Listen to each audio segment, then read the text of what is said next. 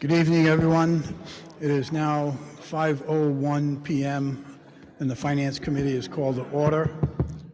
If you have any additional conversations, please take them out in the lobby because we have quite a lengthy meeting tonight. Let the record indicate the meeting has been called to order at 5:01 p.m.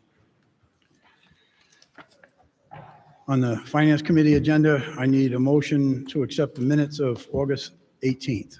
Moved. Second. We have a motion, we have a second. All in favor? Aye. Aye, thank you.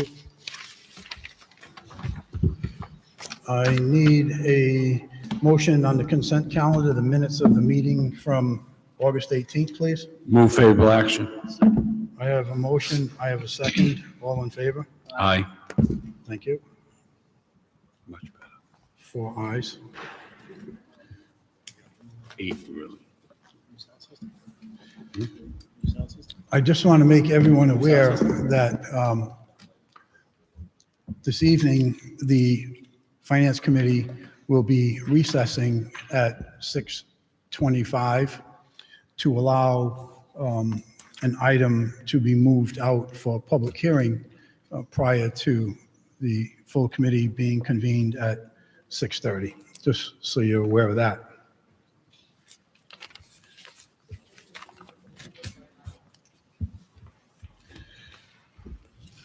I will have, this evening, I will have numerous PCRs I'll be assigning to some of the items.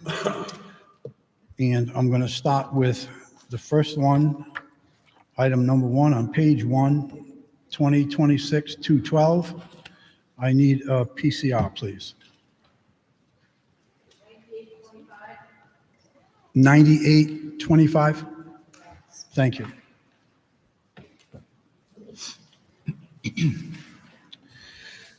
Okay.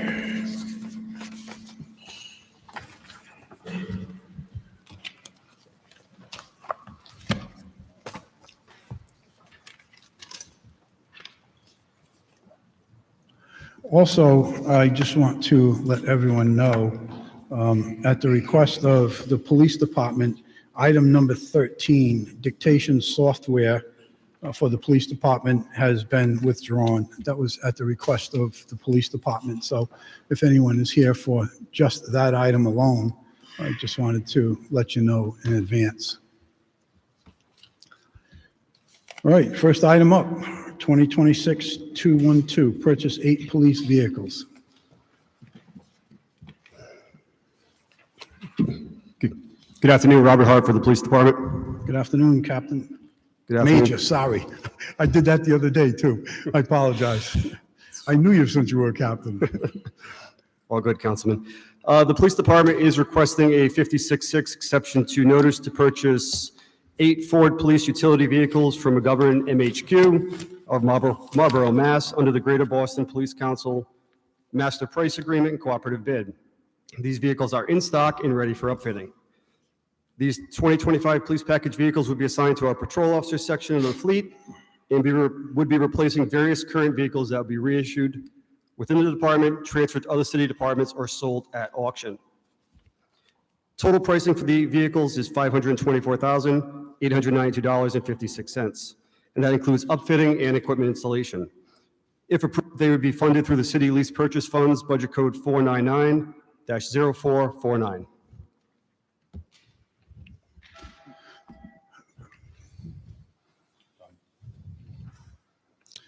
Major, I think I just heard you say that these vehicles, this includes upfitting? I'm sorry, Councilman McKay. I just heard you say this bid includes upfitting of the vehicles? It does. On your position paper, it said these vehicles are currently in stock at McGovern Municipal and are ready for upfitting. So does that mean the upfitting is going to be an additional charge? No, That's included? that's included in the price.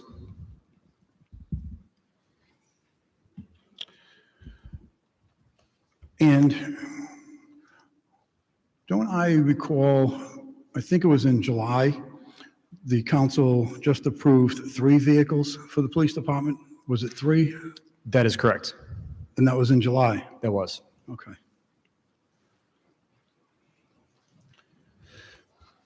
So throughout this entire bid package, you're going to be hearing me comment on a lot of things. And they all go to the same point, which is, in my opinion, this spending bleed has got to stop. I think that the spending is out of control. Some people may say, well, that was part of the capital budget and the council approved the budget. This councilman did not approve the budget. I voted no on the budget. And I voted no because of some of the items that were in the capital budget. So this seems to be this issue of because we can, we will, meaning on the spending. This is not something that I can support, purchasing 8 vehicles now. And then we have another line item a little bit further down for another 5. That's 18 vehicles in one fiscal year. I think that spending far exceeds what is necessary.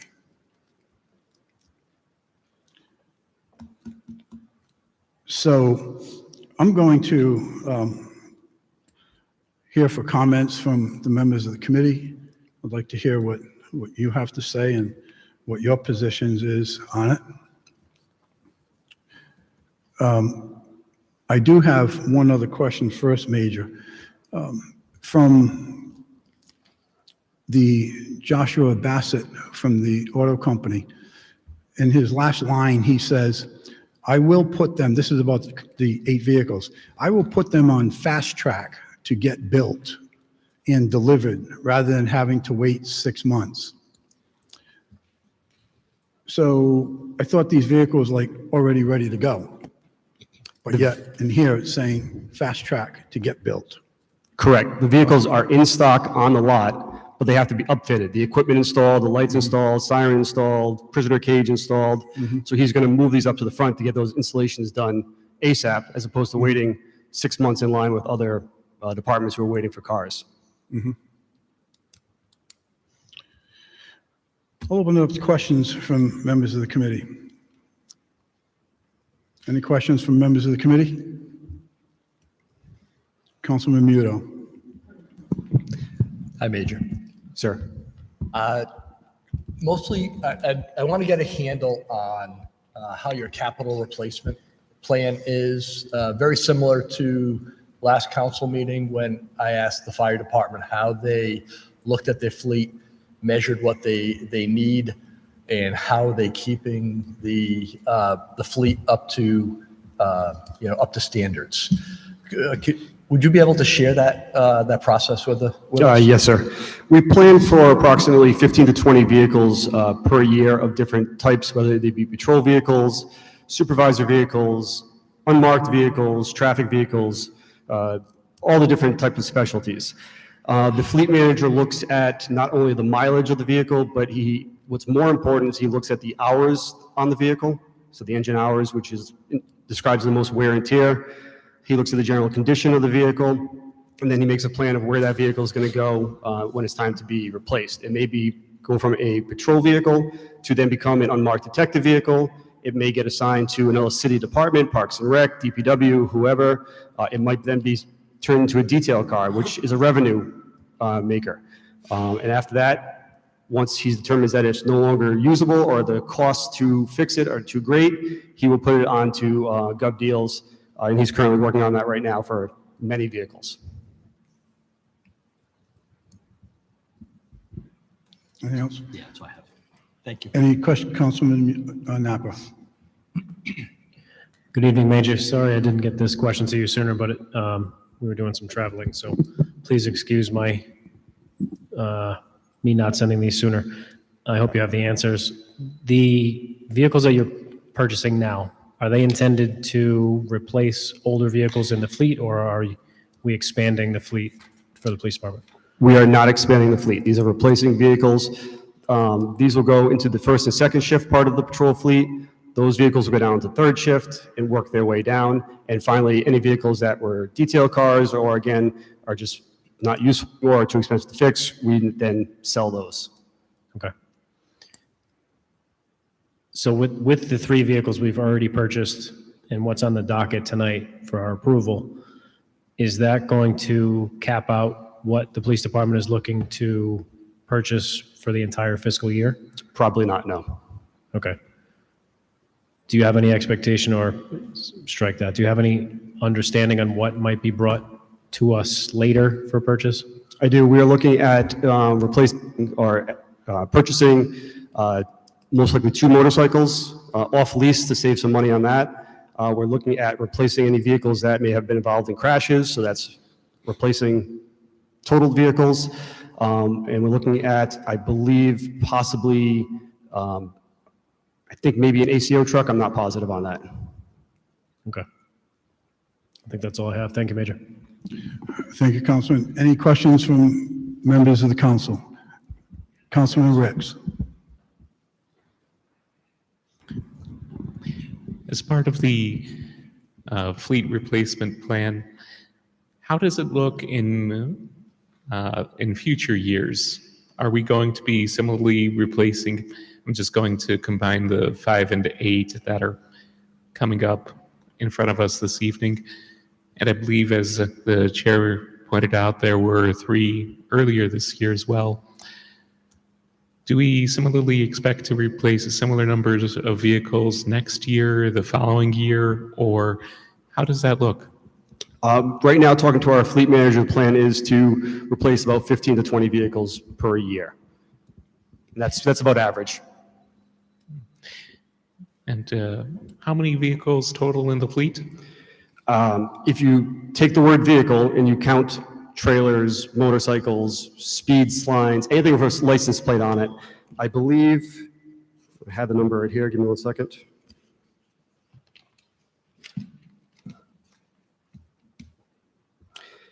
It averages around 150. And again, some of those are trailers and message boards, and it has a license plate, it's a vehicle. Thank you.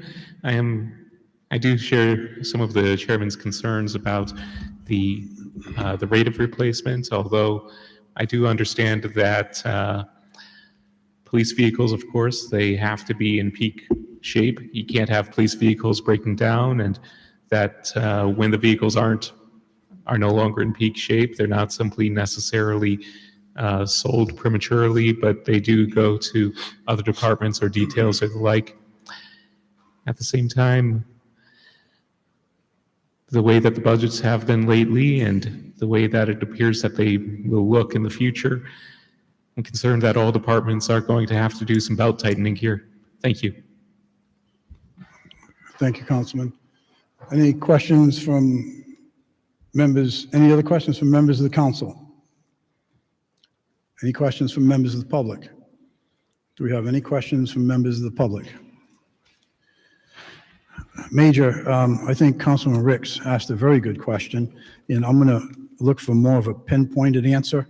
How many vehicles? I'm referring to such as the type of vehicles you're looking for right now, such as the vehicles that you're asking for and another item in the vehicles that replace. So cars. I'm not talking about trailers and speed sleds and whatever other type of things that have license plates on them. Just vehicles. I know that we have 30 patrol vehicles, 7 supervisor vehicles, approximately 8 traffic vehicles, and I believe we have about 5 community police vehicles. I don't off the top of my head know how many detective and unmarked cars that we have. So right now we have a count of about 50. Okay. And so far, you've gotten 3, which doesn't include how many we replaced in 2025 fiscal year. And now you're asking for 13. As I said in the beginning, I think the spending is out of control. I am particularly concerned with the credit cards and the IOUs that are coming down in the very near future, in 2 to 3 years from now. And I'm not out specifically saying no new vehicles. I think that there has to be some understanding on the back of the taxpayers as well. I don't think that replacing 8, 13, 16 vehicles out of 50 right now, it doesn't make any sense to me. So with that said, that's just my opinion. I am going to make a motion to amend PCR 9825 to approve 4 vehicles. Do I have a second? Second. I have a second by Councilman Muto. Any further questions from members of the committee?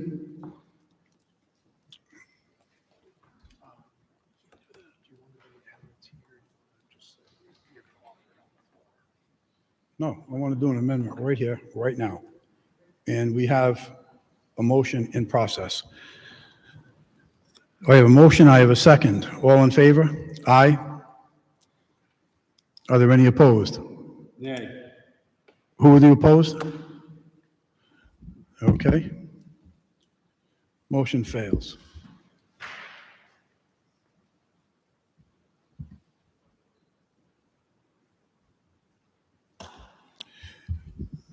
So, Motion for favorable action as presented. Second. we have a motion as presented. We have a second. All in favor? Aye. No? Council Muto? No. Motion fails. The vote is 2-2. Motion fails. Sir?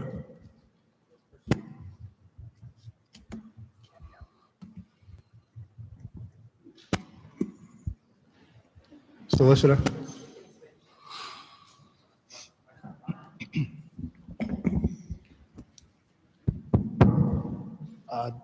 Mr. Chairman, thank you. Just a reminder of the rule revision that we've made regarding the 4-person committees and trying to find a recommendation. Should the committee not be able to find a consensus, the default would be to allow it to proceed to the floor with no recommendation.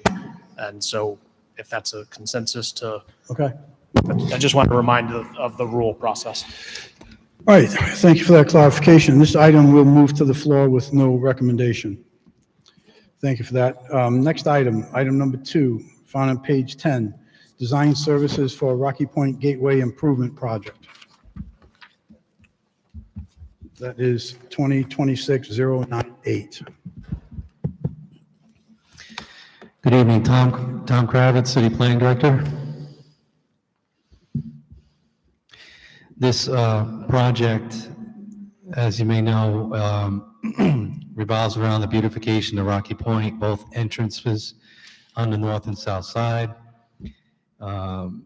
This is a great project for the city. There's no city funds in the project aside from Dean's and my staff time. There's 3 major grants that the city achieved that they'll use to execute the project. One of which is a $4.4 million federal highway grant. The second is a $500,000 Rhode Island Infrastructure Bank program grant. And the third is DEM grant match in the amount of $380,000. So we had to go out to RFQ, Professional Design Services, to finish the design and permit the project. They're going to have a public meeting. And their proposal, as you see here, is only 9.1% of the total, which is a good fee. It's a low fee, and that includes construction administration. So Dean in my office, he did all this work. He deserves a lot of credit for this. So I'm here to try to answer any other questions you might have going forward. Thank you, Director. So when it says that the funds come from MIGP funds account 52060-04326, what is that? That could be just the fund account that the city has put it in from which to pay, I would assume. What page are you looking at exactly?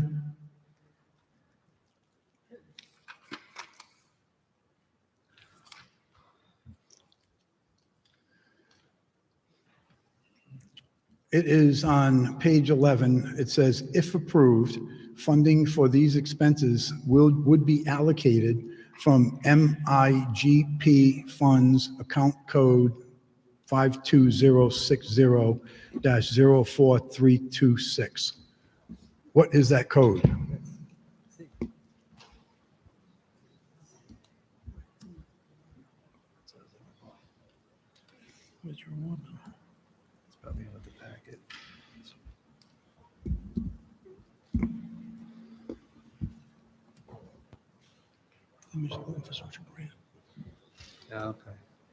Yeah, Municipal Infrastructure Grant Program funds account. That's just the city's account through which all the money will flow out to cover the project. So you say that it's the fund that all the money will flow.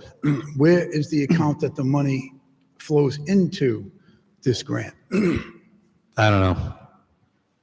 Well, my question is, where's the money coming from to pay for this? Yeah, the money comes from the 3 grants I just articulated, but the finance director can probably speak to what type of accounts we put them in the city. Okay, sure.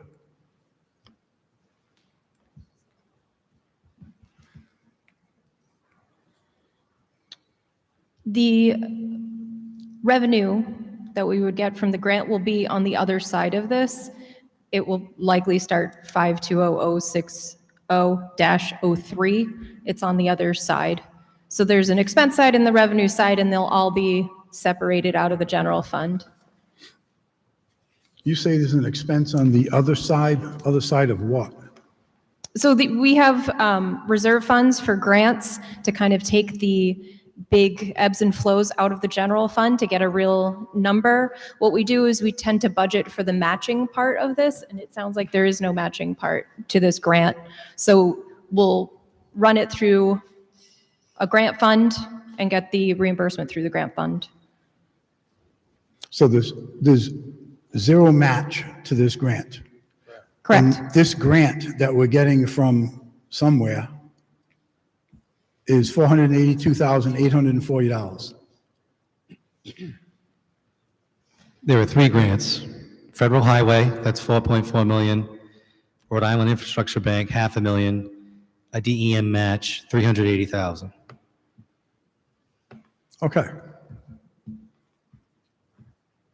That's what I'm asking about. And, you know, it would have made things simpler if that stuff would be included in our documents, so we would know and wouldn't have to start digging into this all the time. So the bottom line is, there is no direct cost to the property taxes or the taxes to the citizens of Warwick. Correct. Okay.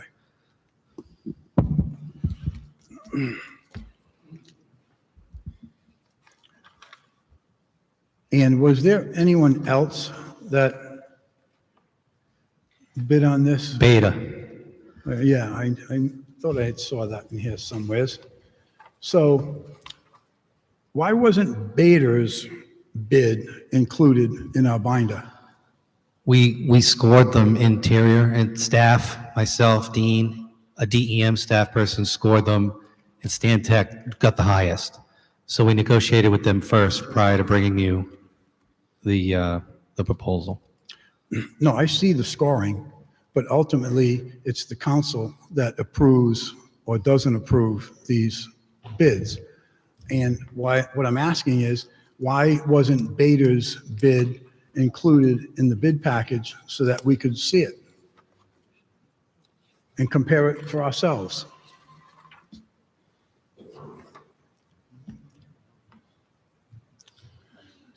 Councilman, so for architects and engineers, there's a federal law that specifically dictates how you bid and award contracts to architects and engineers.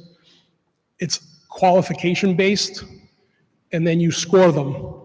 The highest qualified respondent is then negotiated with. If you can't come to a negotiated agreement, you move to the next one. Stantec was the highest scoring respondent based on qualifications, not on price. Again, federal law. I believe it's the Burns Act or something. It goes way back to like the 1920s. And then if we couldn't come to an agreement on the negotiated price, then we'd have to move to the next highest scoring vendor. Stantec was the highest scoring. We agreed on a price. We're asking for authority to enter into contract with Stantec. It's 100% grant funded, no city resources. So I'm not familiar with that federal law that you're quoting. So could you send that to me, please? So it's in the federal law, it's in the state law, and I believe it might even be in our law. So it's a state, it's in the state law system. That's why there's no more, hold on, Councilman. So on the first page of the director's position paper, second paragraph, in accordance with Rhode Island General Law 45-55-8.1 and Public Law 92-582, Federal Architect Engineer Selection Law, also known as the Brooks Act, I apologize, 40-USC 541, that's how we award this bid, under those two laws. And it's in those two laws right there that say the only thing that comes into play is the Qualification scoring. first, negotiation of price. If the negotiated price cannot be agreed upon, it then goes to the next highest qualified bidder.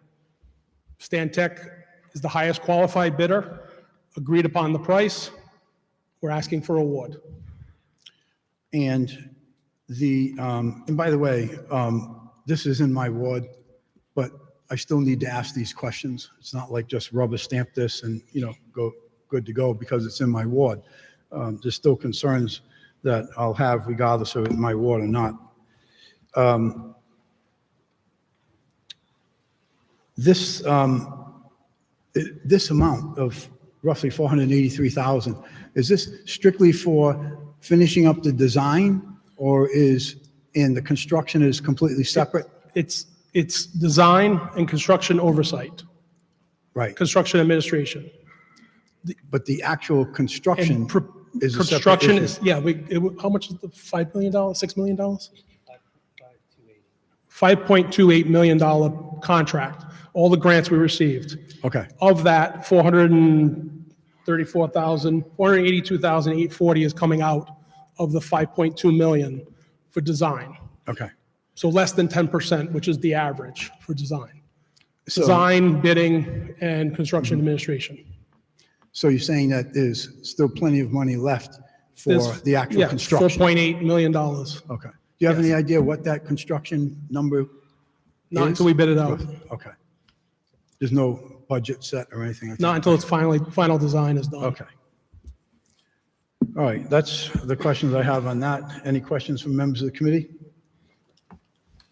Any questions from members of the council? Ricks. Councilman Ricks. Has the city worked with Stantec previously? We did. I think early on this project, they did the initial designs, not quite to 60%. And after the scores were calculated, Beta Group was informed of their score and of Stantec's score, or how did that part of the process work? I cannot say that whether or not Dean notified both respondents of their scores, but I know we brought in Stantec to negotiate initially. They're less than, the average in the professional service sector for profit is upwards around 15%. So to be at 9.1, Dean and I were pretty excited about that number. Have we heard anything from Beta Group relative to whether they are accepting and understanding of the assessment of the scores, or have they been silent on that? No, have not heard. Okay, I'm not as familiar with this project, obviously, as you are, or as the chair would be, as this is in his ward. When I was reviewing this in the bid package briefly, I was a little bit surprised that Beta Group scored relatively poorly, because I know that the city has worked with them in the past. I don't have any affiliation with either of those, of course, but yeah, I was interested in that process. I have no further questions. Thank you. Thank you, Councilman. Director, on here it says outreach, public outreach, 30,100. What is the public outreach that they're going to do for 30,100?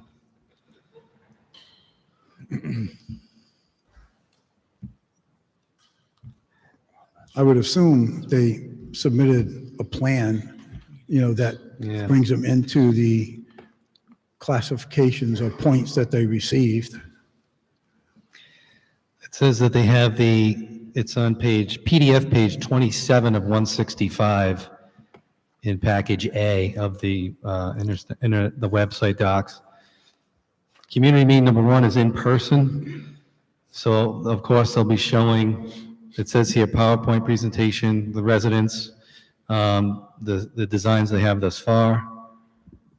They also have a community meeting number 2 in person and 3 in person, which is impressive. So it looks like they're going to give this 3 shots. Okay. Incorporate any stakeholder comments from the first 2, and yeah, it's a very good level of effort I'm seeing with this. Okay.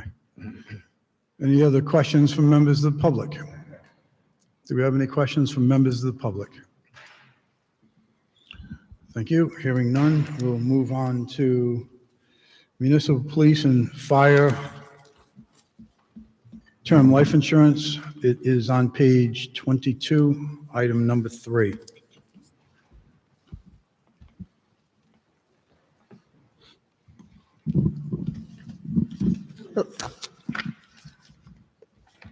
Hello, Stephen Rotondo, Personnel Director. This is a request a 612 request to extend the 3-year agreement with Oak Securian Company.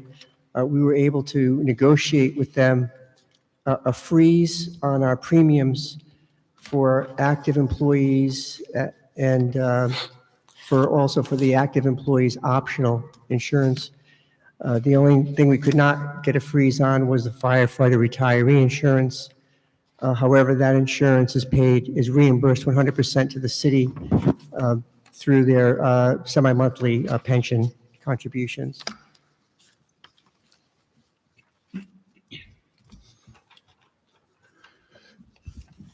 Director,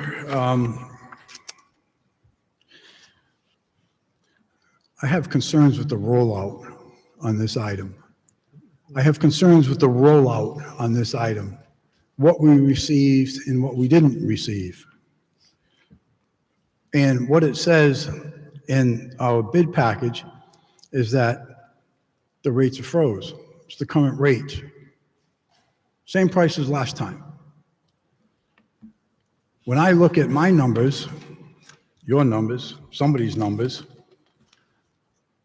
it goes from the previous contract of $133,593 for 3 years to a total of, for this term, $369,333.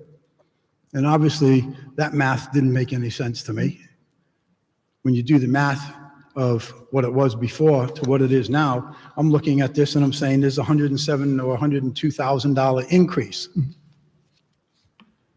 And what is concerning to me is that wasn't explained in this bid package. It didn't say, we've changed the way we figured this. We used to figure the numbers net of the insurance. Now we're changing it. And we're going to go to the gross amount and wait until we get reimbursed. Well, that was not presented in this, and it wasn't disclosed until I started asking questions about it last week. That is not transparent to me. When I look at this and I have to try to figure out how is it you're saying 133 is the same as 369, and then to find out that, we changed the way we calculate it. Well, I'd like to know why you changed the rate, or whoever changed the way you calculate it. What was wrong with getting a bid approved for $133,000 net of employee contributions to change it to gross of employee contributions, and then somebody's supposed to sit here and monitor all this, the contributions that are coming in and the weekly deductions, and is the math correct, and is this narrowing down to the same amount? Why was this changed, and why wasn't it disclosed? The reason it was changed, Councilman, is that when we did it, you're right, we did it on the net amount last time. I calculated it based on what we expected to pay based on the premiums, and then took out what we expected to receive from the reimbursements from employees. The lion's share comes from the retired firefighters who are paying 100% of the premium. I was instructed at this time by the purchasing division that the best practice, and the one that they want to follow, is we want to go with a gross amount. And so I took the amount that based on our last billing, I took the monthly amounts that we're paying right now, I extrapolated out by 36 months, and I came out with the gross amount. To put it in perspective, we do anticipate getting from the retired firefighters alone $191,000 to $192,000 in reimbursements. It's going to be 100%. So whatever their census is over the 3 years, we're going to get it back. So it is a stark number, but I was explained that the best practice is, and from here forward, it will be you're doing it on gross, not on net.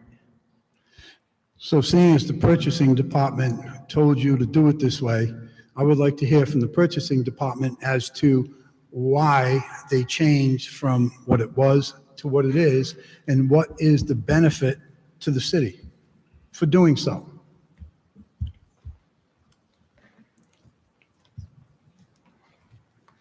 Frances Gomez, Purchasing Director. The reason why I suggested it this way versus the past historical way of just asking for net is because best practice is to ask the council for a spending authority. So if we're asking for the council for the spending authority for 3 years, why would we only ask you for 1 year of funding net-wise for this 3-year bid?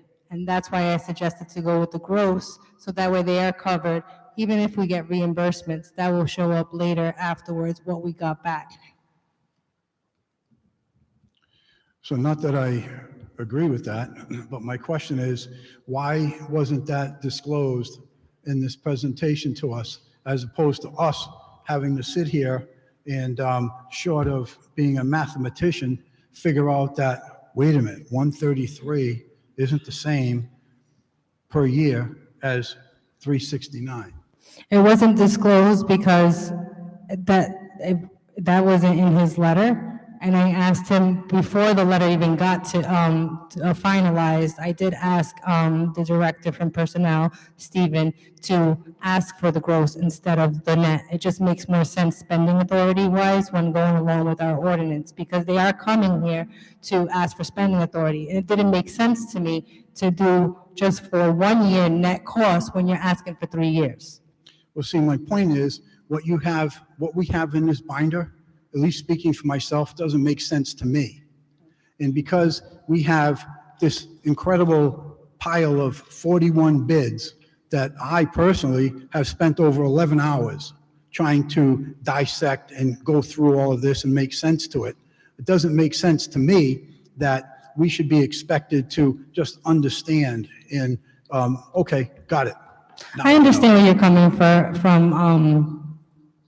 Mr. Chairman, and I can include that next time we come back to you for whatever reason, because I also think that explaining where the money is coming from, not in just this bid, but in other bids, whether it comes from the approved budget, whether it comes from grants, should be added to there. So that way, not only yourself and the other council members of this council can rest assured that it's not just property taxes or anything like that. So I do understand where you're coming from, but that's where my idea came from, is like, best practice would be to stick to the ordinance and asking for the actual spending authority, whether you're gonna get reimbursed or you might use the whole thing. And this term life insurance, that has nothing to do with the fire department, right? This term life insurance that we're talking about right now, this doesn't include the fire department?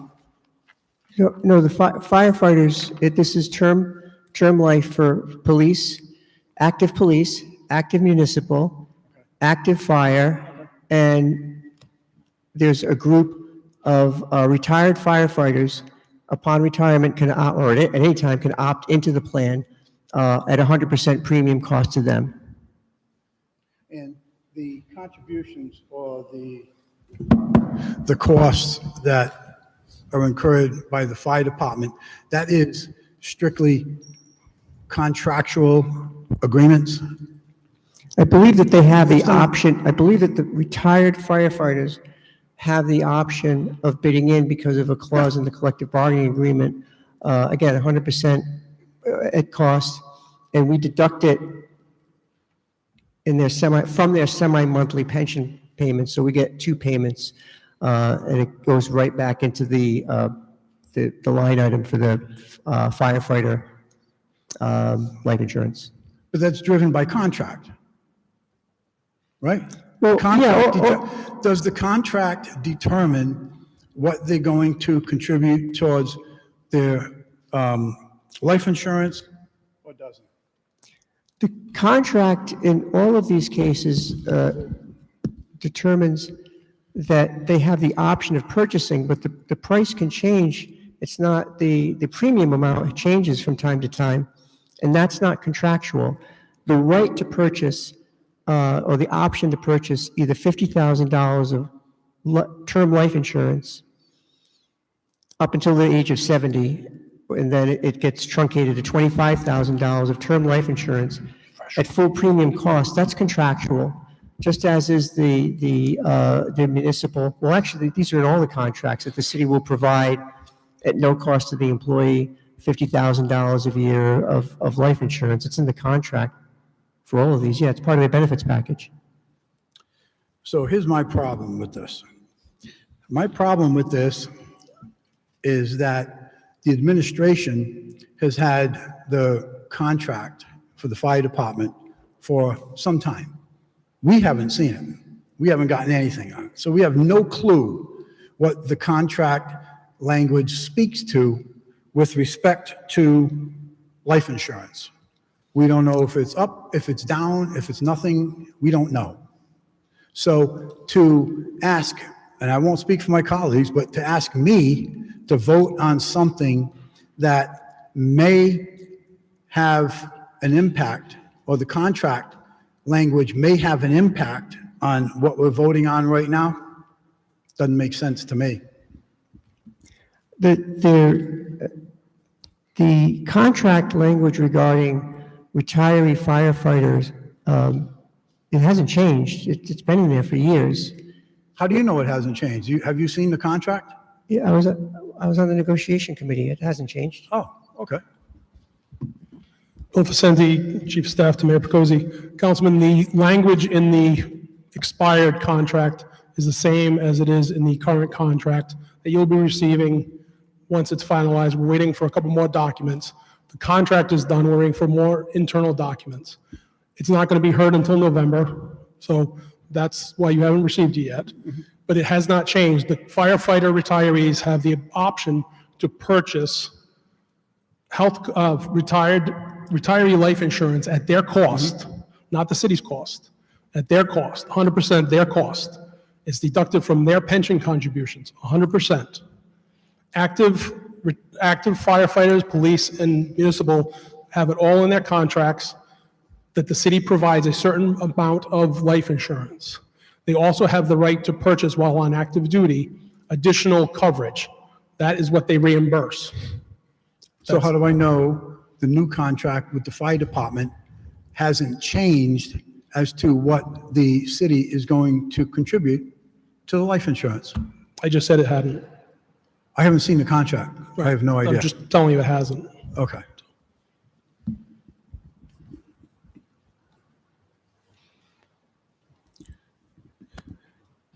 Okay, any other questions from members of the committee? Councilman Napa, just call out if you can, because I got this sun in my eye, so I don't see everybody. And the same thing with the councilman on the other side, please. Thank you, Chairman. Thank you. So just a question relative to budgeting, so I can get my head around this. When we approved the budget in this budget hearing for fiscal 26, for the three departments, there was line items relative to life insurance in the amount of $57,144 approved by this council. I don't think we amended that at all. I think that was what was requested, and we approved what was requested. Based on my understanding of what was presented here, does that mean that you're anticipating a contribution from employees, whether they be current or retirees, a contribution of $65,000, almost $66,000 to make up the difference here? I'm not sure what you're The saying. budget only approved $57,000. Let's round it down, right? So we have For the three lines. for fire, municipal, and police. Yeah, for the current fiscal year, okay. Okay. So what you're requesting is spending authority above that per year.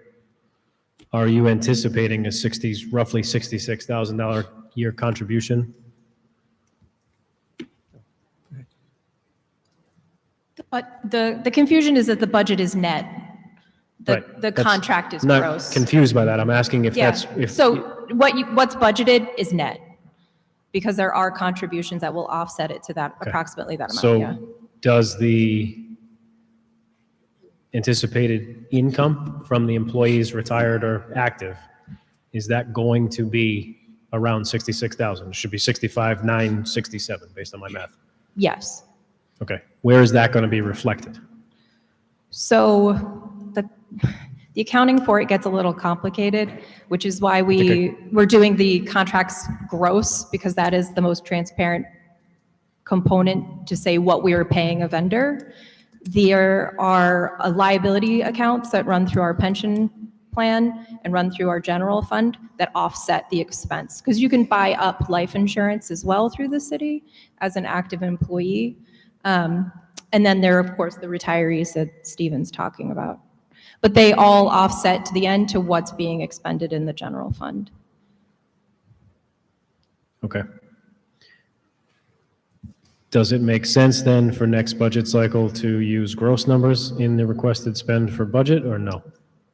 No, because what we're budgeting for is what actually impacts for a real benefit for the employees versus what's being offset. I mean, we could do it that way, but historically, we've just budgeted for the net in there, because a lot of this is actually running through pension payments. What if there's a shortfall due to mortality in the retiree population? Then they wouldn't be paying for the uptick.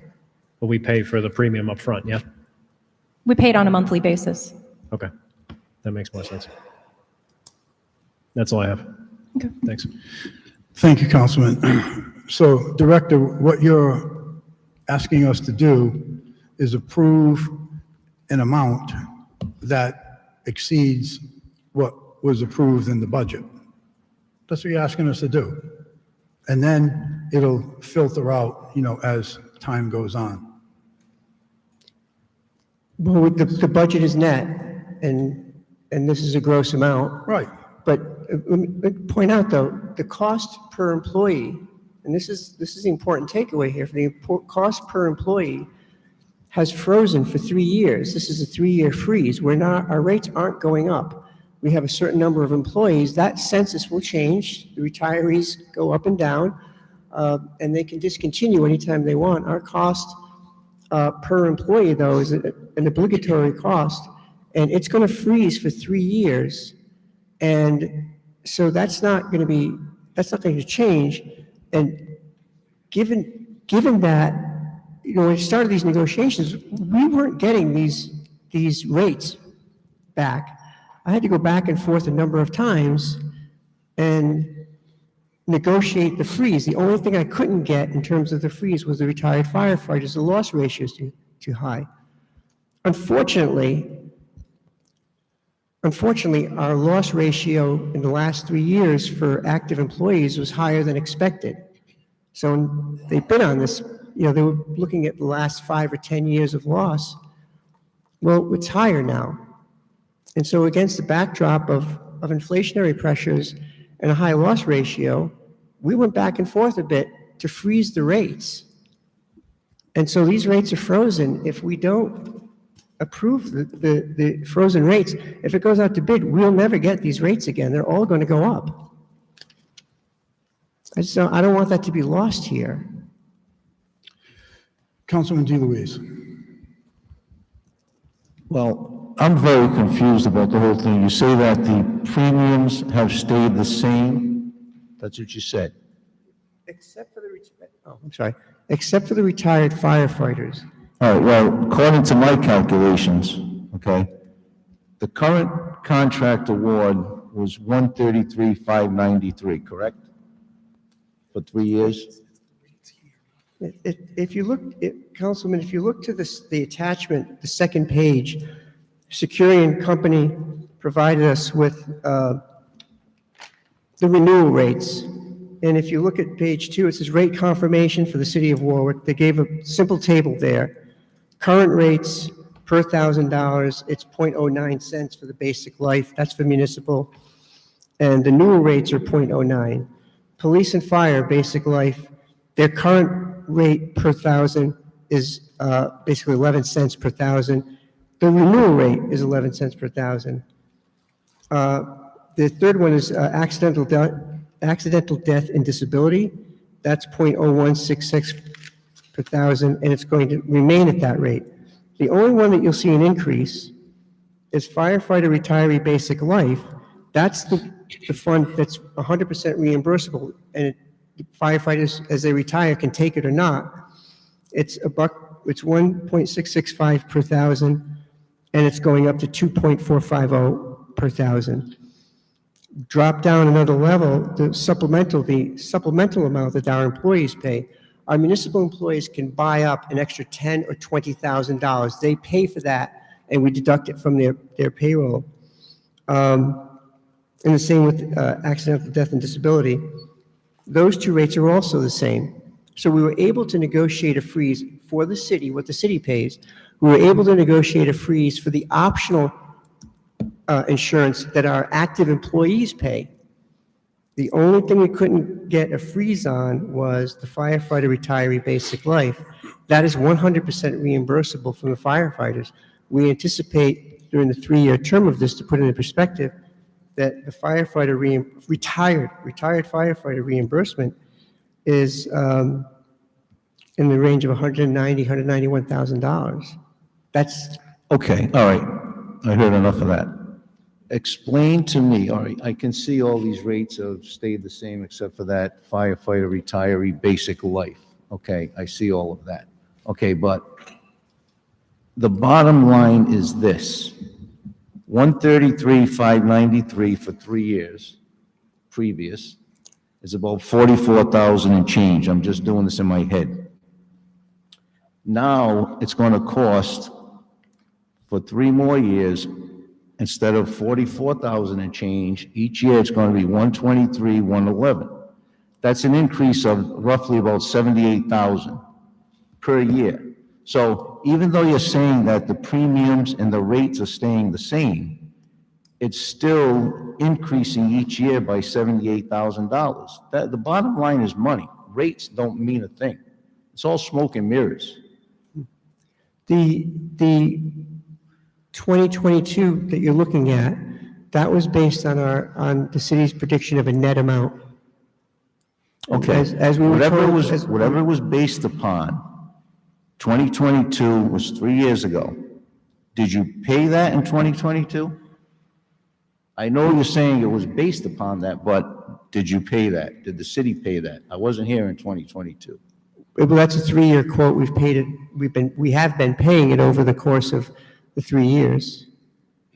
Okay, so my question is, 44,000 and change per year, as opposed to 123,11 per year. It's an increase per year of $78,000. So even though you're saying all these rates are staying the same, this doesn't make any sense to me. It's the difference between gross payment and net. Here we go. Councilman, so the 133 was based on the net the city paid out of its pockets. The city also takes in reimbursements from the employees. So if, right now, what we're asking for, to let everyone know that the city pays out, is going to pay out the 121, you have my sheet. 123, 111.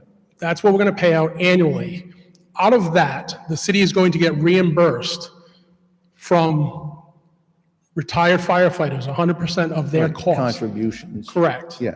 We're going to get reimbursed from any upcharge from municipal and police additional coverages. But can I ask a question? Sure. I may have missed it, but is any of what you're saying now, is it anywhere here, like No. Councilman Lattiser No, it's not. wants an explanation? We don't want, in other words, hey, this is costing us $500,000, but the retired people are putting in $250,000. We'd like to be able to see that. We don't want to be mind readers. Right, so we apologize that it's confusing. I know, you guys can apologize all day. But that's how, I don't know how to put it any differently. That's how insurance, if it's based on the number of Right. employees we have and the number of No, retirees. I get it. I see the rates are mostly the same, but like I said, Councilman Lattiser, and I'm sure it's belief of everyone else, if it was explained a little bit better, we could make more of an educated decision going forward. For the future, we will do a better job on explaining that. All right, because I was confused about this. How can they say it's not going up? It's like, Right, That's it's all. like a tax return. You're paying the gross, but you're getting a tax return back. So you paid out $100,000 and you got $50,000 back. It's a refund. right. A reimbursement. It should be stated somewhere. I don't disagree with you. That's all I got. Councilman Muto. Thank you. I just want to just reiterate, I agree that confusion was caused by the change in your accounting method from net to gross. But I'm also stuck on what Councilman Napper has mentioned, that you're asking us for spending authority over and above what we approved in the budget. And I know it's a net. It's net in the budget and it's gross out here.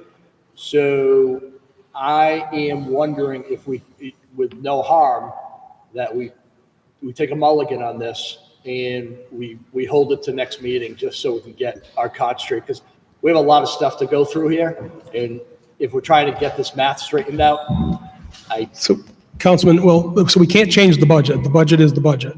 So the budget was based on the net costs before this memo was presented to the council, before the negotiations were finished. The personnel director was intending to go down the road of the same way it was presented previously. Hindsight, I probably should have let him do that, as well as the purchasing agent. I should have probably said, you know what, let's do it the old way. However, we're here now. We're showing you the gross. We can't change the budget. The budget is set. It's based on the net amount that the city anticipates receiving. This is based on the gross amount the city is anticipating spending. I can't undo the budget. This contract is expiring. As the councilman will probably point out, it is late, and we apologize. We were negotiating on getting these reimbursed, these rates frozen, because they're very good rates considering what we asked the vendor to do. I'm just saying, because of the confusion with the way it was presented, my concern is at this time, I'm going to vote it. I'm not going to support this. I would much rather hold it till there's clarification. Does the contract expire? So Chief, you just spoke to something I said a moment ago. You just said you were waiting for the contract negotiations. Well, that's what I'm waiting for. No. Now I have, what you just said that.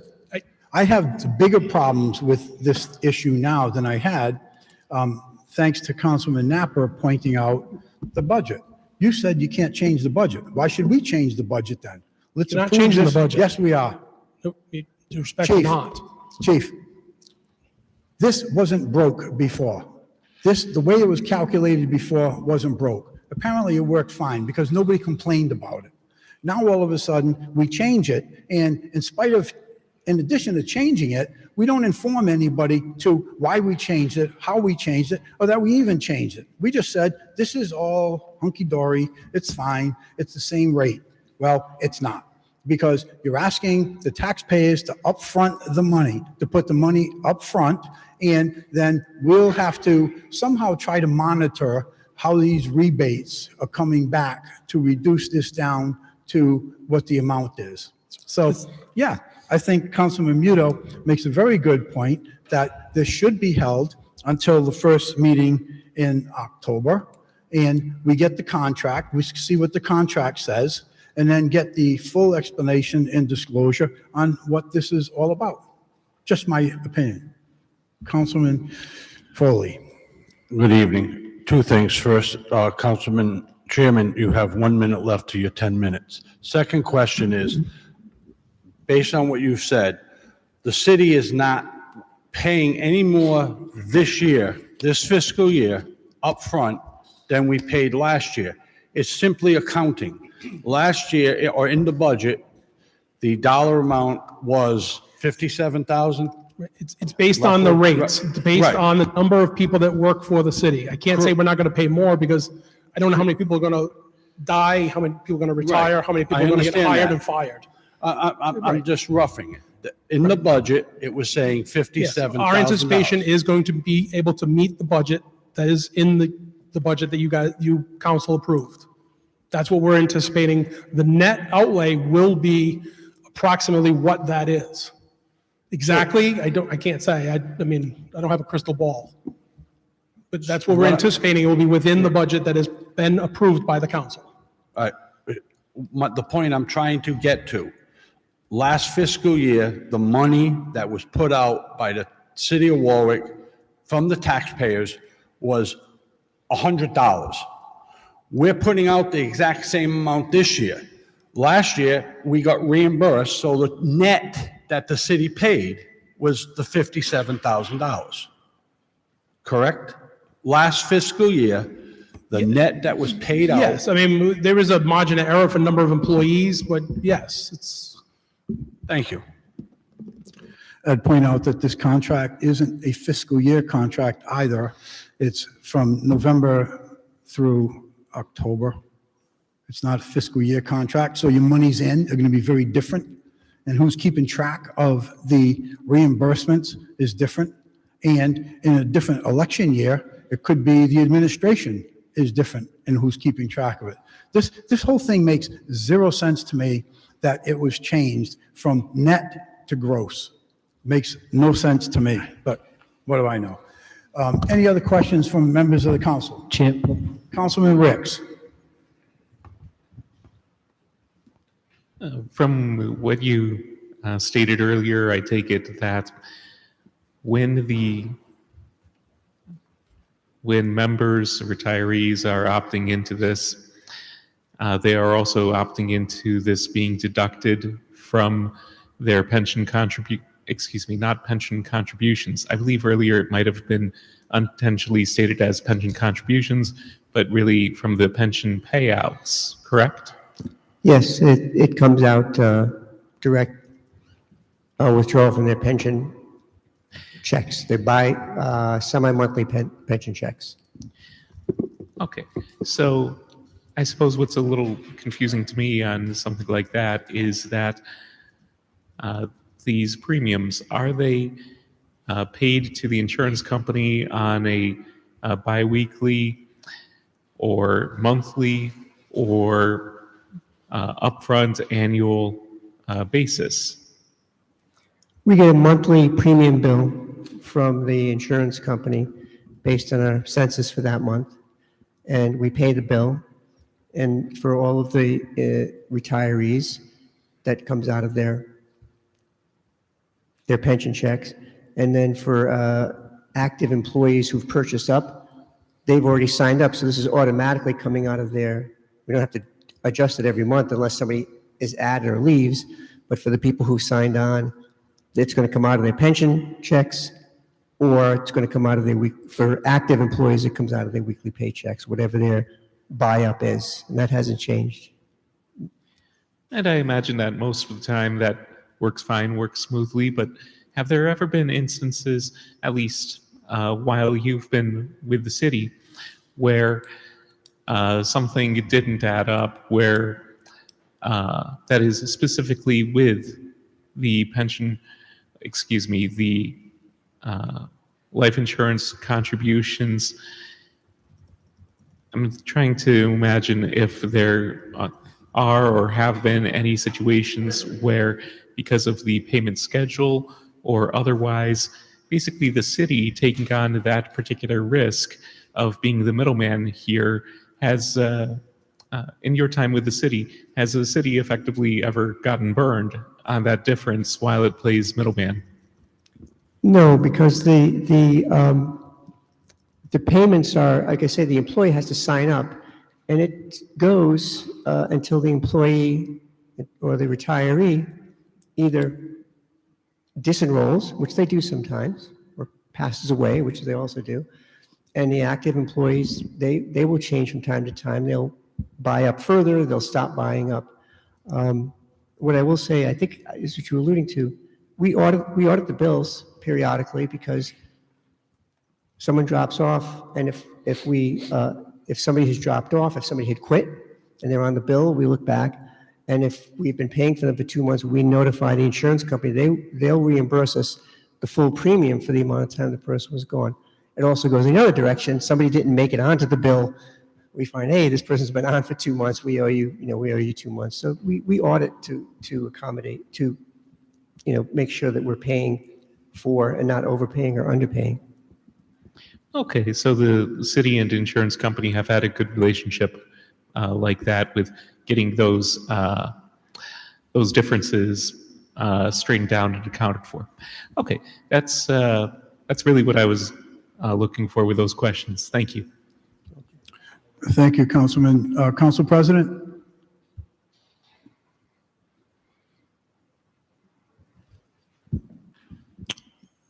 So, just so I'm clear, I haven't heard it stated one way or another. What happens if this gets held? Is that a problem?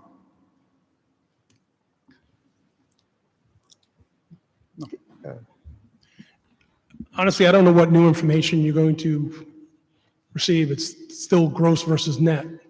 I agree with you based on everything I heard, but I haven't heard anyone ask that, but I have heard the suggestion of holding it. So I want to make sure someone at least asks this question. I'm not sure what the freeze when it has to be enacted. The contract doesn't expire until October 31st.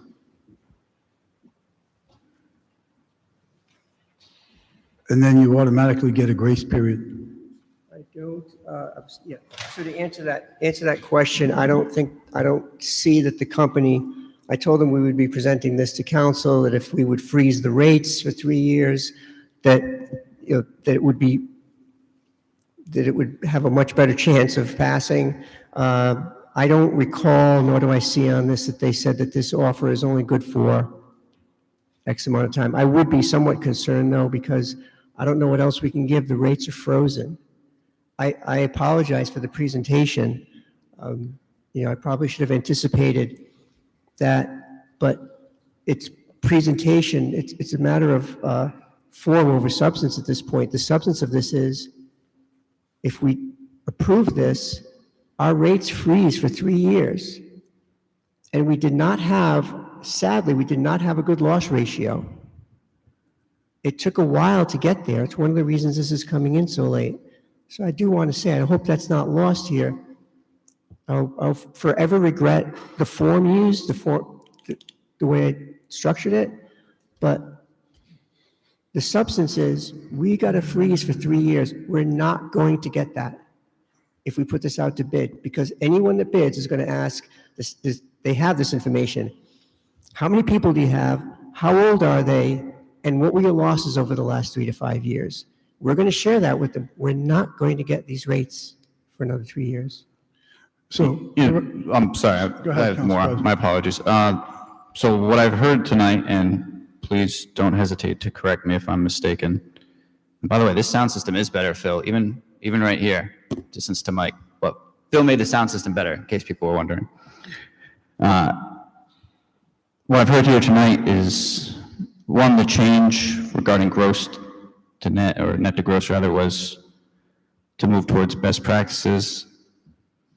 Granted, I also heard regarding the format and manner of presentation was not ideal, but it sounds like the administration agrees that they'll gladly do it differently next time around, which is great. So we don't have any miscommunication or misunderstanding. And it sounds like, by all accounts, that this represents a better deal than we would otherwise get. The only information that has been stated as potentially lacking, that is not obtainable, at least on paper today, is the actual contract itself. But the administration has represented what those figures are in that regard. So I am unclear as to any purpose to hold it at this time, especially if it's only contingent on the contract. I mean, they've made the representations of what's in the contract, and they would know, they negotiated it. So I'm not sure the whole, it sounds like everything else has been addressed. If something hasn't been addressed, then absolutely please ask so we can get there. But otherwise, I'm not seeing a reason to hold. You all set, Council President? Thank you. Councilman Napa.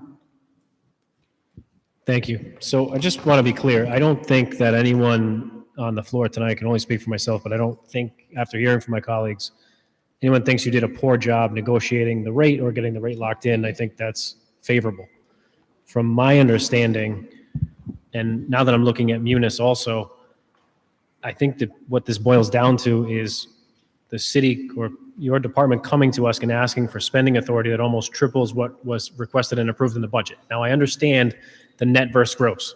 However, since you yourself, well, actually, I think the finance director stated that we pay this out monthly. Someone who spoke tonight and presented stated that. So we're only paying out, we should only be paying out, it looks as though in the Munis report that we're only paying out the net. Is that correct?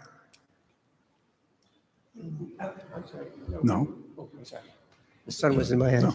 Paying out 123,111. I'm not sure where you're looking in Munis. Are you in the account I'm looking inquiry? I'm looking at whatever Munis report we get presented every month.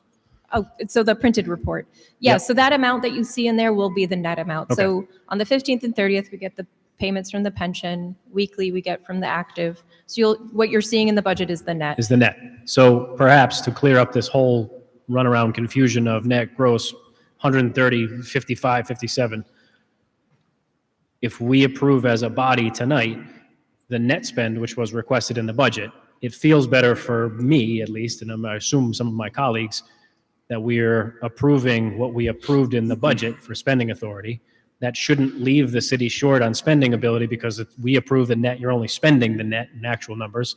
And if moving to best practices next year, according to the purchasing department, is shifting to a gross calculation, then perhaps in next budget cycle, we make that whole correction all at the same time so that everything is on gross, so that we're not approving above what's been requested in the budget. I think that is what, for me at least, is the biggest sticking point, is that you're asking for spending authority above and beyond almost triple of which the budget approved. So I get that the dollars in and out make sense, but I think it's rather uncomfortable to say, okay, you have spending authority triple that of the budget that was approved, even though the back-end accounting practices would reflect the net. If you prefer to approve this as net, that works, as long as we're very clear about it.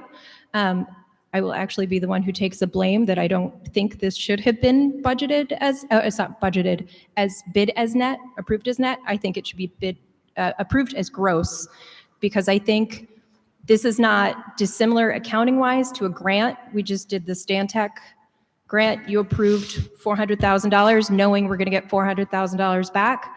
I think that's the best practice for this.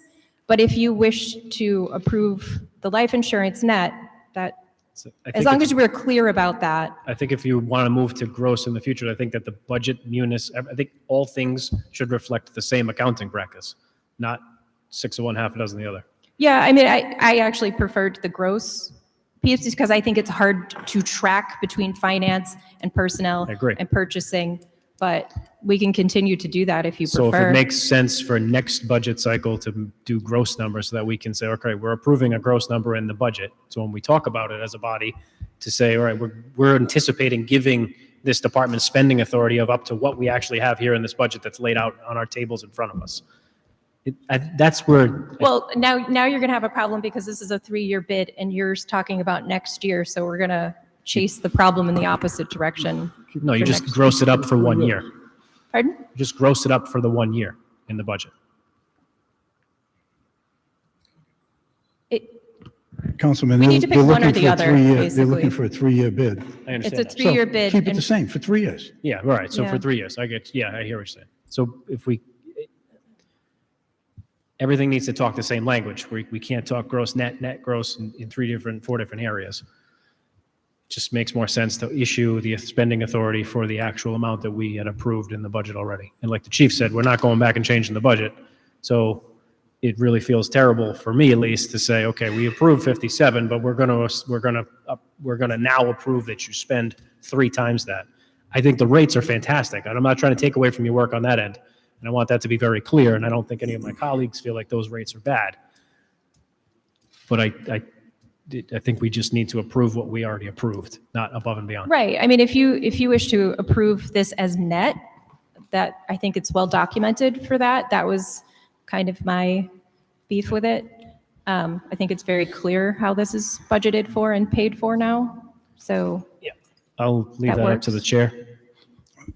So, Director, 2 questions. Was there, Councilman Foley, with all due respect, this bid package has over $3 million of taxpayer dollars in it. And if we need to spend a little more time on it, so be it. We can move to amend the Point of rules. order, Solicitor. The rules state we have 10 minutes. If you want more time, you Got need to it. make a motion. Got it. And I'll be doing that if so needed. Was there any no, this was a question for the Finance Director. Was there any problem with the net way of doing this for the last 3 years? we've made it work. Yes, but no, yes or no? Was there any problems? We've made it work. Okay. Was there any stipulation from the insurance company that says you got to go from net to gross in order for us to guarantee the rates? Or were the rates guaranteed and how we implement it is up to us? No. Thank you. Okay. Any questions from members of the public? Please.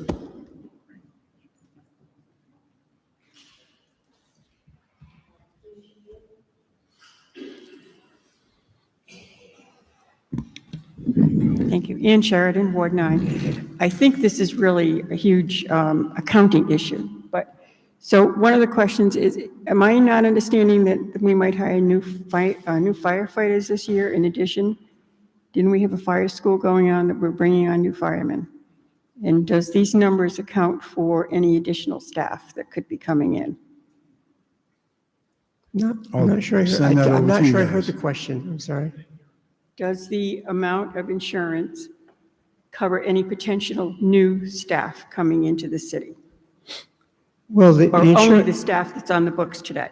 no, we're not calculating for new staff. I mean, but when staff come on, we do pay, but we're not projecting 20, 30, 40, 50 more people coming on. We just did it on the basis of our census in August.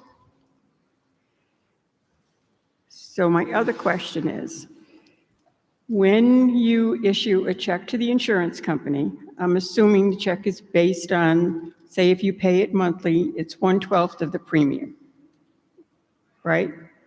And then in the accounting, you have an amount of funds that is for city employees, current city employees that get full paid part of their compensation package. The city pays for that.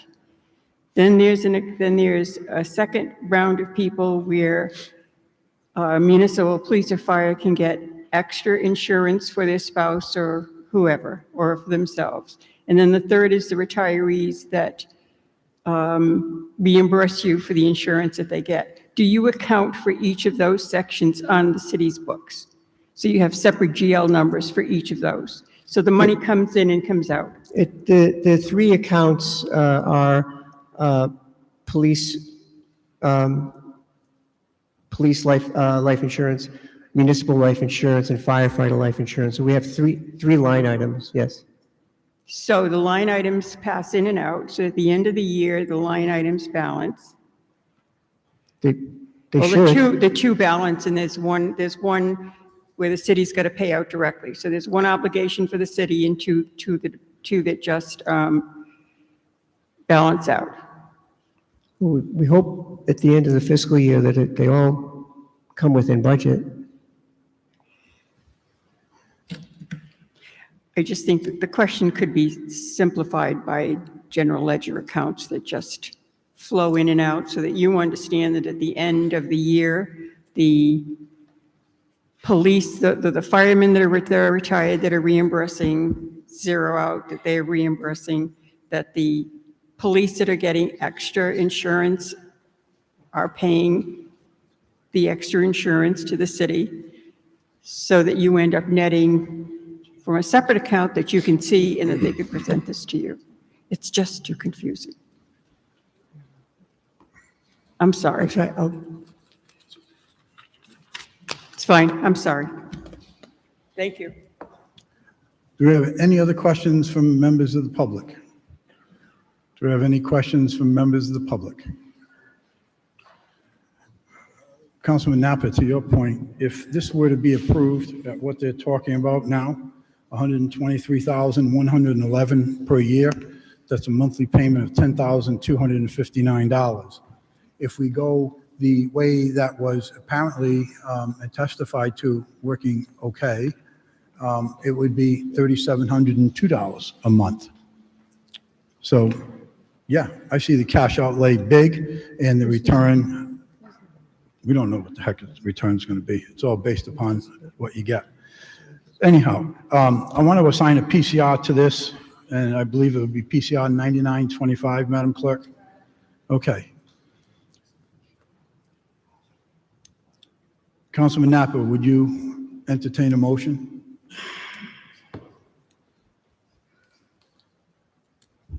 Or I can make a motion. It'd be, go ahead. Could recommend a motion to amend to the net spend rather than the gross. Second. Okay. Solicitor? So if you want to just send it with no recommendation and let the full council address it, since it's just a recommendation. Councilman Napa, it's your call. Okay. Move it to the Make a floor. motion to move to the full council with no recommendation. A second. Okay, we have a recommendation to move PCR 99-25 to the floor without a recommendation. All in favor? Aye. Thank you. At this time, we will adjourn the Finance Committee to entertain the business at hand. The time is 6:26. When we return, we'll be returning back to item 5, purchase 2026, no, I'm sorry, item 4, purchase 5 Chevy Blazers. Would the Public Properties Committee please convene?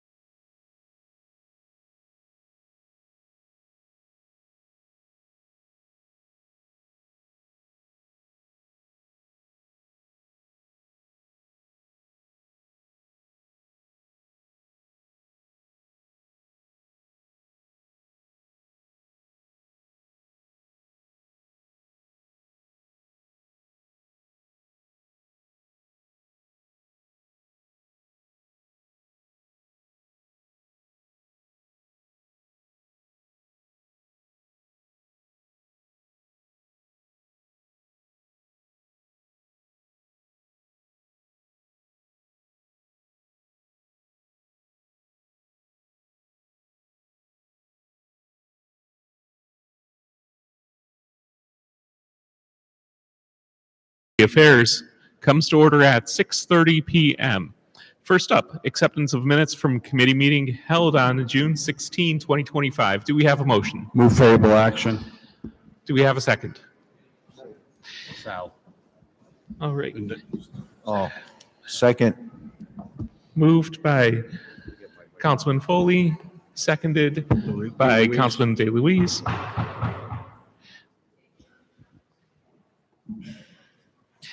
All in favor? Aye. 4-0.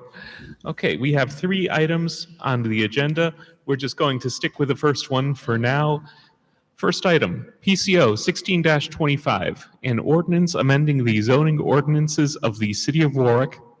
3 Kids LLC applicant, 1112 West Shore Road, Assessor's Plat 333, Lot 103. This is sponsored by Councilman DeLuise. It is inside Ward 4. Do we have a recommendation to refer to the full council for public hearing? So moved. Second. All in favor? Aye.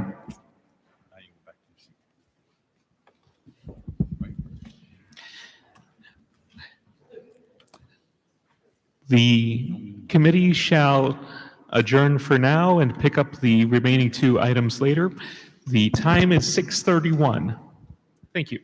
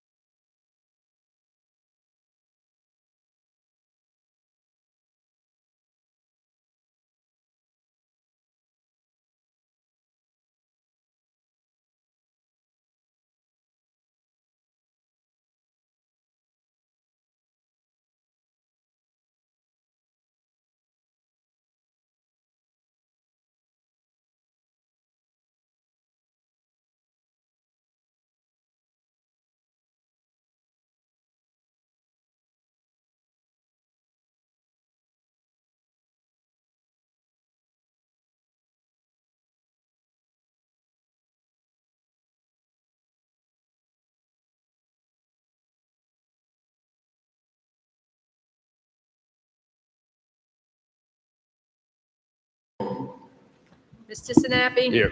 Mr. DeLuise? Here. Mr. Foley? Mr. Gephardt? Here. Mr. Kirby? Here. Mr. Lattiser? Here. Mr. Muno? Here. Mr. Napa? Here. Mr. Ricks? Here. 9 present. The very well-rested Councilman Napa can lead us in the Pledge of Allegiance.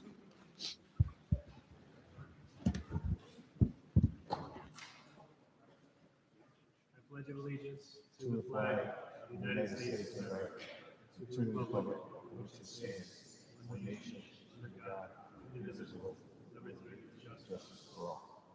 Oh, say, can you see by the dawn's early light what so proudly we hailed at the twilight's last gleaming, whose broad stripes and bright stars through the perilous fight o'er the ramparts we watched were so gallantly streaming, and the rocket's red glare, long bursting in air, gave proof through the night that our flag was still there.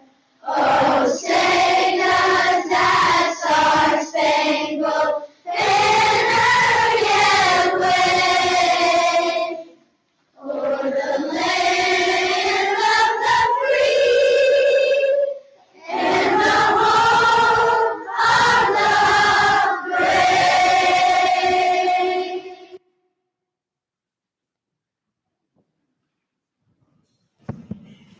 First up, general communications, announcements of congratulations, condolences, or community events. Does anyone have anything for this? Seeing none. Oh, sorry, Councilman Gebhardt. I just wanted to offer a moment of thanks to the city council, as well as to our other elected officials Warwick PAL recently had their biggest fundraising effort of the year, and we had the support of the entire council as well as the entire Warwick delegation, and that means a lot, and it goes to exactly the kind of things that we should be supporting here, our youth, and athletics, and advancing the next generation. So I want to thank you all for your support. Councilman Latsu? Thank you, Mr. President. Congratulations on that. Good job, Councilman. I would like to ask for a moment of silence for one of our long-term employees of the city, also a friend, and that is for Ted Sano's brother, who recently passed away last week or so. We all have a moment of silence, please.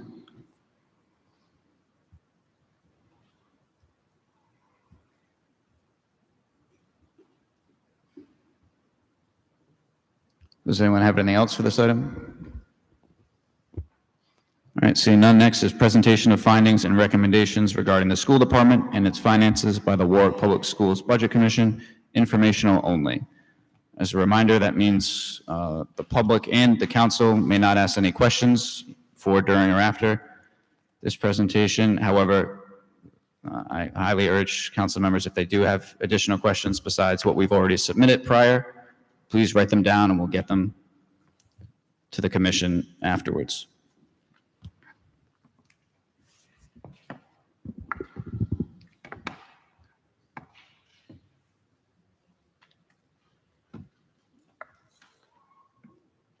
Whichever one you want. Okay, we'll do it. Thank you, Council President and members of the committee. It's an honor to be here before you tonight. I'm here today, I'm as the chairman of the School Budget Oversight Commission. Could you just state your name? I'm sorry, because some people only hear the audio. Okay, my name is Ernie Almonte. Thank you. And I am the chairman of the School Budget Oversight Commission. I am here today with Sherry Kuntz, who's the vice chairman of the commission, and we're going to present information jointly, so in two different pieces. So I will start out with a few comments, and then we'll switch to the vice chairman, and then we'll answer all the questions that will relate to us. So if I could, just for a second, so I know it'll happen sooner or later, I have to put these glasses on now. First of all, I want to let you know we have 5 members of the commission and that worked on this since you created this commission.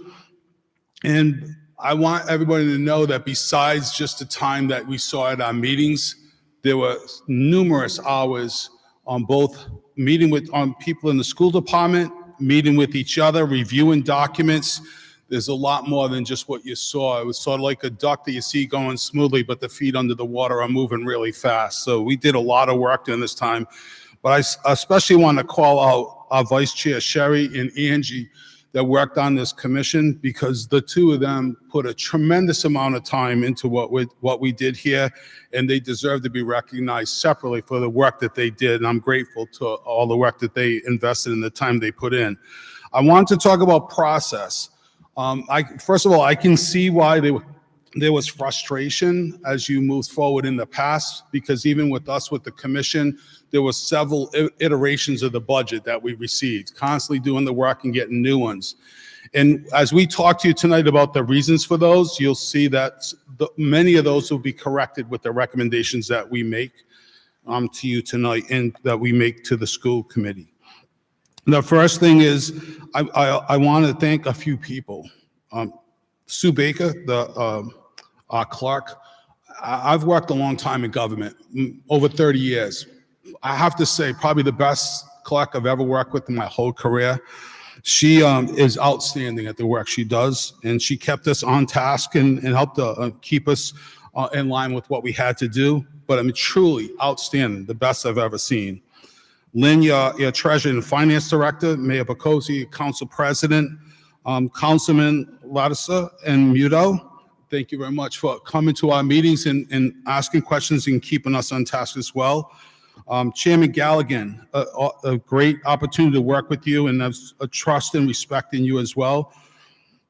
Superintendent McCaffrey, outstanding, the trust we had with each other, the collaboration, information that was shared, and the finance director, your new finance director, who to me is a star, and a great find for the city of Warwick to have him here. I think if this trust and collaboration that work with us carries over to you moving forward, this will be smooth sailing for the city as you move forward. But there's three other people that I think are really important that I want to recognize before we get into the numbers. Kayla Quirk, Yaman Rodriguez, and Kaylin Poley. The three of them work in the Warwick School Finance Department, and they're young professionals who did an outstanding job. And really want to say to you that if you think about this, this is a $200 million operation. They did work without a leader in there for almost over 6 months. A great task. And I've told them several times, and I'll say it to you, in my whole career, the things they learned in the last 6 months will probably benefit them for their whole career. They've seen things that people would never see in their career, sometimes 20 years. They learn baptism by fire, how to handle a deficit situation, how to handle the finances. But the three of them, they're gonna go places. They did a really good job, and want to recognize that. I also want to recognize New England Tech, because you wouldn't really know about this, but during this process, and I only found out about this by accident, there were 2 students that were going to New England Tech in the Running Start program, and it cost about $9,000 a piece. New England Tech, realizing that the city of Warwick was dealing with the deficit in the school system, waived the whole fee, $9,000 a piece. That's $18,000. And again, I found out about that by accident, but I think you all should know about it. That's a community leader stepping forward to help their community, and I thought it was a wonderful thing. There's one other thing, and I know my whole career you never think in advance of action, but I talked to the CIO for the state of Rhode Island, and he will come down and spend time with the IT department to go through all the expenditures that they have to see if there's any way they can reduce those expenses or run more efficiently in what they do, just sharing information, and outstanding that they're willing to do that. Now I'll talk to you about the budget, the numbers, and what you'll see is as we went through this process, our commission, remember what the law said, that we couldn't touch anything that was payroll and payroll related, that was related to a contract, and we abided by that. But I just want to let you know publicly, like I said at our meetings, and we all feel, is that really handcuffed us in doing our job. So we were working with a small percentage of the budget. The largest part of your budget is payroll and payroll related. Couldn't touch that, but we could touch all the other areas. We feel extremely confident in the numbers, all the other areas that we were asked to look at. The rigor we put involved, the documentation we reviewed, the questions that we posed, we feel completely confident with the numbers. So what I would tell you is right now, the deficit for the city is $2,181,388,000. That's the deficit for the school department based upon the budget that we we're recommending to you. So we went through all the other items. We found, just give me 1 second, just have the paper in front of me. What we did is we looked at the total expenditures, and our vice chair is going to go in more detail on these, but on a high level, $201,442,834.28. Keeping in mind that major portion of that was payroll and payroll related, which we couldn't touch, but that's the total, 201 million. After we deduct all the revenues that come in, either from the city, the state, or other miscellaneous areas, it leaves a shortfall of $2,181,388.28. Few things you need to know about that.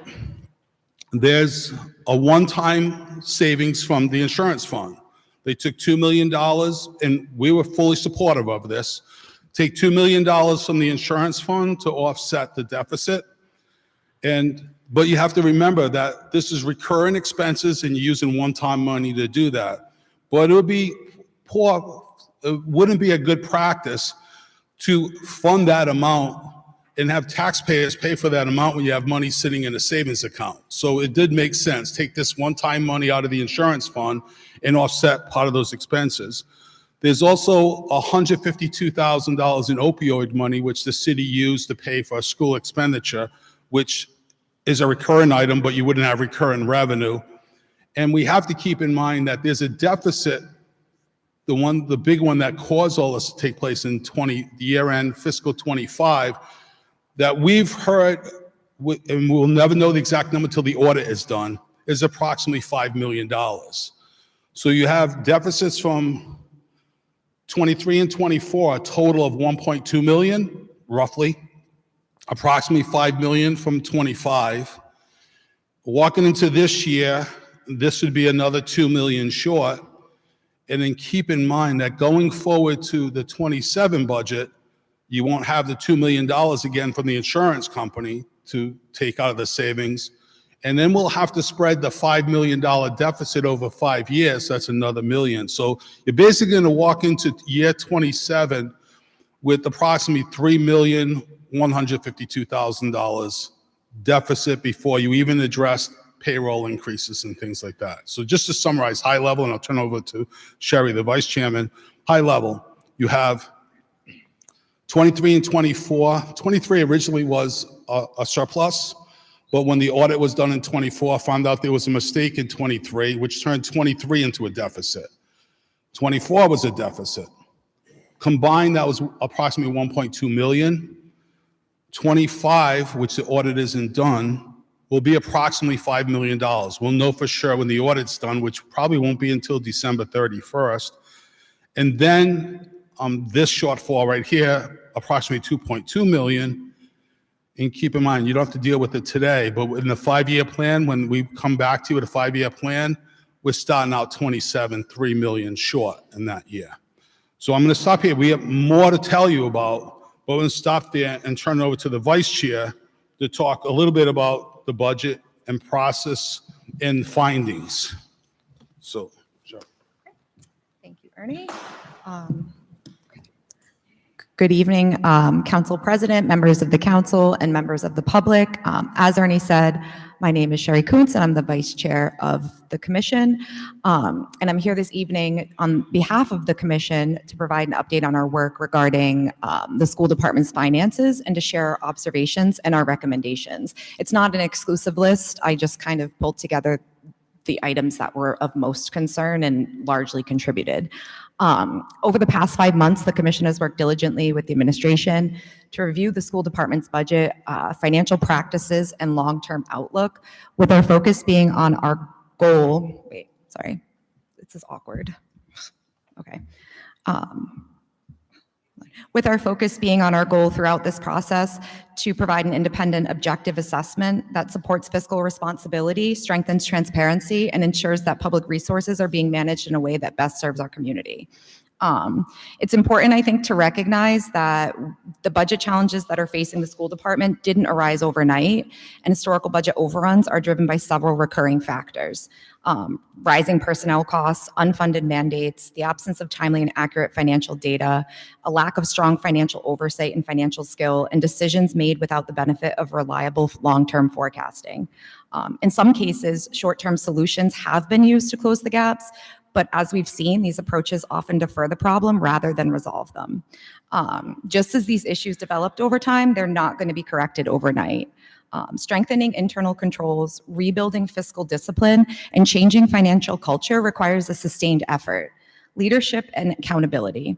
Our recommendations are designed to start that process by focusing on practical steps like strong written policies and procedures, routine reconciliations, clearer accountability for payroll and staffing changes, and standardized reporting. That's what we think will build a stronger financial foundation for the school department. With that being said, I'm going to share some of the high-level things that came out of our work so far. The biggest component and the biggest thing that we saw that contributed to this issue was a lack of internal controls. It's internal controls and strong internal controls. They're critical to organizations, school department included, because they help ensure accuracy and reliability in financial reporting. It's essential. That's essential for budgeting and decision making.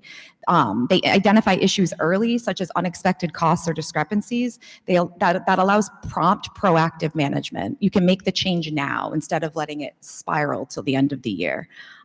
They promote accountability across departments and staff. You have a clear policy in place. You can hold people accountable. You can say you're not going to do what's always been done because that's not the policy. And they protect public resources, and they build trust with the city council, the taxpayers, and the community. In short, internal controls provide the foundation for responsible financial management. In our review, we found that key areas such as payroll reconciliations, position control, and expenditure tracking do not have the level of oversight and documentation that best practices would require. This lack of structure increases the risk of mistakes, inefficiencies, and in the worst case, misuse of funds. Now I'd like to introduce an example to illustrate the impact of a lack of internal controls, but I want to reiterate something that the chairman said. We were not allowed to touch compensation or look at those numbers. However, when issues were brought to our attention, we were able to assess them and to make recommendations going forward to help ensure that those things do not happen in the future. So with that being said, discrepancies were identified by the finance director between HR and payroll listings, two separate listings from two separate departments that's supposed to list everybody who's being paid by the department, did not agree. And there were not concise discrepancies between the two. So it's not as if one were missing a set and the other. It was both ways. So the finance director spent a lot of time with his staff, I'm sure, reconciling those listings together. At the end of that process, that resulted in approximately $5 million in additional compensation and related expenses that needed to be added to the fiscal 26 budget. So just let that sit in. $5 million. That's a pretty big number. This made it clear to the commission that these listings had not been reconciled. So historically, there's been inaccurate data being used to prepare your budget. So it's no surprise that you've had overruns. You're not, it's the old adage, for lack of a better term, garbage in, garbage out. So just to further drive home that impact, if I haven't already, this one occurrence can have compensation-related expenditures being salaries, wages, and benefits. They make up roughly 80% of the department's budget. 80%. So without strong internal controls in this area and others, even small errors or inefficiencies can have a disproportionate impact on the overall budget, which is what we've seen. I want to be clear, these gaps are not a reflection of the dedication of the staff, but it's the systems in place that support them that are lacking.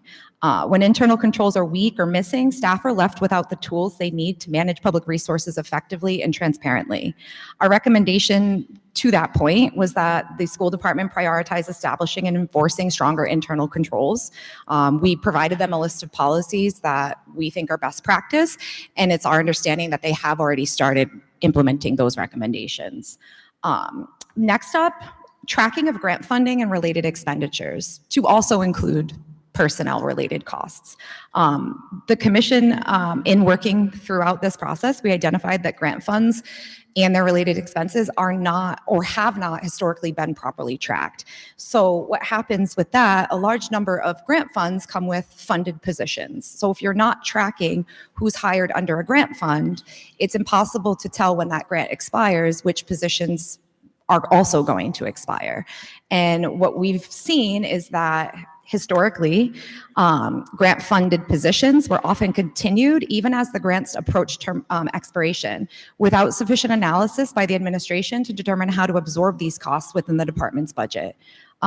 This practice has two significant impacts. First, it creates unplanned financial obligations that constrain the general fund.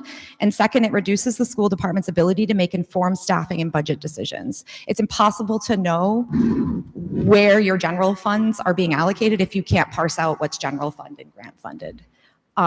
Without clear tracking and timely analysis of grant-funded positions, the risk of budgetary surprises increases. It's no surprise. To address this, the Finance Department has developed a detailed spreadsheet that they're going to be using as a central tracking tool so that everyone is aware of what a grant is, how much the award is for, when it expires, if it funds personnel, et cetera, and who those personnel are.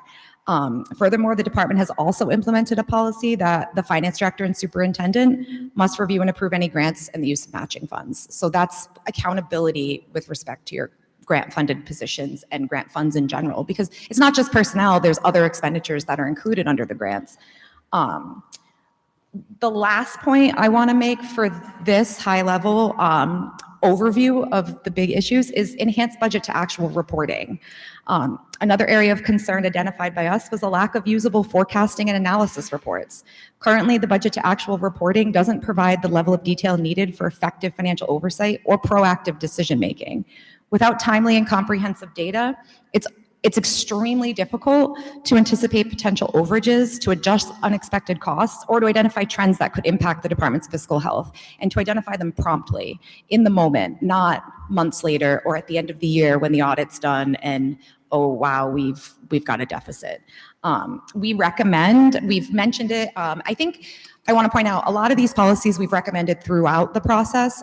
We do plan as a commission to have a formal list of policies that we will formally vote on to hold the department accountable. They have told us, and we feel confident that they have started implementing these, but we just felt it was a better layer of assurance, so to speak. So that being said, we recommend the budget to actual reports be updated regularly to include for each line item, current year spending, prior year spending, and the amount remaining in that budget line item, to have a clear reference to say, wait a second, we're getting close to what the approved budget was. We might want to look at our spending, not just, oh, we're on track with last year, because last year might have been a deficit. So I think, I do want to point out, tracking and management of technology-related expenditures. As Ernie touched on, having the chief information officer come out and take a look at technology expense would probably be a really good benefit, because we do spend a lot on technology. It's just the way of the world. It's the way of education. It just, you can't get around it.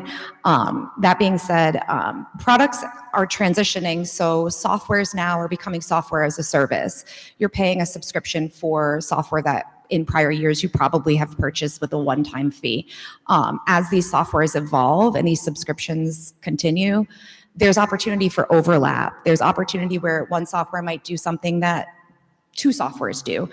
So we recommend, and we spend a lot on technology subscriptions, a lot. We being, I'm a Warwick resident, so I say we, but the schools.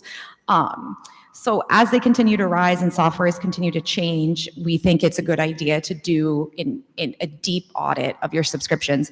Track usage. If something's not being used, if they're buying 100 subscriptions and they're not using all 100, reevaluate. So we do plan to recommend subscription management analysis and possibly an internal audit of all the subscriptions that the schools are currently purchasing.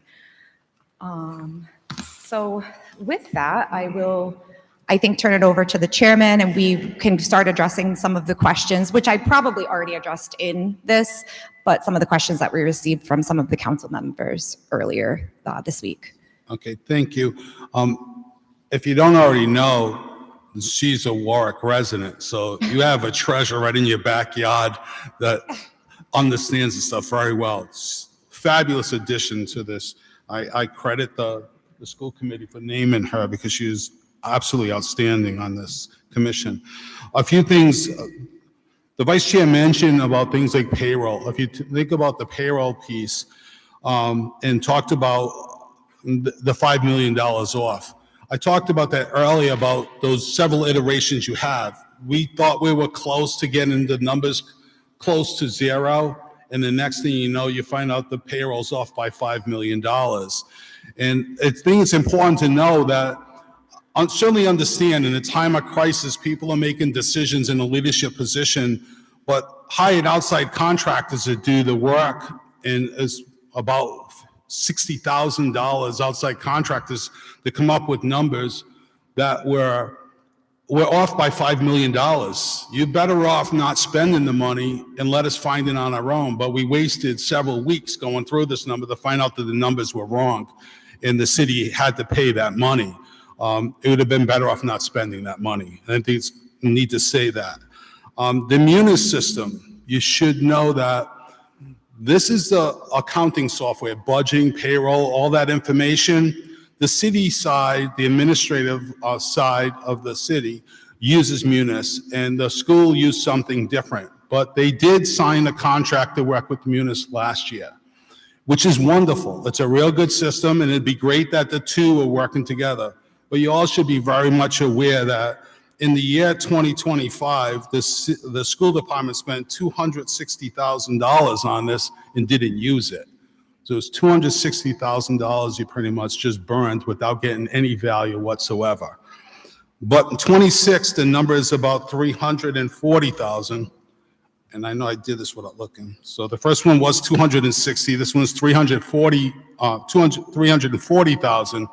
But the good news is they've already started training. They're using this program.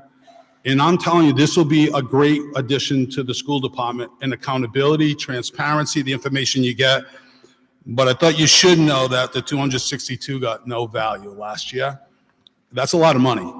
And 340 this year, I think you're going to get great value out of it. There'll be some hiccups. There always is when you change software from one to another. There'll be some hiccups in that, but you should know that. And the vice chair mentioned about, we're going to talk about in our next meeting, which is this week on Wednesday, the possibility of having a performance audit. Remember, we couldn't touch the payroll and payroll-related issues, but strongly feel that there's an area that you should take a deeper dive into.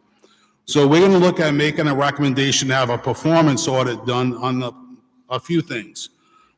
In this way, we would apply the same rigor that we did on all the other expenses. That same rigor would be applied by an outside firm to come in, independent firm, to look at these areas. One would be class size, utilization of our buildings, redistricting, employee count related to a declining student population. So instead of having someone who this isn't their field, look at having a performance or the people who are skilled in this area to take a look at this, so all of you could walk away saying, hey, I had an independent body look in these areas. We're either doing well or we're not. Because we do see declining student population and the cost is going up. So everybody has a legitimate reason to ask the question, why would that be? One of the best ways you can find that out is by having this performance audit done. So we're going to discuss that at this week's meeting. And we would look for the city side to pay for the performance audit, and don't know what it is yet because we didn't have a meeting, but that is something we really feel should take place. I'm going to go back to you, Vice Chair, because there's more that we want to share with you. So do you want me to go through the questions? Yes, please. So I'm going to start with Councilman Geberhardt's questions, and I hope I said your name correctly. So, and if I can, Vice Chair, just a quick thing. We thank you very much for sending those questions to us ahead of time as we ask, because you can ask us whatever you want, but we always felt we wanted to give you the answer, not an answer. And by giving it to us ahead of time, we were able to do some research so we get you the answer to your question. So just want to make sure, as an auditor, we're both auditors. As auditors, we always want to make sure we give you an answer based on fact. So. Okay, so the first question from Councilman Geberhardt was, did the commission look at any areas that were not within the scope of changes that could be made but are material to the school department budget? Were any personnel expenses reviewed? If so, what were the key observations? Well, I already touched on that with the internal control. That was a big one. A couple other things that came up that weren't really related to reviewing those items, but were done on like a high-level cursory approach. So the original budget, like one of the very first days of the commission, both one of the other commissioners and myself, Angie and I, we both looked at FICA and Medicare. And those are pretty easy amounts to recalculate pretty easily because they're standard rates, so 6.2% and 1.45. So individually, so we knew it was correct when we both brought it up to each other, we recalculated it and we saw that the amount that was included in the budget for those expenses were slightly higher than the standard rates, coming in at 6.533% and 1.61. So I'm sorry, 6.61, my apologies. So we recommended that they look at our calculations to see if our assumptions were correct. And the answer was yes, your assumptions are correct. And they reduced the 6.9 FICA, 6.9 million in the budget for FICA and the 1.7 million for Medicare down to 6.8 and 1.6 million. So that was a pretty simple fix, just a math error. Nothing got cut, nothing got changed. It was just a recalc. If I can, just to add to that, at this stage, what I'm here to do is provide color. Never thought an auditor would ever provide color to statements that were made, but I want to just get you to look at this number in this process. With a fine-tuned, fully functioning finance department, this would have been an easy find. When we sat in a meeting and did a quick back-of-the-envelope calculation and realized it was off. That's how easy it is for people that are trained to look at these things. This never should have come to us off by that much money. So just want to make you aware of it. But remember, when we're talking about these things are prior to the current finance director that you have. Don't ever want the two to be crossed in this. Oh, yes. He's outstanding at what he does and was not responsible for that. So one other item to note, to answer that question, we recommended that the finance department review the recent actuarial report for the WISE pension contribution, because I think there might have been some confusion along the way about having to put in a prior contribution. And it's known that when you have the actuarial report or calculation for the pension, it's an estimated contribution based on past events and where the plan sits today to keep it at a certain funded status. So we recommended that they look at that report that they pay for to determine what the estimated anticipated contribution would be for the pension at this point in time. And I believe, correct me if I'm wrong, that reduced that number. But was it close to the million? It was a little bit over a little bit million. over. So what happened was there was conversation about making up those dollar amounts that were not contributed. But an actuary actually calculates that number to make sure you make up those numbers and spread it over time. So by asking the actuary to run the numbers and look at how do you make them whole again, even though you missed a few payments, they change the dollar amount you have to put into the plan. And that's why we use that number based upon an independent body and actuary telling us what the number should be, as opposed to people saying, put an extra million in or an extra 750 in. Then that fund over time, based on the actuary, will be fully funded. There's not a chance that they'd be short, because as long as you make the annual contributions, you will. And those annual contributions were recalculated by the actuary. So we feel 100% confident in that number. That's in that budget. So the next question was, one of the stated objectives was to compare per pupil costs to other like districts, and what were the core differences between us in Cranston, East Providence, others observed, and what can be done to bring us in line. So I did provide the council a presentation that RIDE had presented us, because they harvest all of the UCOA data from the district, so all of their accounting data, and there's a interactive website where you could drill down and learn way more than you've ever wanted to know about school district finances. But if you take a look at that, one of the things that stuck out was, and it's no surprise, the out-of-district spending to North Kingstown. Warwick spends $982,000 as of fiscal 24, which was most recent data available, in a total of $2.7 million on that printout.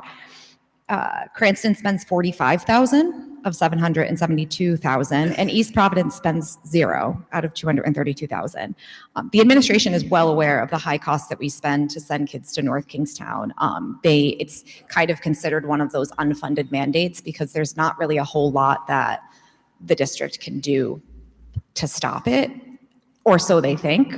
But I think one of the things that we have talked about is maybe it's a good idea for the district to analyze, why are so many kids going to North Kingstown?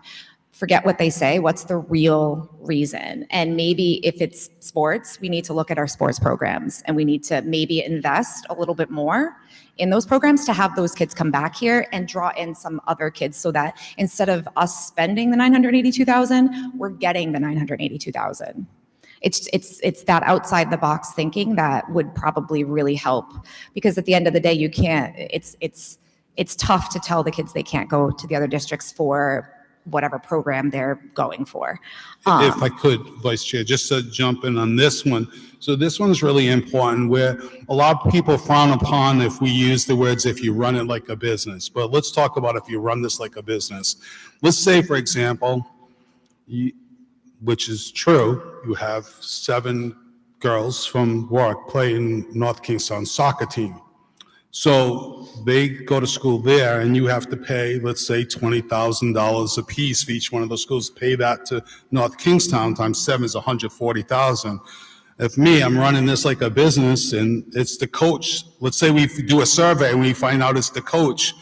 Well, as many people would get upset about it, I'd pay a coach $50,000 more than he's making to come here and get all of them to come back to school here, and you'd still save a lot of money.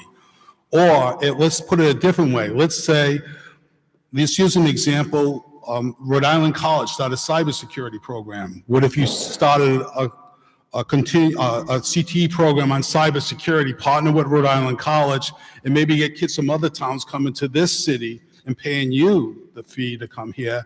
And as long as that fee exceeds your cost, that's a good deal. But it's thinking differently. We can't do things the same way it's always been done. Let's start thinking a little bit differently how to reduce costs or increase revenues. So back to you. So to further the CTE costs, so that's the cost just to pay to send the kids out of district, throughout our process and through our finance director and the administration and the work that they did, it was identified that we had historically been paying Warwick's per pupil rate, which is the tuition rate that's calculated by RIDE for every city and town in the state of Rhode Island, or any LEA and educational agencies, not just cities and towns, but your charter schools and what have you. They calculate a per pupil expenditure rate, a per pupil rate for tuition. And Warwick's is quite high. I think it's about 24,000. Comparatively, North Kingstown's about 16,000. We had historically been paying our rate, the 24,000, to North Kingstown. The administration identified that there's actually legislation that clearly states that that rate should be the average of both the sending and receiving district. So that resulted in an adjustment to the budget for those students and a fix going forward, where now we're not sending more than we should to North Kingstown. And the cause of that is chalked up to a lack of controls. Nobody in the department before had identified that legislation existed.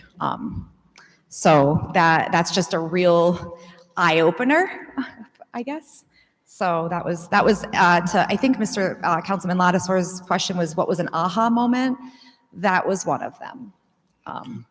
So next on that list of per pupil expenditures was technology, which we already talked about, the software. So one thing I will point out, when you look at that RIDE pamphlet, it stuck out to the chairman and I immediately when we looked at that technology spend, about 1.8 million compared to, I think it was 500,000 for Cranston and maybe 400 for East Providence. That's significant. So that prompted us to immediately have a meeting with the administration to say, we're going to go through wants versus needs, because something's in here that might be a little bit outrageous. And in doing that, we identified the majority of them seem to be RIDE mandated subscriptions. And so the cause of that fluctuation seems to be partly classification differences. So where Warwick codes something might be different to where Cranston and East Providence. Even though they're following UCOA, RIDE had made the comment that districts are doing the best they can. So we did go through that, and the results of that, we did, not us, but the administration identified a software totaling about $42,000 that was not really used and not many people liked it. So they agreed to cut that out. So that was a key takeaway from that data, saved 42,000. So if I could, because the vice chair used the term UCOA, and I'm not sure you all know what that is, but that's the Uniform Chart of Accounts. So that's so you could compare apples and apples if you compare one city to another city. That's the reason for that. I was the Auditor General at the time. We created UCOA, but I thought in case you ever on Jeopardy, you would want to know what it meant. It's united, it's uniform chart of accounts. It's so you can compare apples to apples. And that's what we did here. But you also hear some people say that part of the reason why the cost is higher for the city of Warwick to some of these other cities is because they pay Social Security and others do not. But to me, you got to look a little deeper. That's why I think a performance audit would be a good idea. You have to look a little deeper because those other communities that don't pay Social Security tend to pay a higher salary to make up the difference. So you still should be comparing apples and apples. One did it with payroll, one did it with paying Social Security. So either way, they're both making up the difference in that. You want to take the next question for Mr.? Only if you could tell me what it is. Yeah.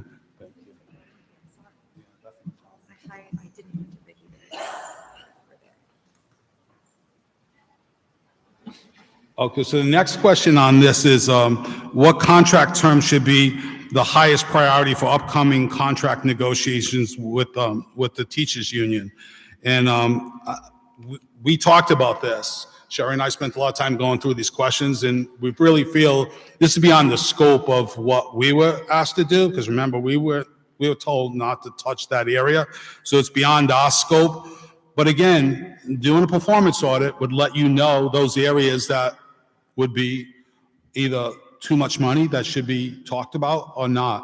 I know anecdotally heard a little bit about the sick time, and I would say maybe you look at whether it's sick time or whether you put people on or have TDI to do that. That could be a question in the performance audit. Ask that question and see, do you save money or do you not save money? And then that's a negotiable item that you could work with. But we feel it's outside our scope to deal with anything in the contract.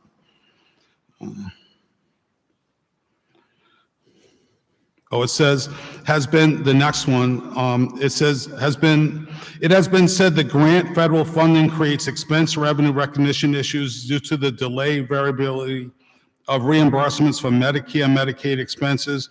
What was reviewed in this area? And what enhancements are in place to improve visibility to this? Well, just so you know, again, I keep saying what a treasure they have by hiring the finance director. The new finance director has already identified issues in this area and has a skill set to address the identified expenditures that were excluded from reimbursements that should have been included. He addressed it in the first week that he came here. So he jumped right on that one right away. The next one is what grant-funded positions, if any, were retained beyond the funding available? Have these been removed, alternative funding secured, and what are the next steps?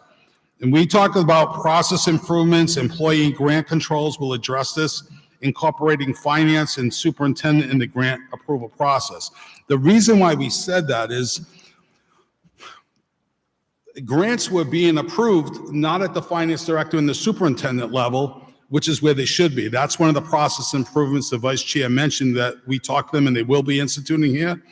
Because every grant, when you read a grant, throughout my whole career, if I've seen you get a grant, and I'll make it up, say it's for $1 million to hire 10 people at $100,000 a year.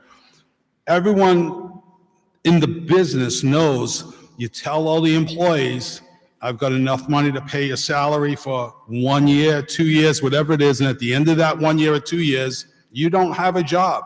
That's unless we get another grant.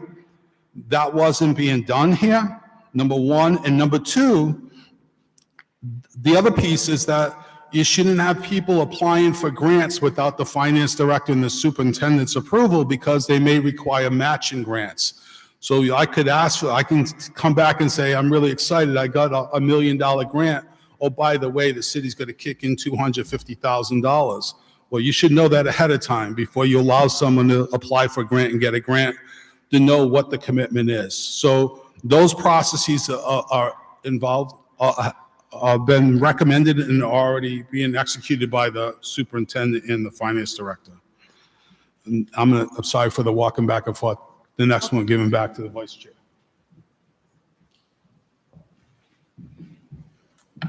And to further touch on the grants a little bit more, not just knowing what the match is, but really understanding what the requirements are when you're accepting the grants. We just recently had purchases brought to us for approval through grant funding that were for travel reimbursements for enhanced airline seats. And the federal guidance, when you accept federal awards, even if they're passed through from the state, you still have to abide by the federal guidance, specifically states that you have to purchase the cheapest seats available.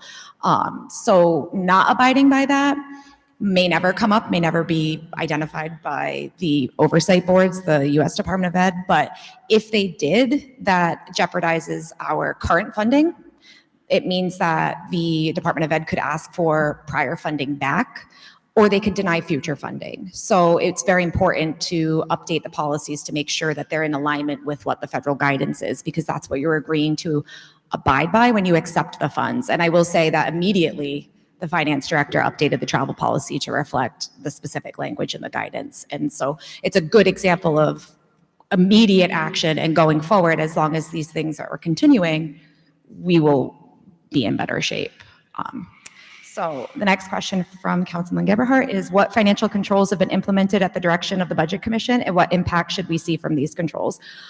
We haven't formally approved or approved the implementation of any policies. I think that will probably be the next meeting, if not the one after that, so we can get those to you certainly as soon as that happens. But high level, we've already gone over the grant tracking, reconciliations of payroll, reconciliations of your 2 reports from HR and payroll, and implementing better budgeting tools.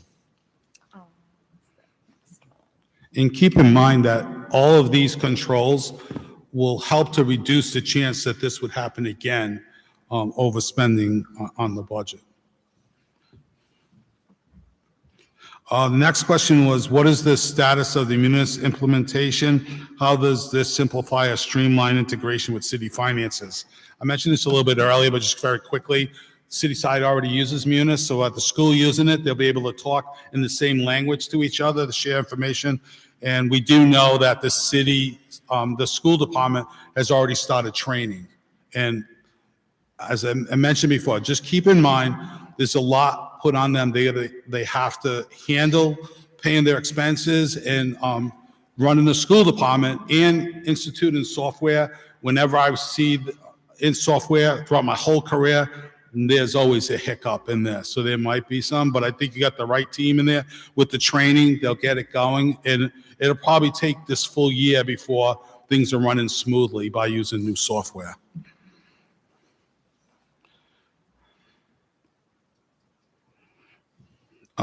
The next one was, are there areas you sought to review, but you were unable to, either due to limitation of time or bandwidth? We had no restriction based on time or bandwidth. As I mentioned to you, from myself, the vice chair, and Angela, we came to the school department. We spent weekends, nights, we reviewed all kinds of things. Nothing would stop us from doing our job, so that is not the case. The only one is that I mentioned in the beginning, the statute that created us had a big carve out in there. That would be the only one, but that's not your question here. So this is easy because this is easy for us because we wrote down me and Ernie, so we know who to hand it to. And so the next question, what were your key learnings and aha moments? We've already touched on those. It was the calculation of the FICA and Medicare was because of how easy it was. That was a real brain scratcher, for lack of a better term. And the other one was just the overall lack of policies and procedures and controls. I don't know if the chairman has anything to add, but I think it's. One of the things that we realized out of all this is, keep in mind, this problem from a high level was not a problem based on lack of revenue. It was based on lack of controls. If you had the right controls in place, they would have developed this trust between the council, the city side, and the school, even the school committee. The school committee, in fairness to them, they weren't getting the right information presented to them. Just as it changed for all of you, it was changed for them. So I would say to you that it's the controls that was the issue. The right controls, developing trust, having accountability, having the right reporting mechanism, catching things early so you could stop them so they don't spiral out of control. That's really the problem here. And now it's just making up for past deficits and moving forward and instituting these controls in place. So back to you. I think it's the last question is what does the Warwick School Department need to focus on for the next 3 to 5 years to ensure a successful financial future? First and foremost, again, like a broken record, implement strong internal controls and policies. And I think it's important to note they're not set it and forget it. So it should be a continuous process. There should be a mechanism for review and assessment. Hey, something that is a best practice didn't really work for us. How can we make it better? There needs to be a process for that too. The other thing that I think people fail to realize when there's financial issues in organizations is you really need to maintain a strong finance department and do what you can. You have a very good department. I audit a lot of organizations, and your finance director is one of the best I've worked with. So maintain your finance department. And if I could just add to that, 100% correct.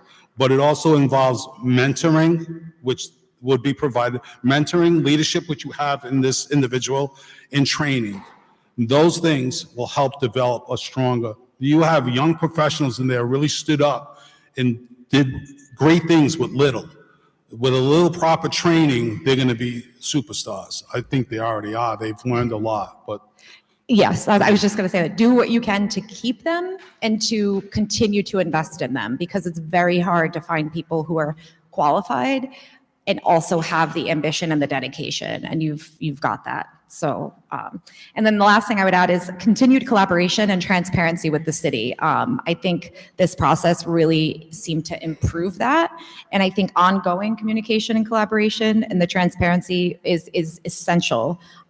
It's just, it ensures a shared financial interest. Everybody's on the same page. There's no surprises. There's no tension. I think it's paramount to make it work. Okay. That's it for Mr. Gaberhard's questions. So, and we have more questions. Yeah, you have.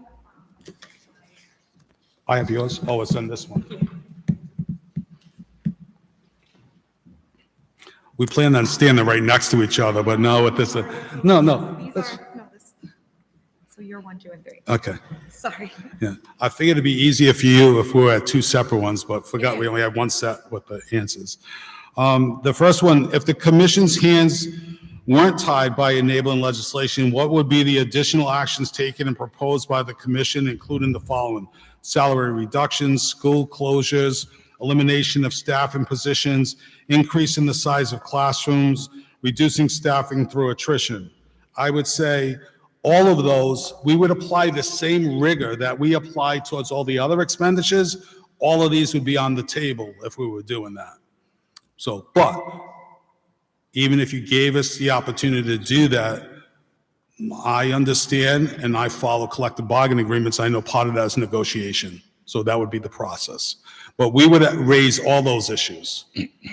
And in the future contracts, because that was a previous question, they all should be talked about. But I think if you had a performance audit and had the data to back it up, then you have a valid reason why you're saying you want to make these changes, because it's based on facts. The next one was, if the city council approves additional funding for the fiscal year, will that automatically be added to the maintenance of effort? Which I was strong, well, I won't add the extra piece. But with the city, does it add to maintenance of effort? So let me explain maintenance of effort for you. If you, let's say previous year's deficits, if you fund those, that does not add to maintenance of effort.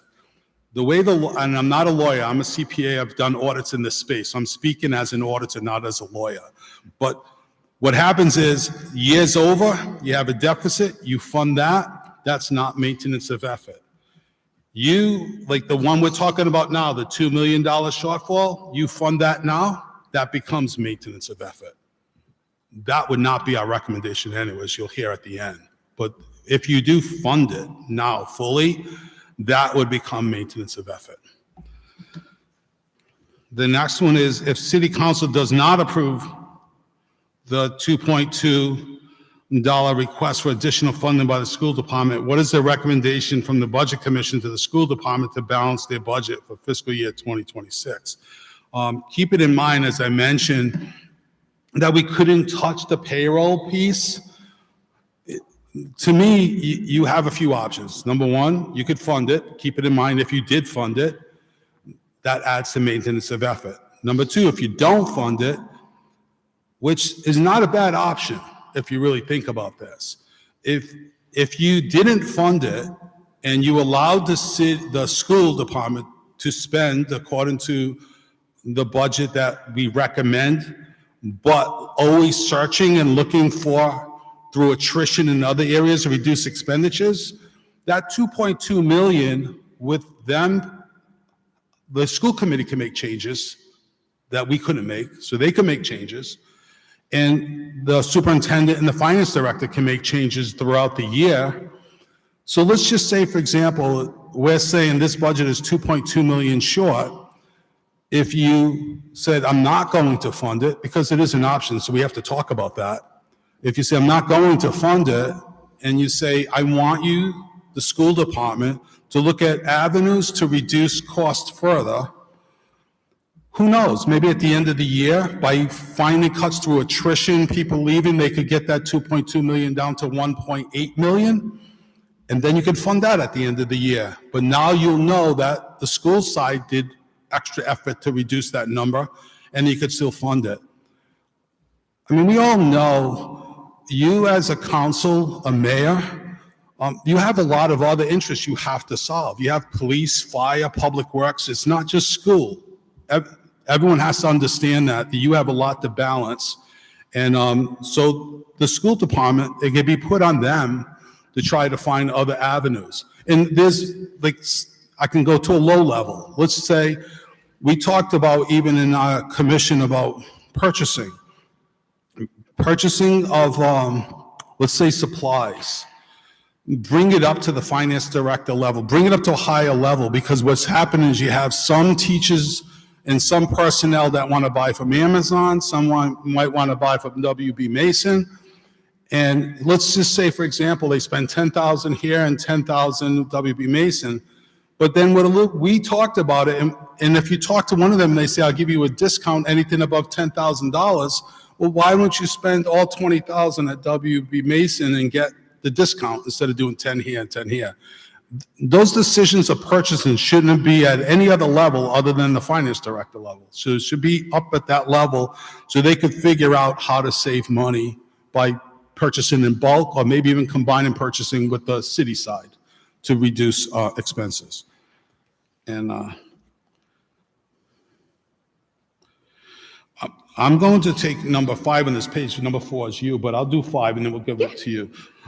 So number 5 is, what action, if any, will be taken by the Commission of the Auditor General with regards to the school department filing a balanced budget for fiscal years 23, 24, 25, when that was not the case? Well, we have no power. I would say for us as a commission, we don't have the power to institute anything that they didn't have a balanced budget. What would happen is, I know the mayor is looking at addressing 23 and 24, the shortfall in 2023 and 2024, that 1.2 million in total. So I'll leave that to the mayor to decide what he's going to propose to you, what to do with that number. And for 25, we actually don't know what that number is until the audit's done by the auditors, which you won't get until December 31st. So it's, in my whole career, I don't deal with hypothetical things. We don't know what that number is. But think about it. You didn't give us the power. We don't have the power to do anything with that. So that would be at the state level, and I would leave that to the council here and the Auditor General. But I know in conversations, I was the Auditor General for 17 years, so I kind of know how they think there. I know in the Auditor General's office, it basically is put controls in place, reduce the chances this would ever happen again, and develop a 5-year plan. That's generally been the course throughout my whole career, before me and continues on. Because remember, we have children to educate here. And that's important to keep in mind. We have to educate the children, so.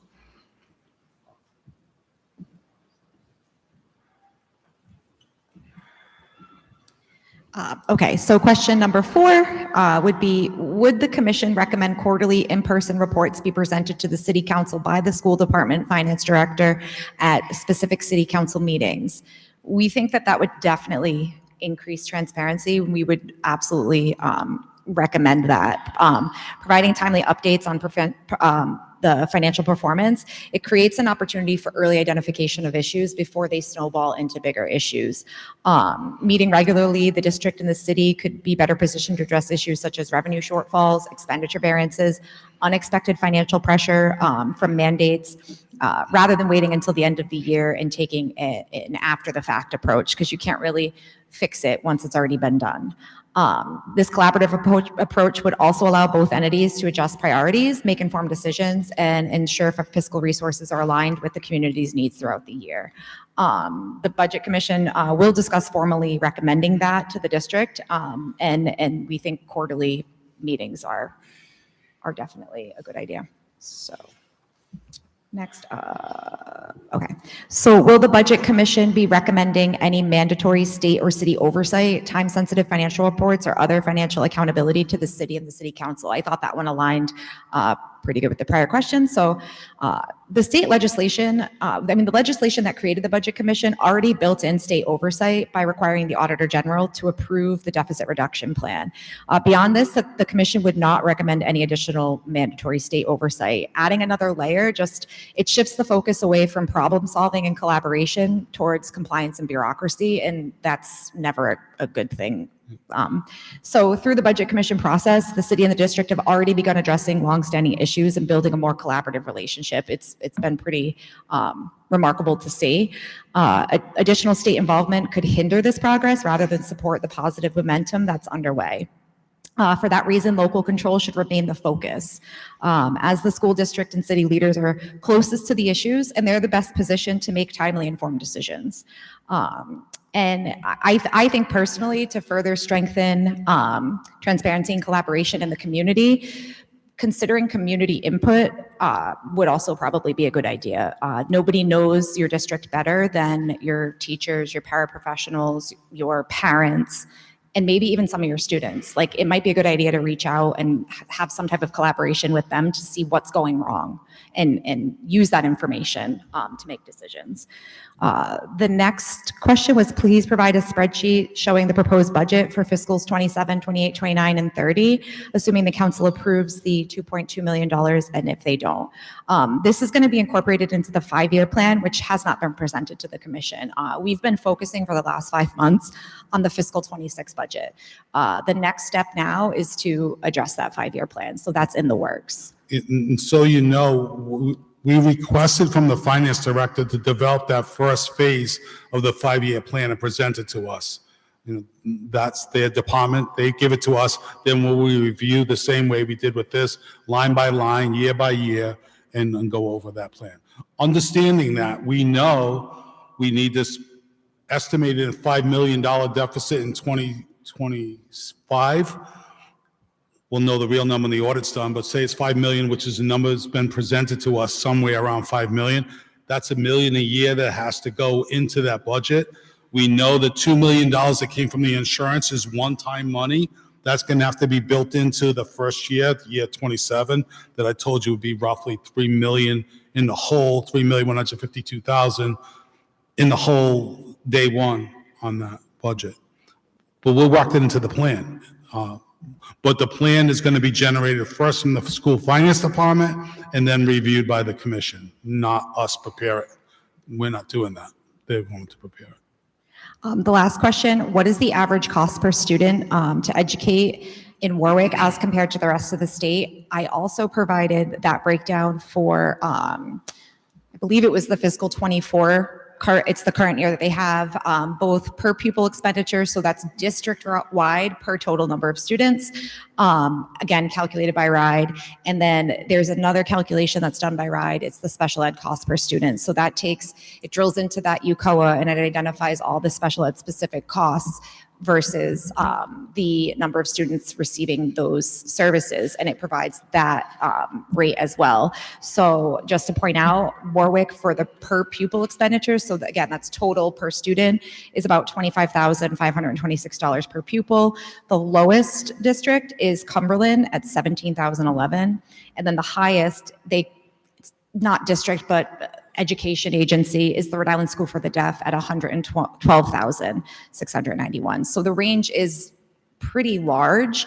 I think Warwick tends to be on the higher side, but certainly not the highest, obviously. And there's so many things that go into it. The chairman mentioned like just the Social Security taxes. So there's some districts that don't pay that. Warwick does. So it's really hard to pinpoint and use that as a driver, I would say, of an analysis. It certainly helps, but there's so much more data that goes into that it wouldn't be prudent to just use that number, I believe. To point out comparatively, Cranston is $20,637 and East Providence is $23,222. So Warwick's certainly higher than those, but not by a significant amount. On the special ed side, Warwick's about $85,054. And again, that's special ed costs specifically per student receiving services. Cranston, $84,824, and East Providence is $101,656. That one's an even harder number to really use, and you probably shouldn't, because every student is different. So every student's services are completely different. It's not an apples to apples. It would be very difficult to use those numbers as a baseline for any real analysis, I would think. And the other thing too is this is a perfect time, the 5-year plan, for the school department and the school committee to think strategically. How do you go through those next 5 years? Are we still looking at student population declining? Do we have buildings that need major improvements that you have to fund? Does it make sense to make those major improvements? Does it make sense to lease space from somewhere else that's cheaper as you move forward? So I think what has to happen, I've always said throughout my career, you should never let a crisis go to waste.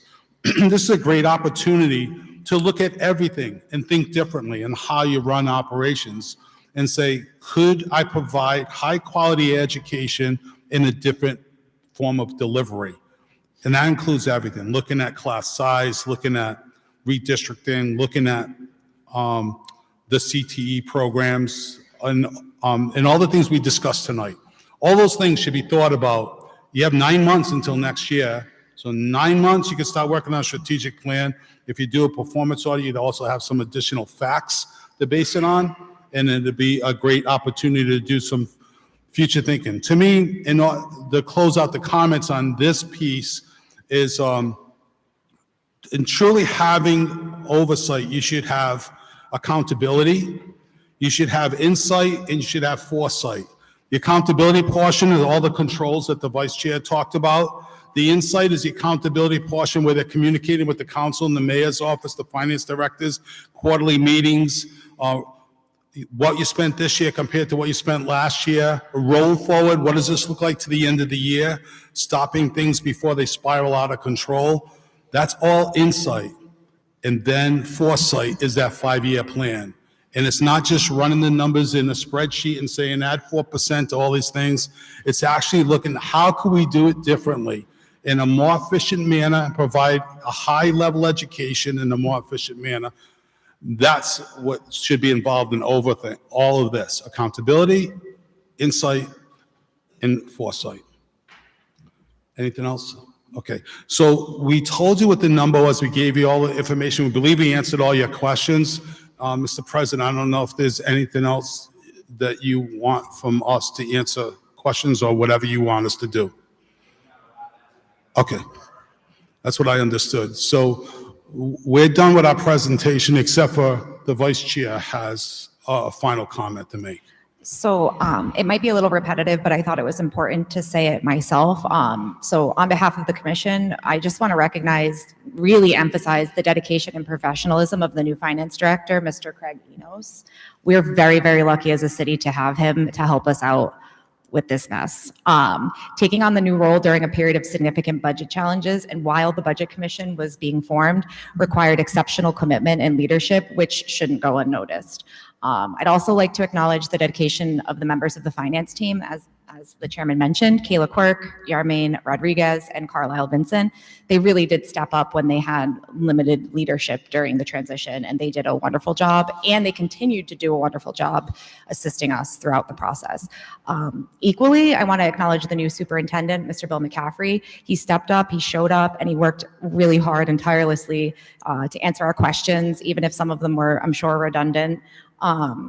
Provide us data that we asked for in a timely fashion, and to help enhance our understandings of the school department's operations and financial challenges.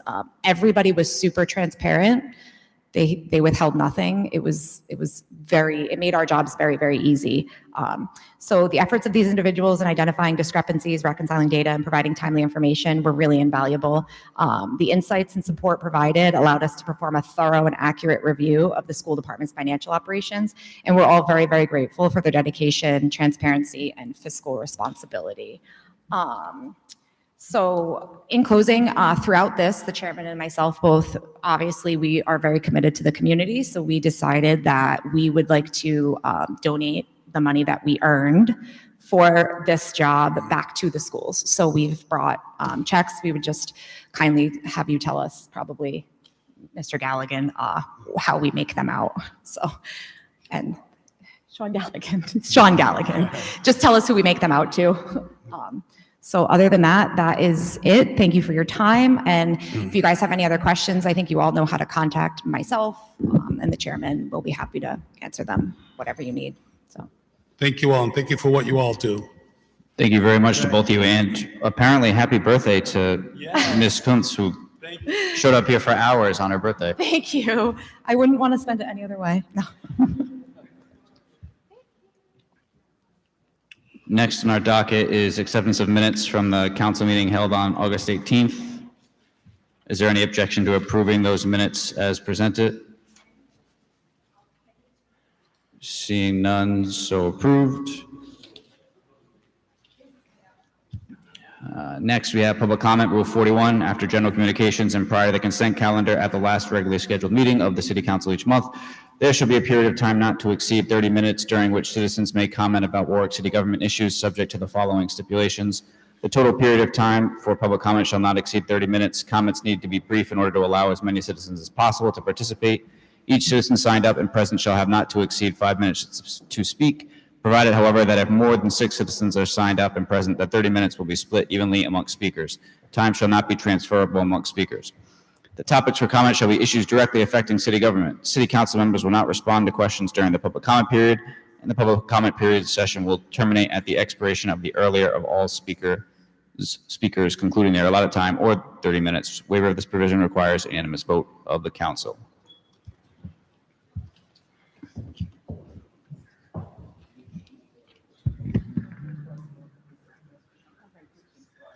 Okay.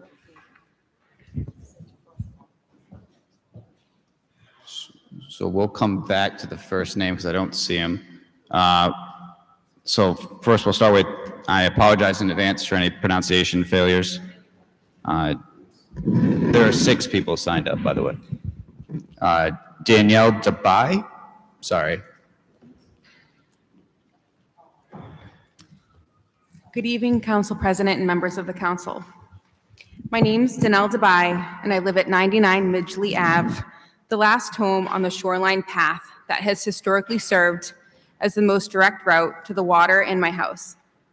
This path runs through Safe Harbor Marina, Apponaug, and its new owners are blocking long-standing historic access. Homes lined Midgley Ave decades before the marina was ever built, including mine, built in 1914, and always accessible via Midgley Ave. Arnold's Neck Plat was platted in 1909 by Herbert Calliff, And in 1911, Calip donated Arnold's Neck to the city of Warwick as a public park. In his will, he said that if Warwick ever decided to no longer maintain Arnold's Neck, Midgley Ave would always remain a public highway to the shore. In recent weeks, the Warwick Beacon has reported on the obstructions at Midgley Ave. I want to thank Senator McKenney, Representative Bennett, and Councilman Kirby for meeting with CRMC to begin the process of formally recognizing this corridor as the right-of-way that it's always been for over a century. But right now, my house and the beach does not have adequate emergency access. The fire department has said they could push through if necessary. But how can they when boats, stands, and trucks are blocking the way? The only other egress to the beach is Arnold's Neck Drive.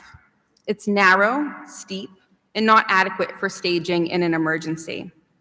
And my tiny 3-foot egress on the Arnold's Neck side is obstructed by 3-foot trash barrels. I have no other place to store my barrels except this small egress path to Arnold's Neck. My barrels are 3 feet, the egress is 3 feet, and they completely block the path. My neighbor has even complained to the mayor that those barrels are impinging on her property line. It makes far more sense for my barrels to be placed on the marina side on Midgley Ave, picked up off of Shattuck, since my legal address is indeed Midgley Ave.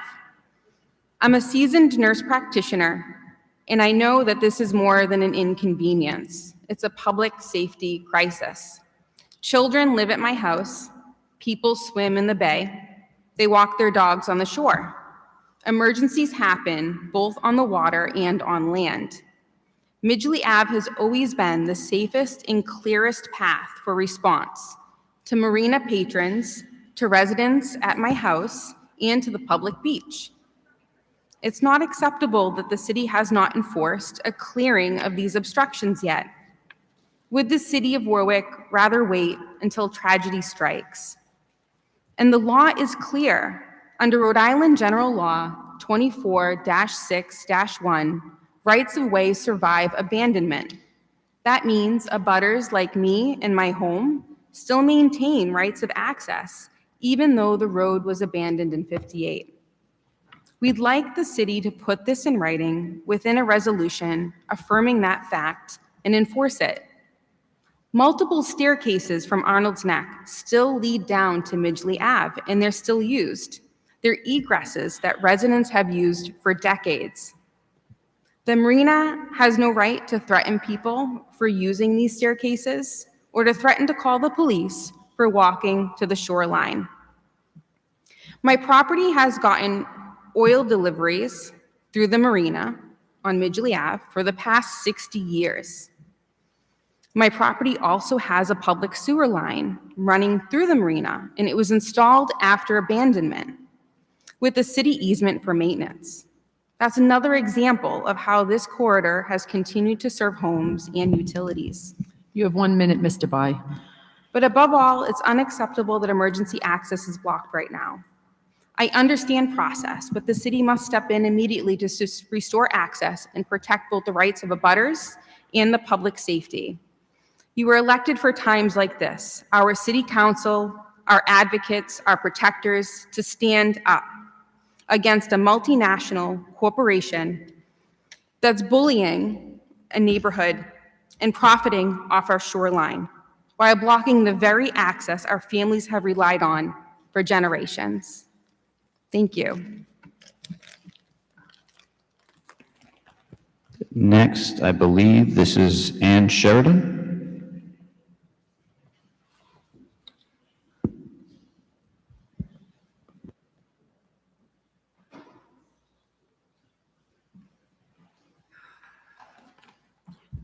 Good evening, gentlemen. First off, the school department's or the school committee's presentation was extraordinary. I just need you to state your name first. I'm sorry. Ann Sheridan. Thank you. Sorry. Ward 9. I listened to Speaker Shikachi over and over at the August meeting asking for a 5-year tax treaty for his clients for the property that they plan on building on Post Road. The tax plan that was presented to the council that night showed 15 years' worth of treaty. It appears to me that the speaker was suggesting that they were asking for a little more than what the city, for a lot less than what the city was offering. While I don't agree with this plan at all. If the city wants to reward a developer for creating this project, so be it. But understand that it's a reward for something that is not needed, but it will only benefit the developer with legal cash in his pocket. Apartment occupancies are at record highs. The state and the speaker himself speak to that constantly, so there is no need to compensate the developer with incentives. Developers build when they know rentals are in high demand and occupancy rates are almost guaranteed. The fact that 20% of the units will be income limited will be reflected in the assessment during the appraisal process. The appraisal will consider sales, fair market sales, but will also consider the income and the expenses of the properties and it will more heavily relate to the income that's impacted by the rent restrictions. There will be no direct tax benefits to the tenants, whether they're low-income people or regular tax-paying people, regular income people. The only benefit of income-restricted taxes is to the developer, so any additional tax treaty benefit will inure to the developer. Again, legal cash in his pocket. Give him the 5-year tax treaty the administration wants to give him as a reward to build on the site. Give him the 5-year tax treaty that the developer has requested, but not anymore. Anymore is an insult to the taxpayers. Thank you.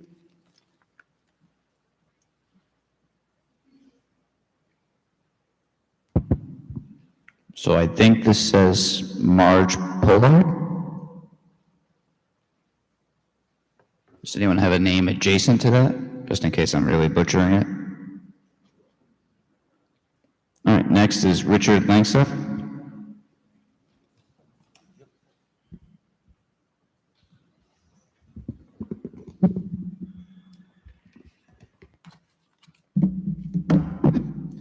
Richard Langstaff, Budlong Farm. We have tax-free properties in Warwick, churches, charities, libraries, educational institutions. These people come into the city hall, fill out the paperwork, and get exemptions. That's how the law works. The institutions provide services in lieu of taxes. The public wins. The Budwood Beach Association pays no taxes on its streets. So the BBA must be a charity, right? No, the BBA is the developer who owns the streets. It's a private shareholder-owned business. It yells out to the rest of us, "Stay off my private ways," like many other shoreline entities do. The BBA has a duty to come into City Hall and report its streets to be put on the tax roll. That's the law. But it has not come in 154 years, leaving the streets not taxed. Not only does the public miss the revenues they deserve by law, they get screwed. The public pays for Buttonwood's water lines, sewer extensions, paving, snow plowing, street lighting, insurance. I figure the uncompensated cost is in the range of $1,000 per Buttonwood's household each year. Over 30 years, the cost to us, the other 35,000 households in Warwick, is over $4 million. What do we get for that generosity? Nothing, squat. That's us squatting before the BBA's private property signs at the pillars of the Buttonwoods gate. You might ask, why does the Buttonwoods pay no taxes on its streets? The BBA is a land developer when it platted out its lands, it drew in tax-free streets. Most developers do that. They don't want to pay taxes on the streets, so they draw up plat maps with tax-free streets and bring them into City Hall. The trade-off is public access. The kicker is that the BBA dedicated these streets to the public 150 years ago to get the tax break. Now the BBA goes to the mayor to get him to wink and nod, to agree to privatize the streets without collecting taxes, without a hearing. He says, sure, why not? Why not? Because we get gypped. No tax revenues, yet no public access to the shore. That needs to change. Either take down the no trespassing signs or pay 154 years of taxes and reimburse the city for sewer lines, water lines, street lighting. This is really a simple concept. Either pay up or take down those signs. This goes on. I sat here for an hour and 15 minutes listening to incompetence, extraordinary. What I'm talking about here is just a little bit of incompetence, but it affects me personally, and it affects, 82,000 people in Warwick. 1 minute, Mr. Langseth. 1 minute? Okay. So, we really have to focus on these kinds of things. Why isn't the Buttonwoods Beach Association paying taxes? They're running around town saying, this is all private. Well, if it's private, they should get down to the assessor's office and they should announce that their streets are 18 acres of untaxed land and get the city to agree to pay the taxes. Thank you very much. Next is Darlene Netco.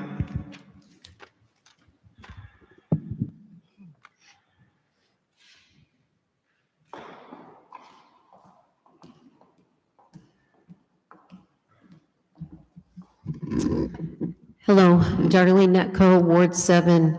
I've been a teacher for 38 years. I'm at Tollgate, and I'm also president of the Warwick Teachers Union. I went to every one of those, or mostly every one of those budget commission meetings. I only missed 2. And I watched the process in action. And at the end of the day, the Budget Commission presented to you that the schools for fiscal year 26 need an additional about $2 million. It should be noted that that $2 million was the original ask of the administration right from the start. So if the schools had been properly funded from the start, then the Budget Commission wouldn't have found that now the schools are $2 million short for fiscal year 26. Just a little history here again. I know I've said it before, but it bears saying again. The city underfunded the schools by 5% below the maintenance of effort amount way back in 2009 or 10, the Great Recession. Warwick was the only city or town in the entire state to cut the full 5% and never give it back. So really, the schools have been underfunded for at least 15 years. Add to that the fact that the schools paid the debt service on a bond that they should never have been paying for another 7, 8, or 9 years, about over $1 million a year, and our schools have been underfunded. Throughout this period of time, I need to remind everyone that schools have closed. In 2016, secondary schools closed and were consolidated. In 2018, elementary schools closed and were consolidated. We lost an entire guidance department in elementary. We lost the science department. They have cut, I would go back a few years, we had 1,200 teachers, we have 860 now. This fiscal year 26, the school department cut 45 positions, mostly special ed teachers and special ed teachers' assistants. And right now, I can tell you there are huge problems in our elementary schools because we don't have the proper number of TAs and special ed teachers. I heard Ernie Almonte talk about class size. Right now, we have classes that are over. And yes, we have some classes that are under. Those are the special ed self-contained classes, and those are some AP classes. So when you look at the AP and the special ed that are small, and you figure that in with all the others, you say, oh, we can cut class size, we can put more kids in a class. We can't without education suffering. We need fewer kids in a class, not more. The Budget Commission looked at the unfunded mandates, and I know that has come up in this forum on many occasions. The Pathways programs, Mr. Almonte mentioned cybersecurity. Our Career Center has a cybersecurity program. Our Career Center and our high schools have all of the programs that Warwick students are leaving to go to other districts. What doesn't Warwick have? Brand new fields to play on. We are losing students because they want to go play sports in another district, and that's the truth. Or the only program in this entire state that another district has that Warwick does not and cannot have is the animal science program at Pontigansett. We're not going to do animal science here, but we've got everything else. The problem is with RIDE. The legislation says that if a program is substantially similar, then the sending district doesn't have to send the student. However, RIDE has refused to name anything substantially similar, and Warwick and practically every other district in the state, except for Pontigansett and North Kingston, who came in on the ground floor and have been grandfathered with lesser programs. Warwick and all the rest are losing out because we had to create more difficult and more advanced programs that are more than these other districts. But RIDE won't call them substantially similar, and RIDE will say, go ahead, kids, you can go off and play sports in North Kingston. It also bears noting that Mr. Almonte kept mentioning he can't touch salaries and payroll. You're damn right he can't. Those are negotiated contracts, whether they're union, like WISE or WTU, or our administrators that have negotiated their contracts. How can this commission that just came into being have any right to touch anybody's salary or anybody's working conditions? You have 45 seconds, Ms. Nichol. They don't. So it would have been an obscenity if they had been able to, and an unfair labor practice. I just want to add, as long as the city saw fit to put a budget commission in place for the schools, it's time for a budget commission for the city of Warwick itself, so we can see where the money is, who's got what and where, and what we all need to run our schools and our city. Thank you.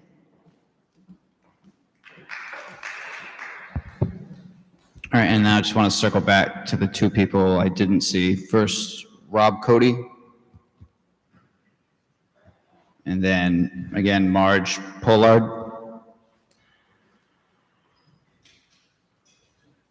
All right, doesn't look like either are here.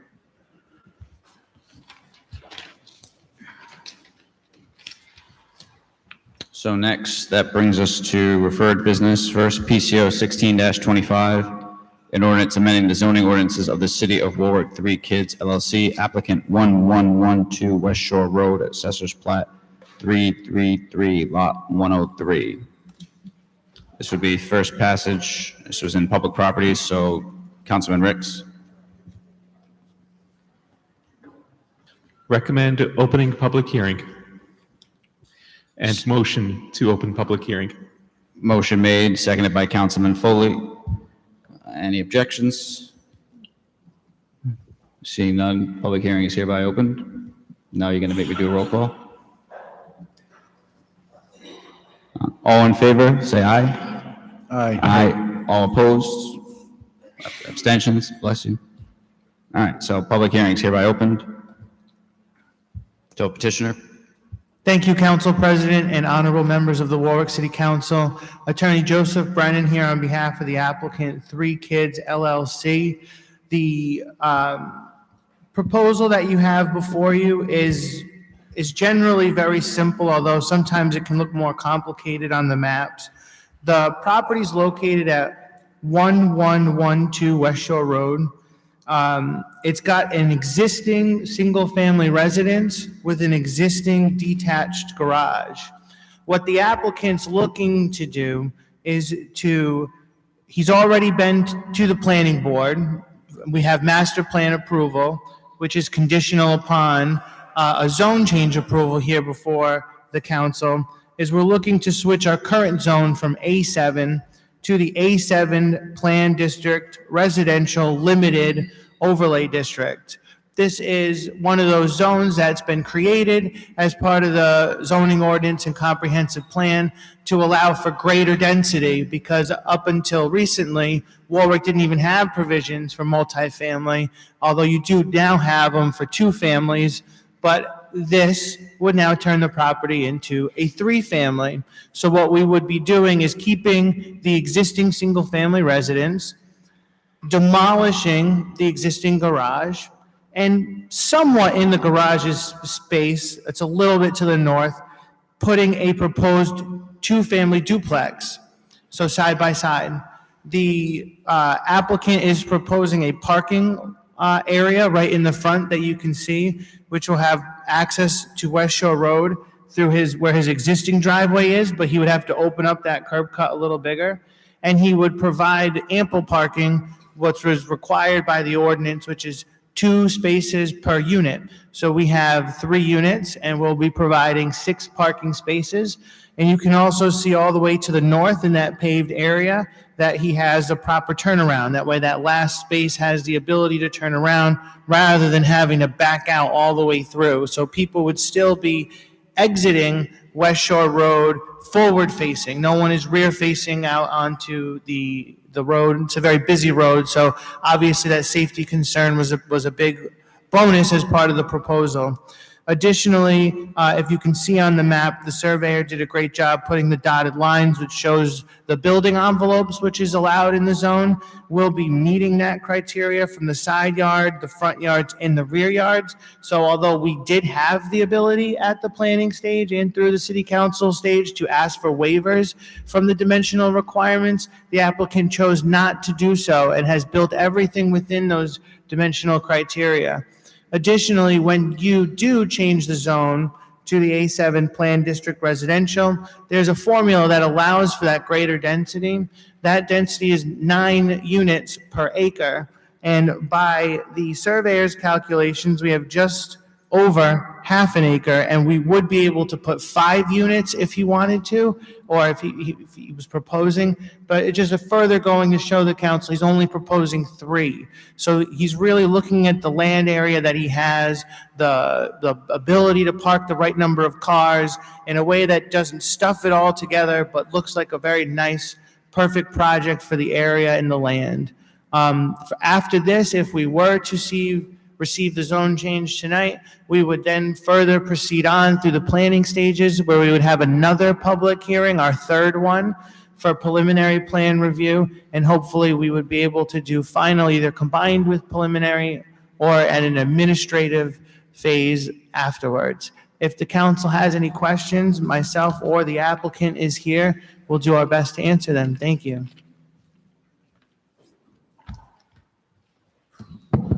Does the administration have anything they want to add?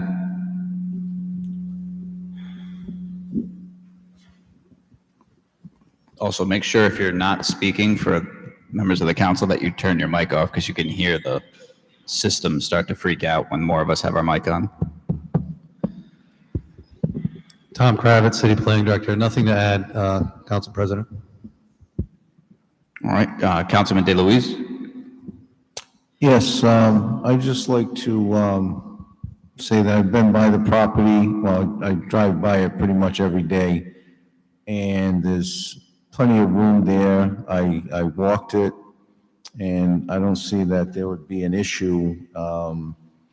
There's no, the comments, or there's no negative impact to the city, and it would be providing, more housing space. So changing it from A7 to A7 PDR, I would recommend that it would be a positive thing. Councilman Ricks. Thank you. I also reviewed the documents as submitted. It seems that the applicant has done a very good job with preparing the packet, going through the proper process here, and just looking at the numbers as well. It adds up, just as Councilman DeLuise and Attorney Brennan had stated. I'm seeing that, according to the tax assessor's website, this property is over a half acre. It's currently zoned A7. It appears from the tax assessor's data that it's 0.56 acres, which works out, and pardon me, I don't have the precise numbers. I didn't go and look at the deed itself in land evidence records, but works out to somewhere in the area of 24,000 square feet. So it seems perfectly suited by the numbers to have plenty of space for that single-family house, along with an additional two-family house. Seems everything was done properly. And of course, I would, in these land use matters that are specific to and affecting a particular ward, I would tend to defer to the city councilor of that ward, as they are the ones who would be most likely hearing from the various abutters if those abutters had any concerns or complaints. So for all of those reasons, while I would wait for the public comment to make any type of final decision here, I would say that it looks like everything was done properly here. And I would thank the applicant for doing their due diligence. Thank you. Thank you. Any other members of the council want to speak before we switch to public comment? Seeing none, is there anyone here to speak against the proposed project? Pardon?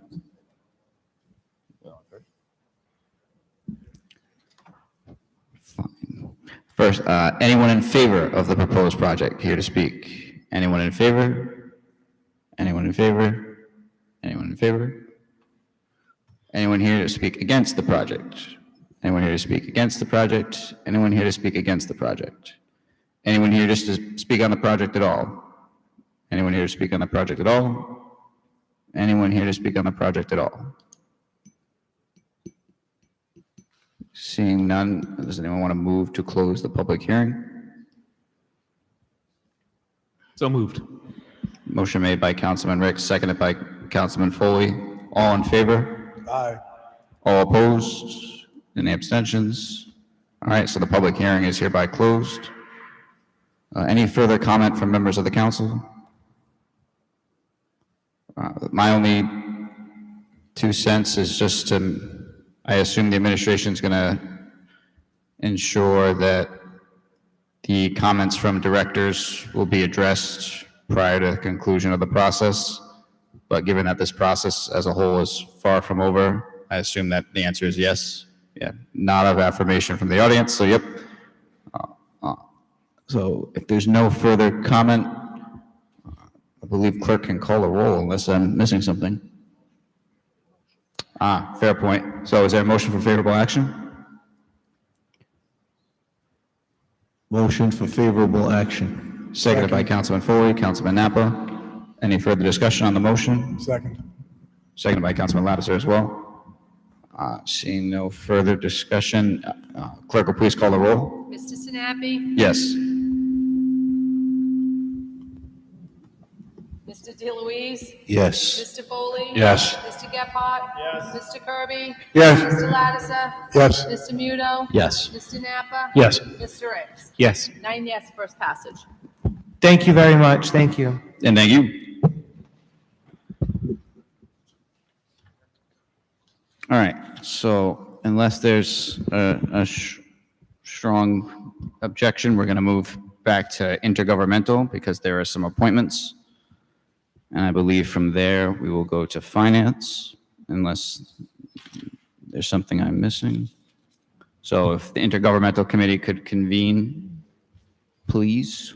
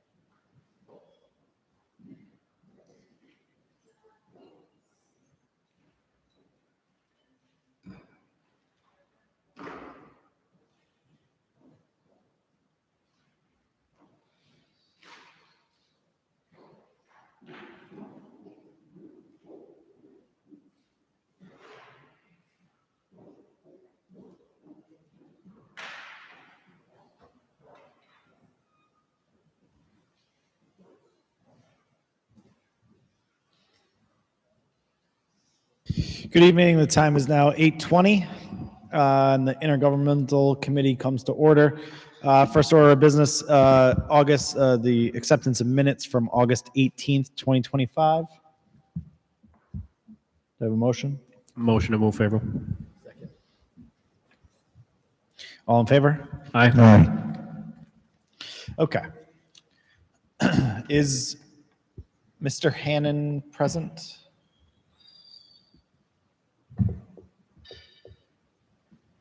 Okay, Mr. Hannon not being present, I am reviewing this. It appears to be a new appointment, right?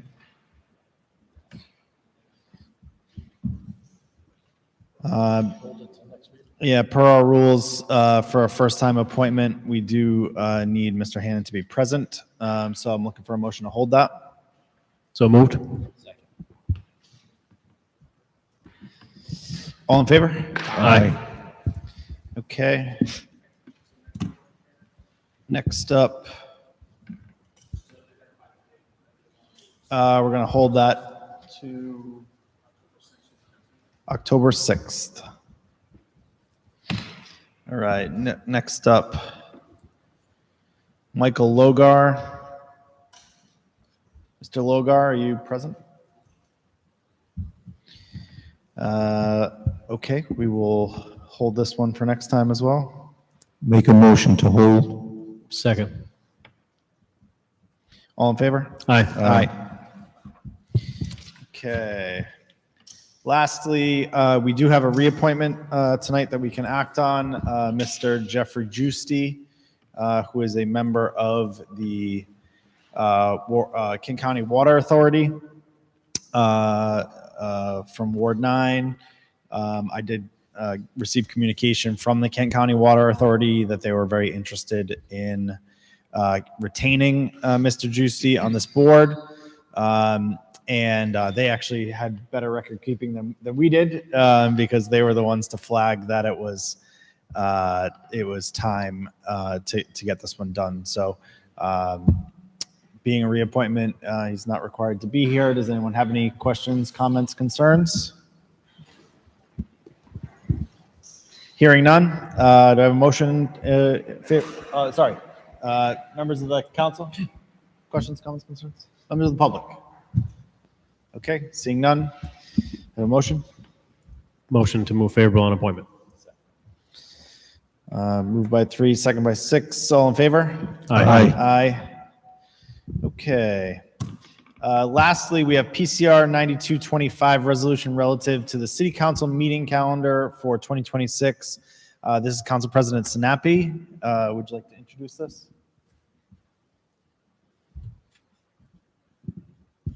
I think we have one modification for that one, for the September meeting. I'll defer to the solicitor.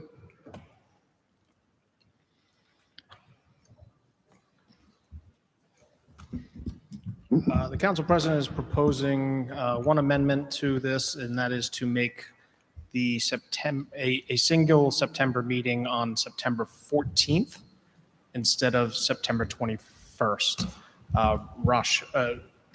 There was Yom Kippur. Yom Kippur is the 20th and the 21st, so we will move it for if the council's pleasure. And did we? Okay. Just, can I make an observation on that?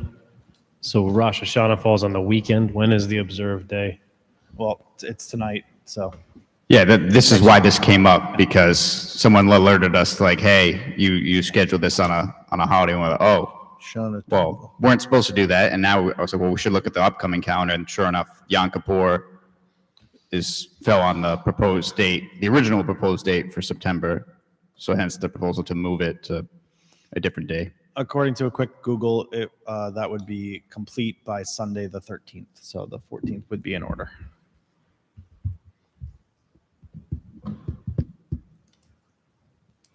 Okay. Any discussion about the proposed changes? Councilman Lattiser. Thank you, Chairman. So the first time we've ever had one meeting in September since I've been on the council, and even before, to my knowledge, we've only had one meeting, and that's this year. I'd like to know what the reason is for only scheduling one meeting again next year in September. Does anyone have the reason? The solicitor asked, hey, do you want to do it again? And I said, well, if it worked this time around, then sure. People seem to be on board with it for this time around. Obviously, if that's not acceptable, then we schedule two. Well, with all due respect, I don't think it's appropriate. When every one of us ran for office, we knew what the days were and what the meetings were. To schedule just one meeting 3 months in a row has led to where we are tonight with 41 bids. The reason is, well, you only have one meeting in July, you only have one meeting in August, one meeting in September. What do you expect? To have only one meeting in September, I don't know what the reasoning is, but if someone is unavailable to attend 2 meetings in September, then so be it. You don't go. But that shouldn't facilitate or determine that the rest of us are only going to be here for one meeting. Because next year, you're going to hear the same thing. We're going to hear the complaints that there's only one meeting in July, and that's why we had to hit the bid package so hard. There's only one meeting in August, and now you guys are doing one meeting in September. I don't think that is productive. It's a perfectly reasonable opinion. I have a question. Is there anything that would prevent the finance committee from meeting 10 times in September? That wouldn't be an objection on my part. Just the only thing I'll point out is September is, this upcoming September is somewhat frustrating date-wise. The first actual week of September where there's a Monday is Labor Day. And then we are all aware of the 21st being a holiday. So we could, if there was an appetite for the 2 meetings in September, we likely would be looking at one of the weeks being a Wednesday meeting. Yeah. The other problem is the solicitor wisely try to avoid the back-to-back week meetings because it ends up being, in short, less productive than it should be when we do that, is the mild way of putting it. So if we wanted to do 2, because right now it can't be the 21st, so the 14th and the 30th, but that would give us the back-to-back. Well, I guess first should be people decide whether it be a straw poll or whatnot. Do you want to do 2 meetings in September or not? If the answer is yes, then we got to figure out when to have those meetings. Well, I think the issue with, so you're going to have back-to-back meetings, wouldn't be the first time. We've had that numerous times. Absolutely correct. Yeah, it's not I don't think it's a deal, I don't think it's fair to say it's a end-all or be-all or a deal breaker. If we have to, we have to.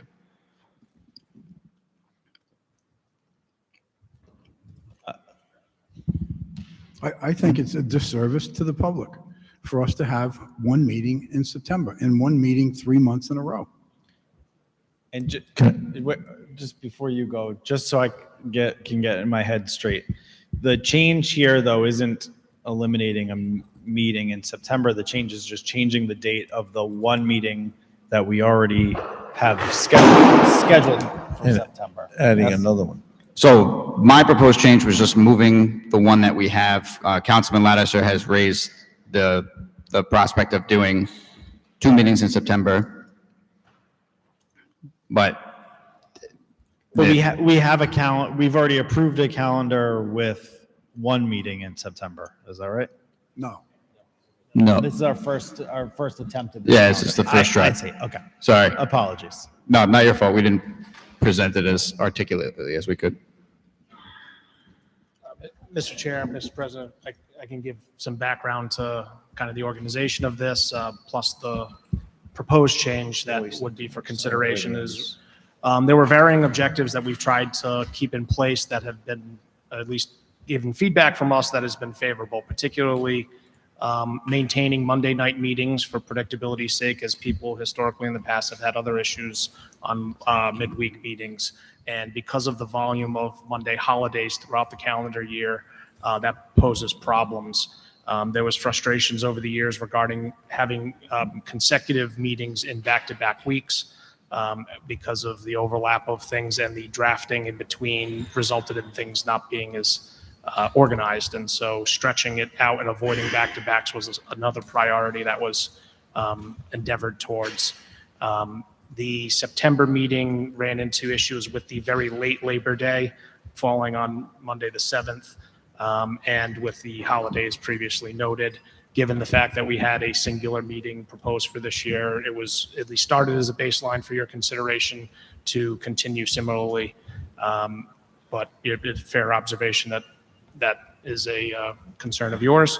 That being said, there's no issue. There's always the availability for special meetings at the call of, you know, the majority, the president and the mayor, to fulfill other obligations that present themselves as well. But avoiding holidays, avoiding Wednesdays, avoiding back-to-back meetings, and trying to map it all out was the intention.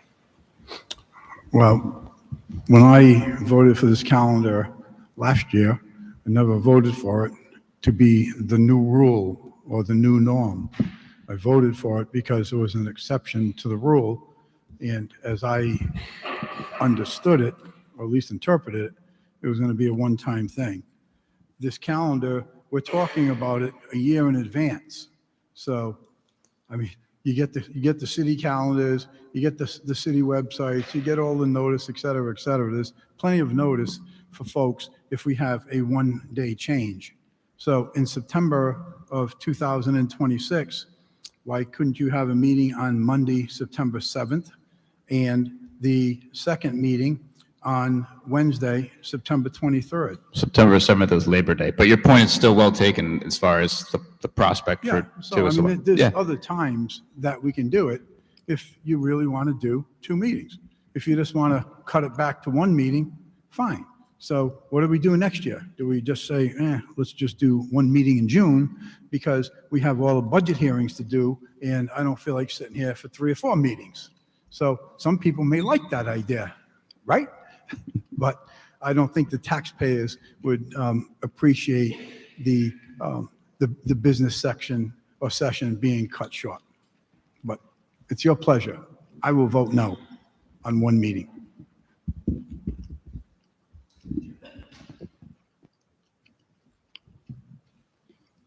Councilman Ricks.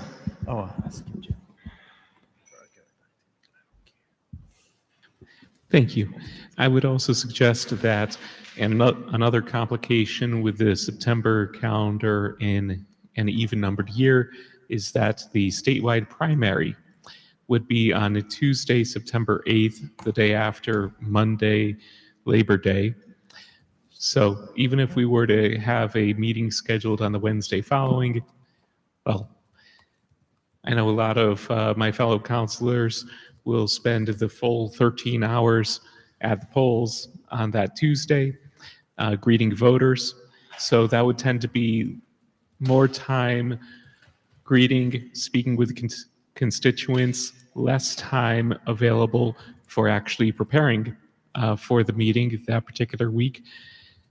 I would suggest that if we wanted to go in the direction of an additional meeting, it may make sense to have 2 meetings in August, but then of course that comes with its own set of complications there, especially since the summer meetings, July and August, those aren't necessarily the best times for public participation either, given that so many people have different trips, etc., during the summer. So there is no easy solution here in particular, and I'm not saying that one way is necessarily better than another. I don't necessarily have a strong point of view on this. I don't think it's the worst thing in the world that a September meeting like the one tonight may wind up going late. That's also part of the job. That's all. Thank you. Thank you for your patience, Councilman DeLuise. Go ahead. You don't want to hear what I have to say. Can I make an amendment, Mr. Solicitor? To have 2 meetings in September, and we can figure out the dates later, because we're wasting too much time on this topic right now, as far as I'm concerned. This is doing a disservice to me, never mind the public. My suggestion would be if we want to get into amendments, we should do them on the floor with, and not in committee. All right, but you're welcome to do so. My suggestion would be, since it's advisory, to move the item to the full council and let the populace decide from there.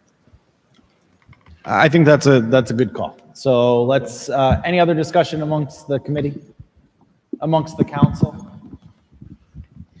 How would we, Motion to move this to the full council without recommendation. a move without recommendation made by 3, second by 6, all in favor? Aye. I did ask, public? Anything to add? Mr. Rotundo, anything?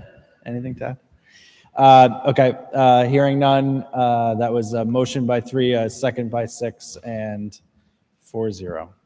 And that is all the business of the Intergovernmental Committee. Thank you all for your time and your patience.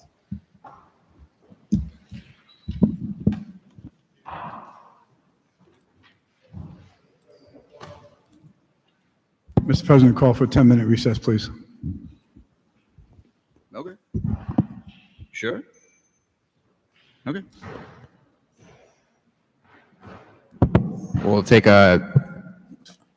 We're going to take a brief recess and come back. I just gave a vague term, brief, however long it is. Finance Committee is back in session.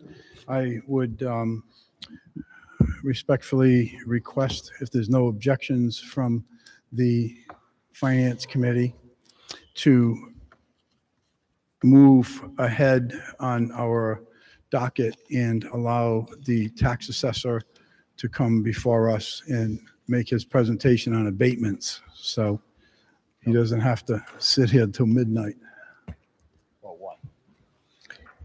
Good evening. Neil Dupuy, Director of Assessing, and thank you. You're welcome. This month, we have abatements in the amount of $32,988.93. About 80% of those are new exemptions, but we're getting into the tax appeal season, so you will see some granted abatements from tax appeals as well. Okay, with regard to those requested abatements, are there any questions from members of the committee? Any questions from members of the council? Are there any questions from members of the council? Are there any questions from members of the public? Do we have any questions from members of the public? Hearing none, I need a motion. Move favorable action. We have a motion for favorable. We have a second. All in favor? Aye. Thank you, Director. You're all set. Thank you.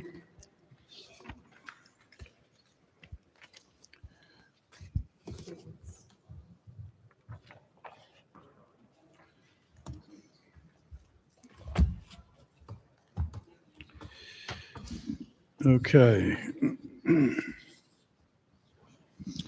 We're going to move to item number 4, found on page 31, which is the purchase of 5 Chevrolet Blazers.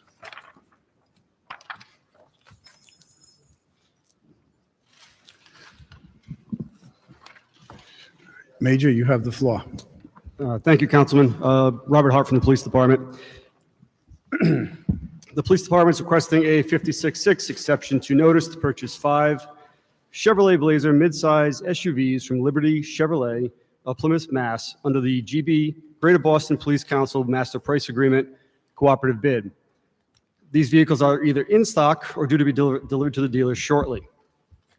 These 2025 SUVs will be assigned to various specialized units within the department, such as detectives, task force, and administrative services, and they'll be replacing former patrol vehicles.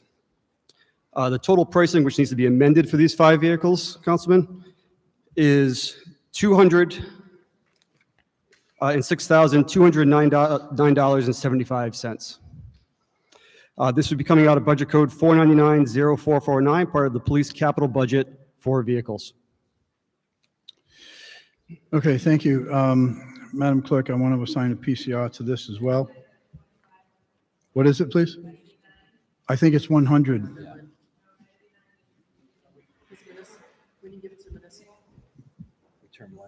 On the term life? Yeah. Okay, so it's PCR 125, right? Oh, okay, thank you. Okay, Major, I have the same issues as I had with the other vehicles. For me, this is about runaway spending. I don't know how to clarify it any other way. We just heard an hour and a half of testimony about issues that exist and potential issues that we're facing, in addition to many other things as we come down the road. And as I had said many years ago, sometimes you need to do a little more with a little less. And that's where I'm at right now, particularly with what I see going on. So I will ask for if there's any questions from members of the committee.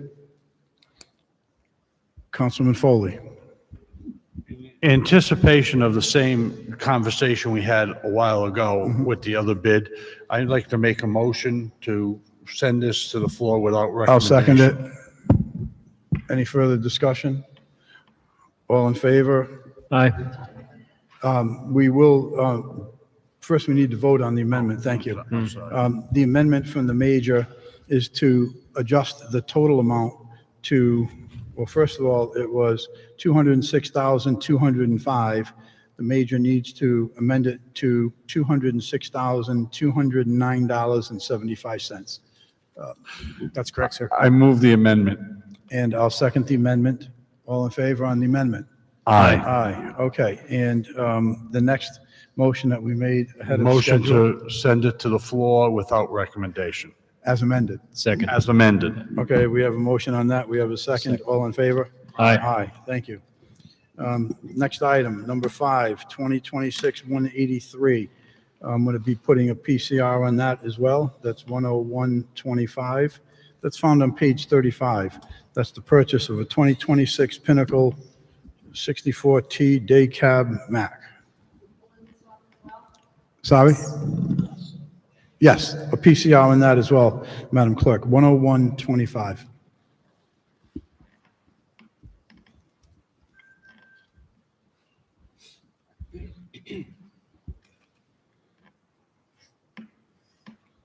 Christie, it's all yours. Oh, okay. I didn't know if you were having Thank you. discussion. Christy Moretti, Public Works. The Public Works Department is requesting to purchase a 2026 Pinnacle 64T day cab Mac. This is a tractor trailer cabin chassis that attaches to our trailers, and we use it to haul things, materials in the trailer. We use it to move the grinder around. It will replace a 1994 Kenworth with 1 million+ miles on it. And this is also in the approved capital budget for fiscal year 26. It was approved in the amount of $225,000. This request is for $177,390. Christie, didn't we recently approve purchasing a flatbed trailer to deliver equipment from one place to another so that it wouldn't have to rack up miles across the road and wear and tear, et cetera? That's a small 18-foot trailer that attaches to the back of one of our bigger pickup trucks or 1-ton dumps. The trailers that we have are the metal hail trailers that you see hauling material, gravel or loom or whatever. I think they're 40 yards. It's and this is a tractor trailer you're talking about, right? It's This the isn't cab and just a chassis. cab and a chassis. Yes. And what vehicles are you going to be using this piece of equipment to move, part A? And secondly, how often is this equipment you're going to describe to us being moved? So you're asking how often we're going to use the tractor trailer? Yeah, what do you need this piece of equipment to move? Oh, as I just stated, we attach a trailer to it that has material in it, or we use it to haul things to the landfill, or we also use it to move our grinder. If we need to pull it out of the compost and bring it elsewhere, city yard, or we have to attach it to this cabin chassis to move it. Why can't that be done with a 3,500 heavy-duty pickup or with one of the dump trucks that you have? I believe we just approved another dump truck. This is not even the same classification of vehicle. I'm not talking about the vehicle. The trailer, you want the vehicle to pull the trailer. I'm saying, why can't you use a different vehicle to pull the same trailer? Because the trailer's a 40-yard trailer. It has wheels on it. It's a 40 what? It's a 40-yard trailer. 40-yard trailer? Yes. What does that mean, 40 yards? It means that it kind of looks like a tractor trailer. So you have the cabin chassis and the trailer attaches to it. I see the truck. Okay. And I'm asking, why can't you use a different truck to pull the trailer you're talking about? Because the other trucks don't, it's not even the same. We can't use a dump truck to pull the trailer. Why? I see landscapers pulling these giant trailers all the time. Eric Earls, Public Works. This isn't like a standard trailer that you would pull like lawnmowers on. It doesn't have like a hitch that goes to the back of. This is a legit 18-wheeler trailer that pulls like a legit dump truck. I mean, it's not your standard hook it to the back of your trailer hitch. This is an 18-wheeler. This is the cabin chassis that gets attached to a huge piece of equipment. It has the type of hookup that you see at like a legit truck stop. So does this trailer have 8 wheels? This trailer you want to pull, that you need to buy this truck for $180,000, does the trailer that you need or that you want to pull, does it have 8 wheels? No. Then how is it an 18-wheeler? You said we're talking about an 18-wheeler. 18-wheeler means that trailer is going to have 8 wheels. How many wheels does it have?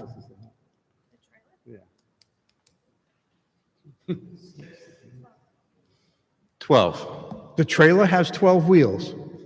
Right? Impossible. How is that possible? The trailer has 12 wheels? 2, 4, 6, 8, 10. So this is going to be a 22-wheel vehicle when this trailer is hooked up? Something doesn't make sense to me. Councilman Bill Facenti, Chief of Staff. This is a tractor trailer cab that pulls the 40, 50-yard trailers that haul 50 yards of stone, our excavator, our large excavator, our large grader.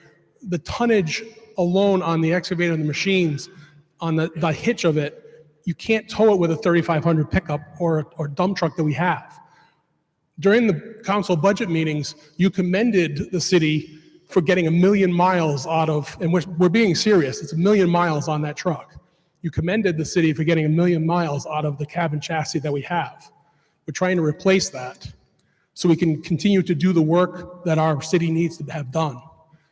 It's a specialized piece that you see on the road that Vinagro would use to move their excavators from jobs to jobs. We have machinery that we can't move right now.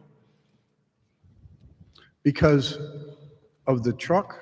Because of the truck, the cabin chassis, the cab, not the trailer, not the machinery that sits on it, but the actual truck that the driver sits in to drive. We cannot move our machinery to job sites. So, did you go out for bid for this thing? We did not go out to bid. This is part of the, as stated in the director's letter.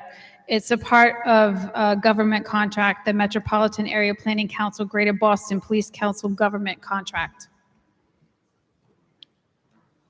So it's essentially like piggybacking an MPA. Yeah, I know. So it's like an MPA. So what we're doing here is we're assuming that the price of 177,000 is like the best price. So let's not bother going out for bid. And by the way, did anyone happen to take a look around and see if there's a late model truck with 200,000 miles on it that we could get another 800,000 out of for less than 177,000? So in the capital budget, I believe it was approved for 225,000. This is coming in at 177,000.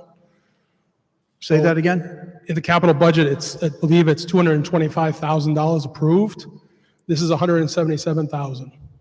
So, Chief, just because... I understand, Councilman, what we're asking for, we have the MPA or the master price agreement or the cost sharing. We're saving the city money by buying this piece of machinery that's in stock. We're not waiting for it. We're not ordering it and having it built. So I'm asking if there could be more money saved by buying a used one. Why is it every time that we need to have a piece of equipment, we have to go out and we have to buy the Cadillac of equipment, and it's always going to be brand new? This is not a Cadillac of used miles, especially on a vehicle. We already got 1 million miles out of this thing. So if you can buy a used vehicle, 4 or 5 years old, and you can pick yourself up something with 200,000 miles. What is frustrating to me is that these things come before us, and no, we didn't go out for bid. No, we didn't shop around to get other prices. This is what it is, and that's what you got to do.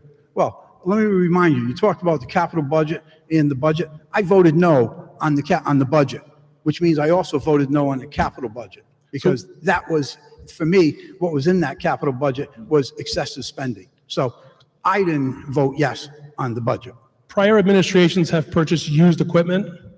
We will always buy used equipment where it makes sense. Junk. They bought junk. I'm just saying, you buy a used equipment, you're going to get junk. It's the reason it's being sold is because it's used and someone else doesn't want it.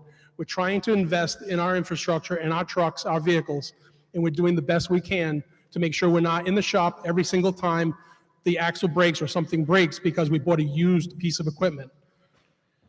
That's why we're buying new, so we have longer life, so we can get 1 million miles out of this piece of equipment like we did the last one. Without seeing if there's better pricing. Any other questions from members of the committee? Any questions from members of the council? Are there any questions from members of the public? Do we have any questions from members of the public? Hearing none, I'll make a motion on this item to move it to the floor without a recommendation. Do we have a second? We have 2 seconds. All in favor? Aye. This will move to the floor. I assume that was 1 abstention? And 1 abstention, thank you. Councilman Foley. Item number 6, 2026-130, firefighter operation medical evaluations found on page 65. Good evening, Assistant Chief Ummenhauer from the Fire Department. Fire Department went out to bid for firefighter occupational medical evaluations.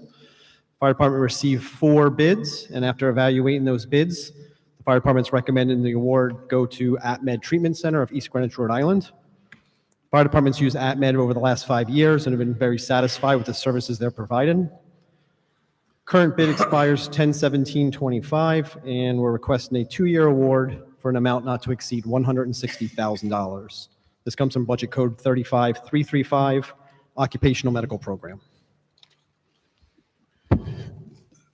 Chief, this is a contractual requirement, correct? It's not contractual. It's to make sure that we stay in line with both NFPA and OSHA standards. Both NFPA, the 1580 standard, and the OSHA respirator standard require annual physical exams. So this is no language in the contract? The contract doesn't stipulate that we have to do annual physicals. The standards do. And what did you spend last year? Last year, we didn't spend because the NFPA standard and the OSHA standard give you a 6-month window within your annual physicals. So because we didn't finish our physicals till the spring of 2024, we aren't actually, we were due this spring, but we could push it off another 6 months. So that's what we did. We didn't use that money in the last fiscal year, and we pushed it into this fiscal year, so we could save the money for last fiscal year. And the last time this came up, I asked the same questions, and the time it came up before, I asked the same questions. So last year, you spent $4,273.03 on that item, and you transferred out of that line item $81,000. Where did the $81,000 go to? For last fiscal year? Yeah. We use that as part of the co-share for the grants that we received. So we don't typically budget for the city's side of the co-share for the AFG grants that we receive. So that when we got to the end of last fiscal year and we had to come up with the matching grant money, the department is responsible for coming up with the match money for those grants that we get. We utilize those funds that were left in our budget in order to put it into a fund in order to match the grant funding that we received from the AFG grant for the air packs and for the paramedic program. So you used $81,000 of taxpayer dollars that we approved for medical exams for something else. We deferred the exams till this fiscal year because we were able to do that to be able to free up our operating budget in order to accept the grant for the air packs. So can we defer that $81,000 that we approved last year that didn't use? Can we defer that to this year? No, we didn't because you defer the used money. We utilized the money in what we thought was a more efficient manner was to take $1.1 million grant and free up $70,000 or $80,000 of our operating budget in order to accept the $1 million from the federal government.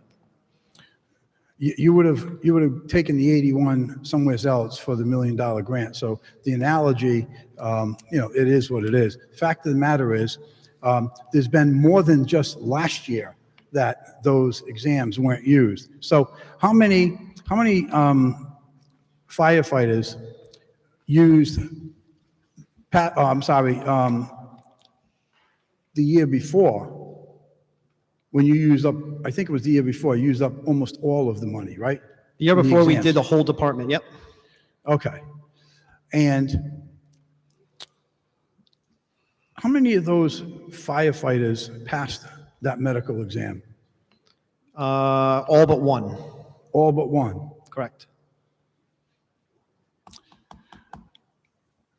That's pretty interesting to me, because the reason I'm asking it is because of the amount of sick days that we have in the fire department, which I'm looking at when I look at medical exams and everybody is healthy and hunky-dory, that just begs other questions.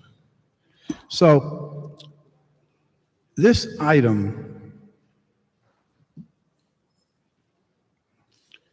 you have no time frames or no time limitation like you did last year, where they only gave you 6 months to do this, right?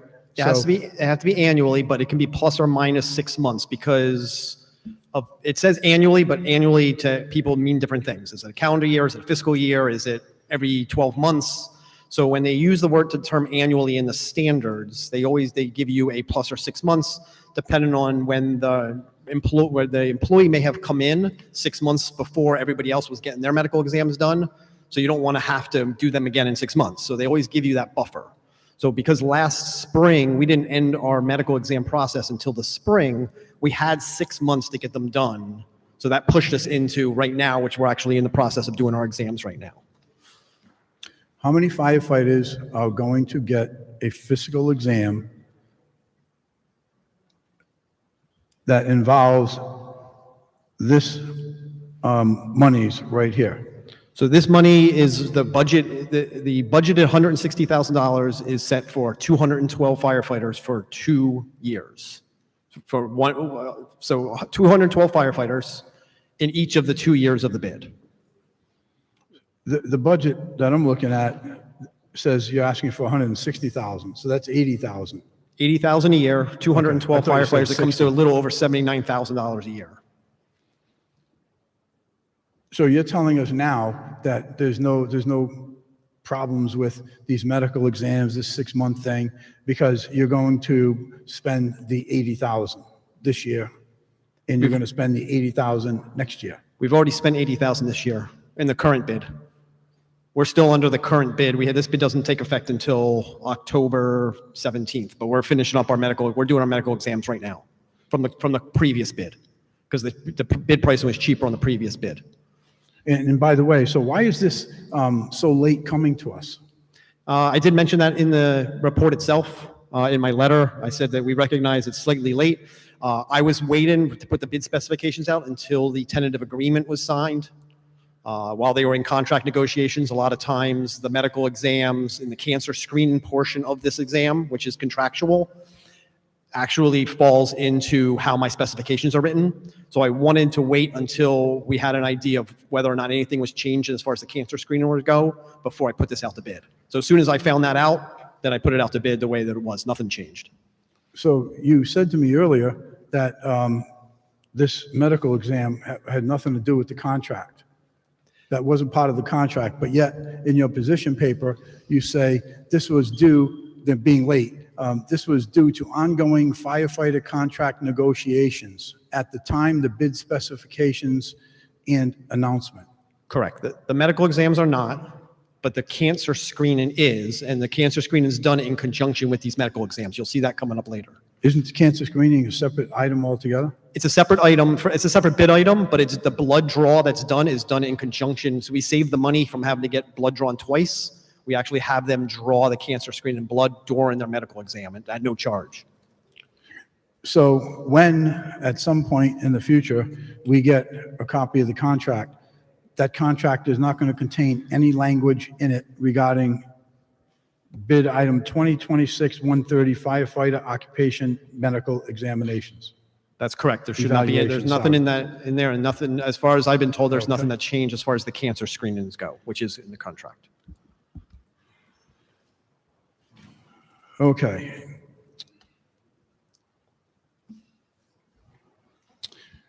All right, I'm going to move on from that item. Item number 7. Sorry, I forgot. You guys are so quiet. You're so quiet, I forgot. The oxygen's being eaten up by somebody. It's a good thing. Any questions from members of the committee? Any questions from members of the committee? Are there any questions from members of the committee? Are there any questions from members of the council? Any questions from members of the council? Thank you. Any questions from members of the public? Any questions from members of the public? Hearing none, we'll move on. Thank you for that, Councilman. 2026-208, Warwick Public Schools, Student Assistant Services, found on page 72. Good evening. Earlier tonight, Just identify yourself, please. Lynn Prodger, Finance Director. Earlier tonight, you heard the school department give a presentation about some of their budget findings, and what I'm presenting to you is actually one of them. They have a Department of Education mandatory program that provides drug counseling for our students. They asked if I thought that that would be an appropriate use of our opiate settlement money, and I agree with them, and I'm here tonight to ask if you agree.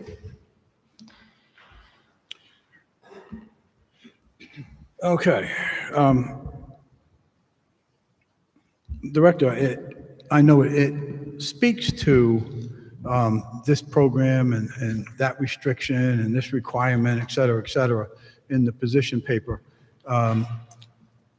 You said that they have, I think you said they have a plan? Sorry. They have a plan that deals with this opioid monies that they're requesting? They actually took it out of their budget.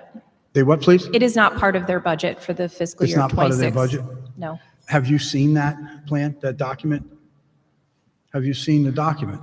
It says, all funds received are to be utilized exclusively to alleviate expenses related to opioid treatment, prevention, and recovery efforts to combat opioid epidemic. My question is, have you seen any documents or any plans or any programs that For the implements this? opiate money? In the school department, yeah. For the school department? Yeah. So far, I've only seen this plan. If you look at I attached the invoice to your backup document. Yeah, I saw it. Yeah. There's specifically, This is from the vendor, right? I mean, it Chairman, specifically notes point- parents, point of students, order. administrators, Hold members. on, excuse me 1 minute. Point of order. Go ahead. Sorry. I think just to clarify, the last, you're referencing the last sentence in the position paper. No, I'm in the document that we have on page 73 in the Right. first paragraph. The first paragraph. Yeah, it says, all funds received are to be utilized exclusively to alleviate expenses related to opioid treatment, prevention, and recovery efforts to combat opioid epidemic. My understanding is that sentence also references how the opioid money should be used. I could be wrong if, That's the ruling from the settlement. That's verbatim out of it. And this program specifically addresses alcohol and drug abuse counseling in our schools. So it would be an appropriate use of that money. We heard an hour and a half of testimony this evening because of a lot of inappropriate stuff. So I understand what the purpose of this is, and it's wonderful, no problem. What I'm saying is, has anyone seen the plan? We're going to give the school department $152,640 for something that's supposed to have a plan, supposed to be used expressively for this, et cetera, et cetera. So have we seen anything that shows the plan? So the reason why I'm actually doing it this way, I'm presenting this to be paid directly from our opiate funding, is because it is not giving it to the school department. We are cutting a check directly to this vendor to run this program, full stop. There's no check to the school department. It is going to Coastline EAP for this Project Success program. So the money will not be going directly to the school department? No. Why do they have it in their budget then? It's been taken out of their budget. As of when? As of The the last last budget meeting, as commission. the last meeting that I was at, it had 152,000 in that because I challenged that at the meeting and I said, what are you talking about? The city council is going to give you this, or the city's going to give you this. We haven't said anything. You interjected that there is a number and I'll be presenting it to you at the next meeting. So this was in the budget at the last meeting that I was at. Now, maybe they had a meeting after that I didn't go to, that they took it out of the budget.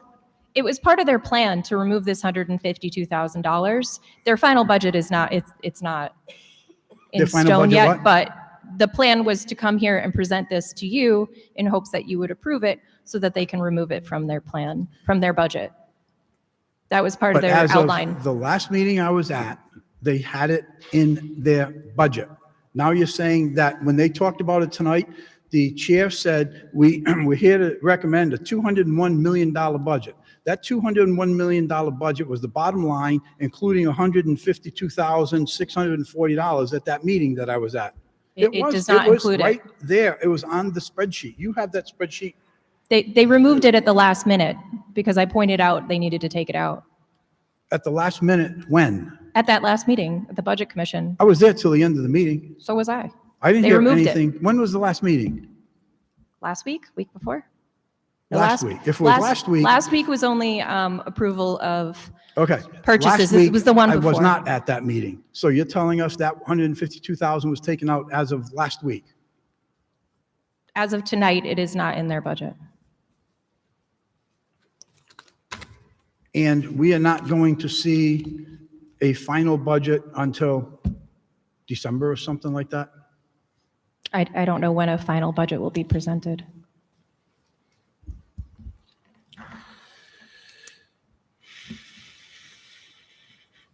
Have they ever, the school department, have they ever had this plan before? This program, they run it for 10 years They've been running for 10 years. And how Yes. has that been funded? through the appropriation. Through the appropriation, through this opioid appropriation? No, No, through something else. city appropriation to the Oh, school city department. appropriation, okay.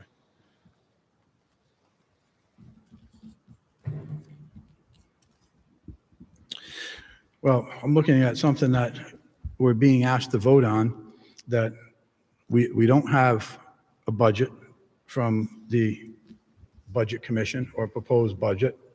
We don't have a program of what this money is going to be used for. I don't know. They talk in here that this must have trained master's level student assistant counselors. We have none.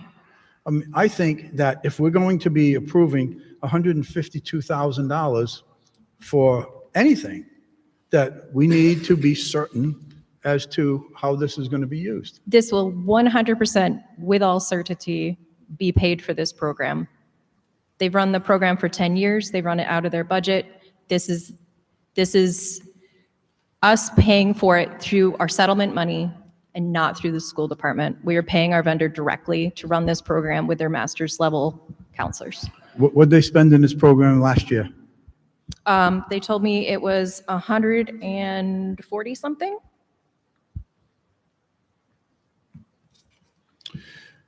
Councilman Last year, Foley, you sorry, have your last hand year up. Go they ahead. had to Yeah, spend just- 134. Last year was 134? Yeah. Just a point of clarification. So you're saying this money is being sent to a third party that is fully accredited, has everything they need, all the Yes. bells and whistles, and they will run the program? Absolutely, through our schools. Thank you. And they provide you with an accounting of this? How much money was dispensed, when it was Yeah. dispensed? Yeah, How it was used? You get all that? With approval, I will be writing a check to this organization of $152,000 to run this program. Councilman Muto. Thank you. Sounds like just maybe it's a housekeeping item, since we don't know exactly if it's in the school department's budget or not. No, I know, but maybe we just set our expectations by doing at least an amendment, I believe, where we could just say, the money is contingent to pay this as long as it's not in the school department's budget. or something like that. It is, it's not in their budget. What would be the proper approach, Mr. President? You weren't on the mic, unfortunately, so a lot of people couldn't hear you. I apologize. Red button. Thank you. My question was, what would be the appropriate way to amend this expenditure to include that if it gets approved, that this expenditure is not in the school department's budget? I mean, Ernie, sorry, Dan, I'm interrupting. Ernie spoke tonight about how it's not in their budget.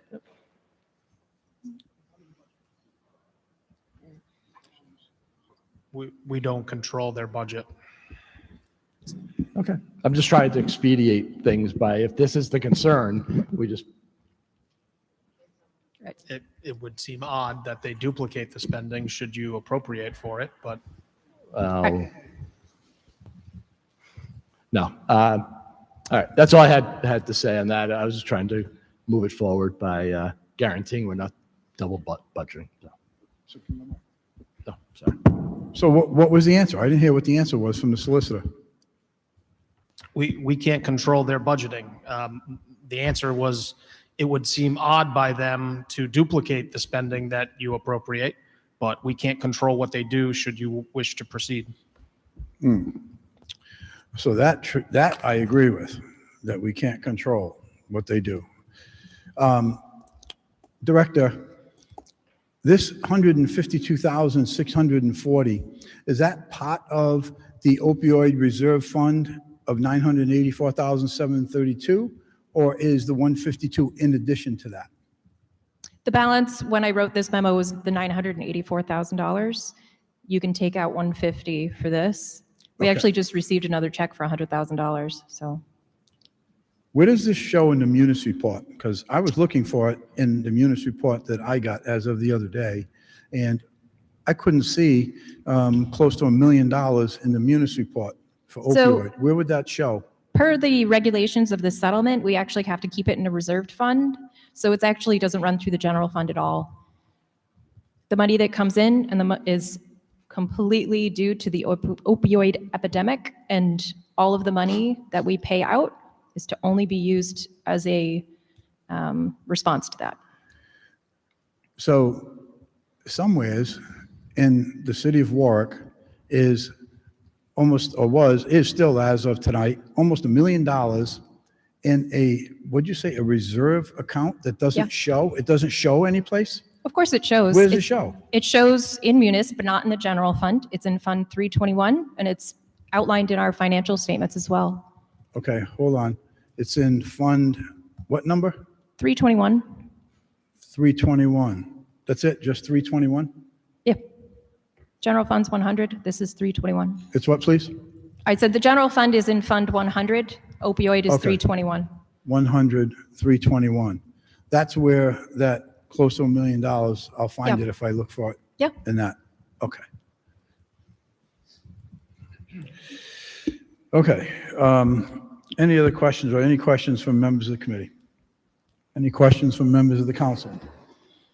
Do we have any questions from, excuse me? Oh, I'm sorry, Councilman Gebhardt. Okay. Any questions from members of the public? Do we have any questions from members of the public? Hearing none. Yeah, let's put a PCR on that. 102-25, Madam Clerk. Thank you. Next item, number 8. Sorry? Oh, I'm sorry. Motion for favorable action. Second. We have a motion for favorable. We have a second. All in favor? Aye. Aye. Okay, we'll talk about it on the floor. Number 8, 2026-182, found on page 77, purchase Zamboni. Hi, Christie. Hi. Public Works is requesting to purchase a Zamboni for the Thayer and Warburton Ice Arenas in the amount of $122,589.28. And this is also part of the approved capital budget for fiscal year '26.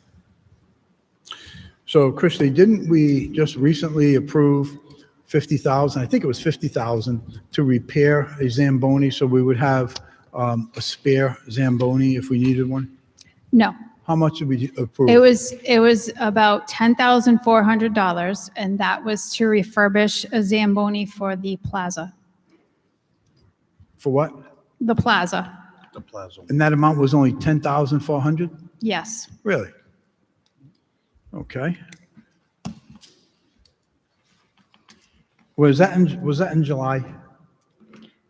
No, that was actually last fiscal year. It was April, May-ish Okay. that the request was made.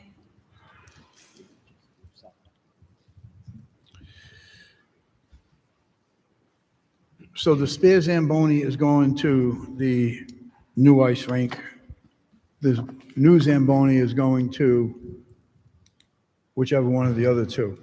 Is that what we're saying? So by way of explanation, we do have two Zambonis over there. One of them is a 2010. It has a cracked manifold. The catalytic converter is failing. It has hydraulic leaks. The wash water pump is not working very well. But the problem, not the problem, for us to operate the two ice rinks simultaneously, and they're both up and running now, we need to have two Zambonis for two reasons. One, because there are occasions where we do have to make ice in each rink at the same time. So if we only have one Zamboni, we can't accommodate the organizations or people that are using the surfaces. And the second reason is if the Zamboni that we have, that we mainly use, if that is down for repair or anything like that, then we have no Zamboni. So we can't service anybody. So for us at that facility, we need to have 2 Zambonis to operate. 2 over there and a spare for the new ice rink, so we're gonna have a total of 3. That's not a spare. That is going to stay at this facility, What's gonna stay at this facility? the one that was refurbished. That's, okay, so that's gonna That go there. stays here. That was a spare at It the other rink. it was, actually, we Okay. were going to, yes, it wasn't one that we were using. Are there other brands? Because Zamboni, that's a brand name. It's not like indicative of the only ice-making machine in the world. So are there other ice-making machines that are used throughout the country other than the brand Zamboni? There's another brand, it's called Olympia, and they make ice resurfacing machines. They what? They also make ice resurfacing machines. So why didn't we go out for bid on one then? If there's other companies or company that make them, why are we just relying on Zamboni because we have them and we can, and it's easier to do that? Why didn't we go out for bid? So this purchase is being requested under the Sourcewell contract cooperative agreement, which we've had used on several occasions for multiple things, including the last Zamboni we purchased. So that is why we're requesting to purchase this machine. It's already been vetted for a discounted price. Without a bid? It was a bid. It's just a cooperative bid. But the city didn't go out for a bid? We did not, no. Okay. Any questions from members of the committee? Any questions from members of the council? Oh, Councilman Napa. So just looking at the cap budget was for 117. I know it's not too much over, but we are over what we're looking to spend out of the capital budget. I'm sorry, So the capital budget line item was for 117. correct. So It's we're over that. $5,319.28 above what we estimated Yeah, I a can new do- machine would cost. I can do the math.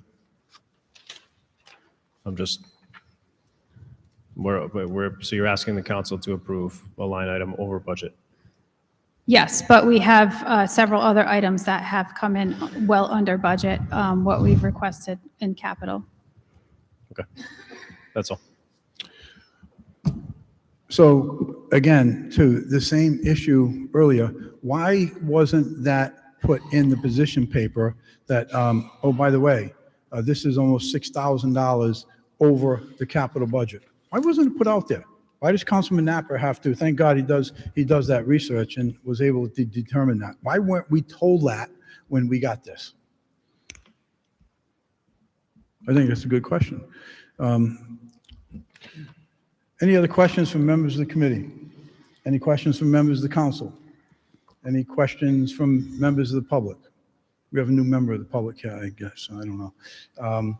Any questions from members of the public? Okay, a PCR on this will be PCR 103-25. Move favorable action. We have a motion for favorable. We have a second. All in favor? Aye. No? 2-2 goes to the floor without a recommendation. Paratransit van, item number 9, found on page 82. Good evening, Council. Kathleen Bowl, Senior Services. Senior Transportation is requesting exception to City of Warwick Charter, Section 56.6, for the purchase of a new in-stock 12-passenger with 2 wheelchair position paratransit van. This would be under the Sourcewell contract for the price of $110,750, It would be paid upfront initially by our capital improvements under the budgeted amount, and then it would be fully funded retroactively by the state designated grant, so at no cost to the city of Warwick. And I'm happy to answer any questions. So, thank you, Director. Welcome. I think it's the first time you. Other than the appeared budget before hearing, us. yeah. So, I believe it was last year we approved a new van, correct? Yep. And how much was that? Last year, I think it was at 126,000. 126,000? Correct. Yeah, this is a really good deal. You know, it's interesting that you say that, because that is one of my questions. You state in your position paper that paratransit van at the extremely competitive price of $110,750. How do you know that's an extremely competitive price? I went to so the past few years, we've received buses through the bidding process, and so I went to the lowest bidder that we've had for the past few years, and I got a quote for a 12 and 2, and it came in at 136,000 for a comparable. Did you do any other investigation to find out what other prices were out there? Beyond the lowest bidder for the past few years? No. And did you go out for bid on this item? Nope, this is part of a cooperative bid through Sourcewell. So you're relying on 110,750 to be extremely competitively priced based upon the last bids without going out for bids and without doing comparative pricing on your own? It's priced lower than the last paratransit van we bought Got it. and the quote that I got from the lowest bidder. So in my estimation, it would be. You know, I understand that this is funded through a grant, and, you know, I get that. But my position is just because it's funded through a grant doesn't mean that we can't sharpen the pencil and we can't go after a savings and use some of that grant money for something else. To say that, you know, what are you making this big ruckus about? It's grant money. It's still taxpayer money. Either way, no matter how you look at it, it's taxpayer dollars. And that's why I ask these questions, because in my world that I come from, everything was priced. We never relied on, well, because that's was, you know, what they paid last time. It'll be the same thing for this time. We don't seem to do that. What is the delivery charge on this van? And it's coming from California. What's the delivery charge? Nothing delivery above the charge. 110. Okay. And you have that as part of your price? Yes, on the Okay. last It page, says and delivery delivered to your included. department yard. Yep. Okay. And is this coming right from the manufacturer? You buying this vehicle right from the manufacturer, or is this through a third party? Or even a second party? There's a couple of players. It's the Sourcewell contract, so it comes from National Auto Fleet Group. That's who the PO will be made out to. But they're not the manufacturer? They're not the manufacturer, no. Okay, so that brings me back to, you know, why don't we go out for bid with a comparable spec sheet, looking for a competitive bid on this piece of equipment? Councilman, this is a grant that we received, covers 100% of the cost. The prior van she bought, the director bought, was 126,000, 120,000. She did some comparative pricing through the last lowest bidder and got a price for this year, another year older. All prices are going up at 136,000. It did go out to bid, not the city of Warwick bid. It's being bought in accordance with 56.6 in the charter, in the ordinances, as an exception to bid. That's how we're buying it. So I know you keep saying it didn't go out to bid, it didn't go out to bid. It did go out to bid. The city of Warwick didn't go out to bid because it's more advantageous, and that I believe is what the ordinance says, when it's more advantageous to not go out to bid to the city, we use 56.6. That's what we're doing. Right, and the 56.6 requires 6 votes to get it passed too, right? I don't know, Yeah, I'm I not the think so. solicitor. Yeah, it does.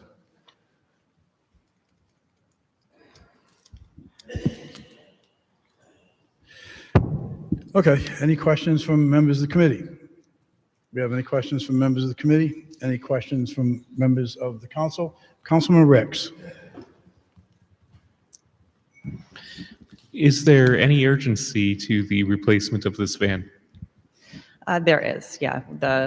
We have 3 vans that are older in years. The one we're replacing is a 2014 with over 150,000 miles. It's constantly in the shop.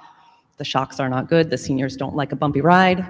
So yeah, we have 3 paratransit vans that are due. Councilman Bill Facenti, the vendor is holding this van for the city of Warwick at this price. If we don't award it now, we go out to bid and we'll pay more, potentially. So it's in stock, ready to go, ready to be purchased. He's holding it for the city of Warwick. Is it possible for the vendor to continue to hold it for No. another month? No, they already told us no.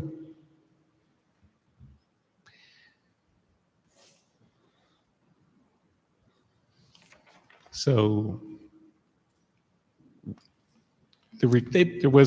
what was the conversation exactly with the vendor where they would only agree to hold it until this council meeting? How long have they been holding it? I don't know how long they've been holding it. Our next council meeting is not till October. We have 1 meeting in September, as Councilman Lattisaw pointed out. So. Christy found the vehicle a number of months ago. I was waiting for the approval of the state designated grant to be sure that I would have the full funding for this. I just got approval of that at the very beginning of September. So I had to wait for this meeting to put it on the docket. Okay, that makes a little bit more sense as to why the vendor may not be willing to hold it further. And of course, that timeline's not your fault that you were waiting on that particular state grant and the state was not in a particular rush there. So that does make a little bit more sense to me. Thank you for the explanation. Any other questions from members of the council? Any questions from members of the public? Do you have any questions from members of the public? Sir, sorry. Go ahead, Councilman Napa. Hi, Director. Just a couple of questions. Sure. When this comes in, is it going to be already fitted with the lift and everything needed, or is it going to have to go to a secondary vendor? For the wheelchair lift? No, it's Yeah. fitted with the lift. It's already in there? Yes. Okay. How is utilization of these vehicles on the constituent side? Are people taking advantage of the program? Oh, yeah. 20,000 trips per year. Wow. To the market, to and from the senior center, to the pharmacy to get their medications, to the bank, to visit their loved ones in the nursing home. It's a highly utilized service. Okay. And your drivers for these, are they chauffeur license? Do they need a CDL? All of our drivers have CDLs. This is a non-CDL paratransit van, but they do have CDLs. Okay. That's all. Thank you. So who maintains these vehicles? The Department of Public Works. DPW maintains the vehicles? Okay.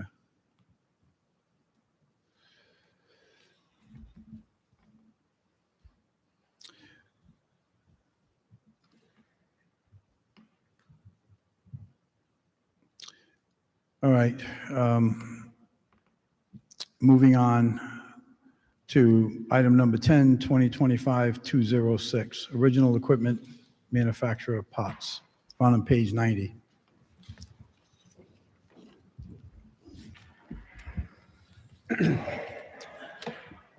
Robert Hart for the Police Department.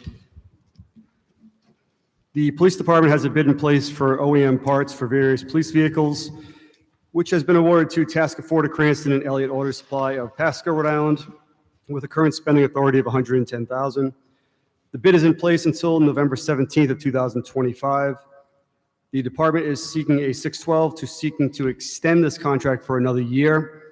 Both vendors have agreed to keep their current pricing in place. We're requesting an increase in spending authority of $110,000, bringing us to a total of $220,000 for the total duration of the contract. This will be funded through Budget Code 30-330, auto maintenance, and 76-358, insurance proceeds. Major, My first question is, why is this coming to us late? It's supposed to be 60 days prior to bid expiration. Yours expires on November 17th. I thought we had plenty of time for this. All right, I understand that. You also, Chief, I'll answer my own question.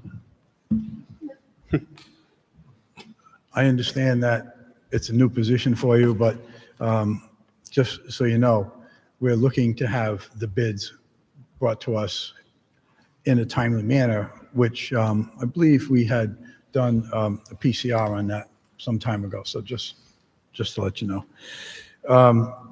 What did you spend on this item last year? For last year, actually, for this up to now, $94,980.27.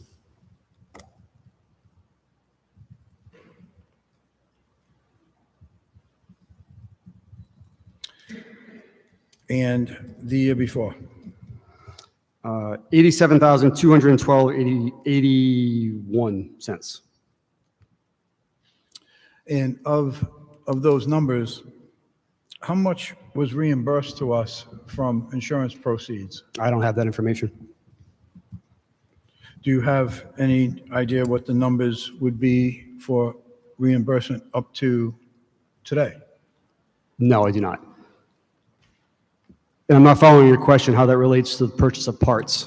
Well, you said that at times, however, such purchases may be made from insurance proceeds, which means you're not going to be making them out of the 110,000 that we're approving, or you're making them and getting reimbursed from the insurance companies. So that was the question that I was asking, is what was last year, what was the reimbursement that we got from insurance proceeds? I don't have that information. If you could send that to me tomorrow, Sure. that'll be okay. Any other questions from members of the committee? Any questions from members of the council? Any questions from members of the public? Do we have any questions from members of the public? Hearing none, we'll move on to item number 11, 2023-257, found on page 99. State of Rhode Island Premium Diesel Fluids.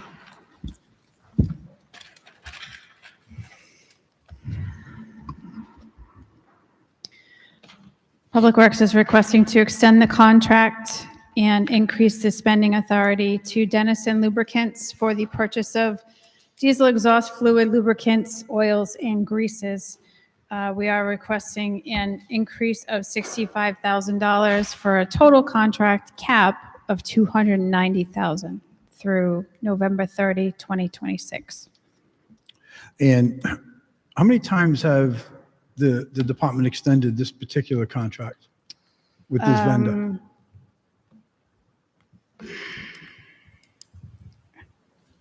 I want to say once, maybe. Once? Actually, it should be in the documents. It would show. It was originally awarded in. We don't have that.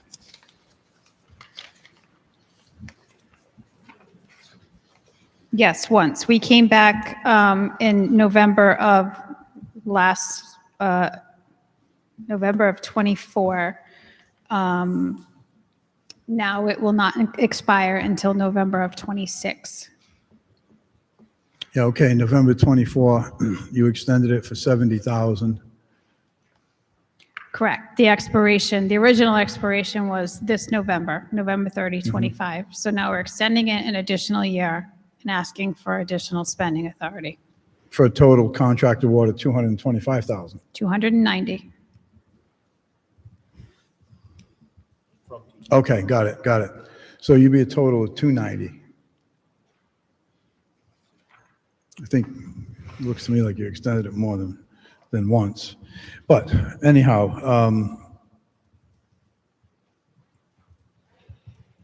and what did you spend in this category last fiscal year? All, I'm sorry, last contract year.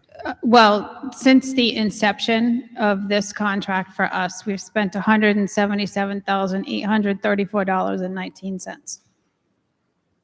177,000 you spent so far Correct. out of 225,000? Yes. And what'd you spend last year? Oh, I'm sorry, let's go to the last 2 years. What'd you spend in the last 2 years?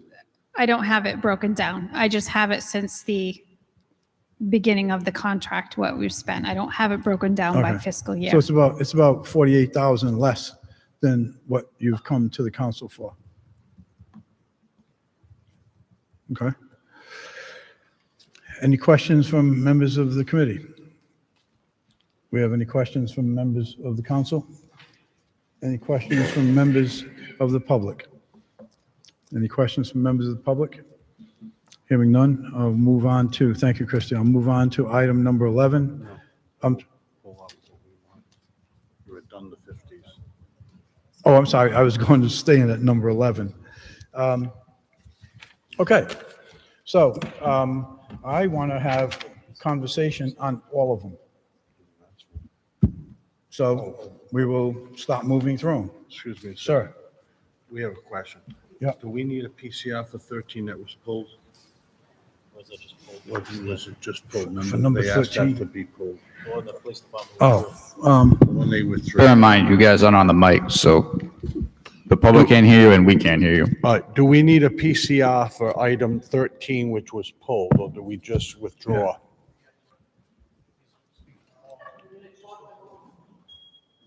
okay, so the question, whoever wants to answer it, solicitor, I assume, and it's a good question. On item number 13, dictation software for police department, that was withdrawn by the police department at their request. Do we need a PCR number for that?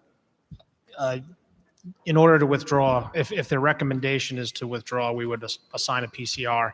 But I believe your statement was you wanted to address all items, so would it make sense to just go in order? Okay. So we'll go in order. Okay, item number 12, recycling. Excuse me, go ahead. You've asked for all the remaining bids to be heard Correct. individually? Yeah. Do we need a motion on that? Can I ask the solicitor, do we need a motion on that? Or Nope. No, I can ask for them one at a time if you want. No motion needed. Go forward. Thank you for the answer. Okay, item number 12, 2026-157. Found on page 112. And if there's any that I don't think I need to hear from, I'll eliminate them as I go along.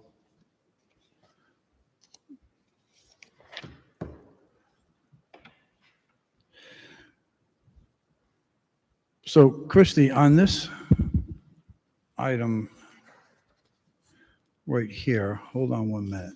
My question is, okay, so you're making the recommendation to award this to graphic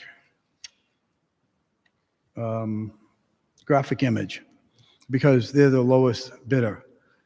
Up until earlier today, there was one bid that wasn't included in our package, which was the bid from Signature Printing.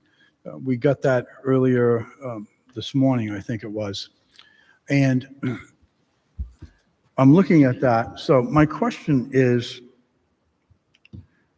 how many changes do you make from the time you make the first submittal on these calendars until it's finally approved and goes to press? How many changes do you average? That could be any number. Well, what is the number? I don't have a number. That could be any number of revisions that are submitted for any plethora of reasons. So you start out by doing a draft on the calendar, right? Here it is, the calendar, January through December, with pictures and whatever and scheduling. And from there, that's when it's determined that we need to make changes. What do you average on a change? per year or per calendar? We talking about 5? We talking about 10, 100? What are we talking about? It could be any, it just depends on the content of the calendar and how many revisions. We don't produce the calendar in our department. So I don't have any involvement with that piece. What I do have involvement with, and strictly because it falls under DPW, is the bid for the printing and mailing. Tourism creates the calendar. There have been years where we've had, and I don't know specific numbers, but an abundance of them. We've had days on the wrong, we've had dates on the wrong day. We've had holidays on the wrong area. We've had notes that have been left out of the margin for yard waste, or, things are spelled wrong. It could be anything. For as many sets of eyes that review the calendar, there's still errors that are discovered. So I can't give you an actual number of how many revisions there could be. The reason I'm asking is when I look at their bid and I try to rationalize all parts of the bid, not just, the total price, they're saying total cost per revision with press proof is $25 per page. They're out of the gate, they're $639 cheaper than graphic image. And you take their $25 per page, divide it out, and that means that the city would have to make about 26 changes to that calendar in order to break even with graphic. Do you think that, or do you have any documentation that says the city makes 26 changes in 1 year on those calendars? No, but the reason that we are requesting to award graphic image is because graphic image has one price. It's a solid price. There's no deviation. It's $42,832, period, the end. We don't pay extra for anything at all. So we could make 100 revisions to the calendar and it's not going to cost us anything extra.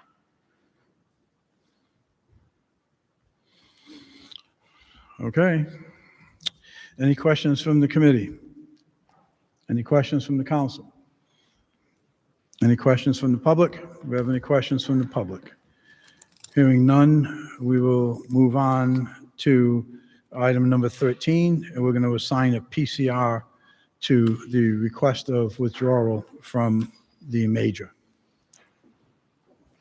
That will be PCR, is that PCR 10425, Madam Clerk? Okay. Motion to withdraw? We have a motion to withdraw. We have a second. All in favor? Aye. Thank you.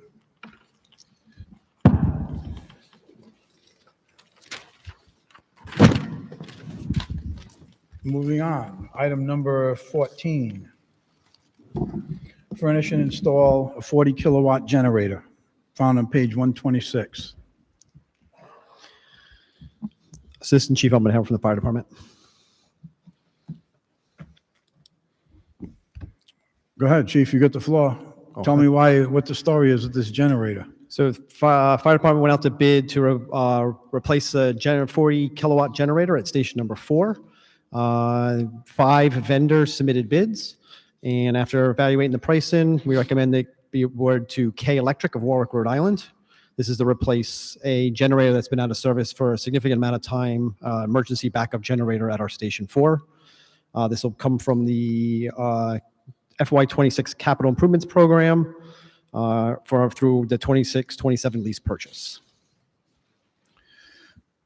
Chief, in your position paper, you state that the current emergency generator at fire station number 4 has been inoperable and beyond repair for several years. Several years. Isn't that a safety hazard? Wouldn't you consider that a safety hazard? So it has a portable generator, so it has a generator capability, but it's a portable, not a fixed location. So that generator's been out of service longer than I've been the assistant chief, which has been 6 years now. We've been trying to secure grants, brick grants, and other type of Homeland Security grants in order to fund this project. We've been unsuccessful for several years in a row. So after several unsuccessful attempts to get this generator replaced, we decided this year that it was prudent to go ahead and do it through the capital budget instead of it. But they do have a portable generator that they can use as a backup. It's just not a whole built-in generator. But that's not what it says. It says has been inoperable and beyond repair for several years. Correct. So, yeah, that just, it really catches my attention because why didn't you come to us during COVID or go to the mayor during COVID and say, hey, I need 40 grand because we get a generator at a fire station that doesn't even work. And that's a safety issue for all the firefighters in that building or anyone else. It's just beyond belief to me that we have all this money to go out and buy trucks and buy cars and buy rescues and gym equipment and Zambonis and all this stuff, but we don't come up with 40 grand to buy a generator. Just blows my mind. I don't get it. In any event, obviously, you need the generator. Correct. Any questions from members of the committee? Any questions from members of the council? Councilman DeLuise. Yes, so if you haven't had a generator that was working for the last 6 years, okay? Now, the generator, just let me get through this. So we have a storm, power gets knocked out in the fire station, right? Correct. So that generator would, if you didn't have electricity, the generator would help run the facility. Correct. But in an emergency, in a storm like that, aren't most of you guys out of the fire station anyway, out on call? Typically they are, but this is more than just storms. This is general power outages. They need radios. They need to operate their overhead doors. Right, but what have you people been using for the last 6 years? They have a portable generator. So right I'm now, sorry? Right now they have a portable generator. Portable? Just like you would do in your home, but it doesn't do the whole building. It just does the essential parts of that building. Right, like the right. radios and the overhead door. This is a whole building generator that powers the entire Okay, fire. so do you have any idea of, in the last 6 years or even in the last year, how many times that you have had to use the generators?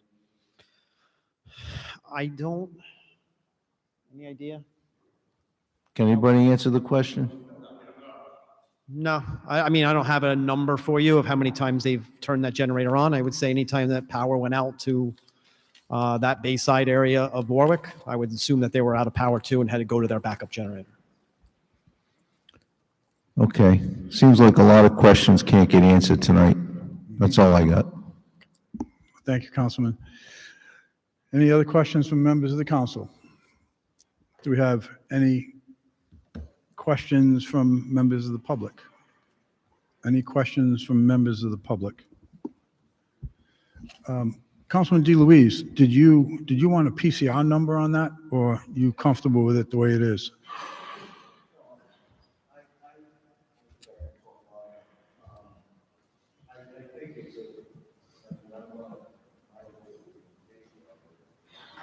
Okay. Gotcha. Item number 15. That's why, by the way, that's why I've decided to go through every one of these, because it is important. It's not just a rubber stamp, push it through. So item number 15, found on page 133, purchase one test cancer screening kits. The fire department's requesting a 56 exception to bid for one test cancer screening kits from 2020 Gene Systems in an amount not to exceed $34,180. This is a one-time purchase from budget code 35335 Occupational Medical Program.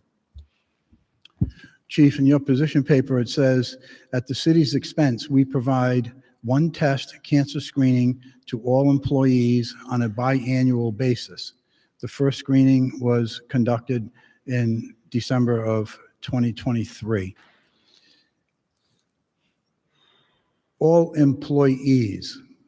That caught my eye. So that's what's bringing me to my questions. Who does all employees include? It caught my eye when it didn't say to all firefighters. It says to all employees. So words matter. And my question is, does that include part-time employees? Does it include non-firefighter personnel? Does it include people that may come back on the 75-day rule? Does that include them? And how many personnel does this include altogether? So I know it's a bunch of questions. Is it all personnel? Is it part-time employees? Is it non-firefighter employees? And I don't know, you want to call it classified, unclassified, whatever. But I think you get the gist of my questions. So What it is covers anybody, it covers all employees that are covered under the local 2748 IFF contract, which are the uniform fire department.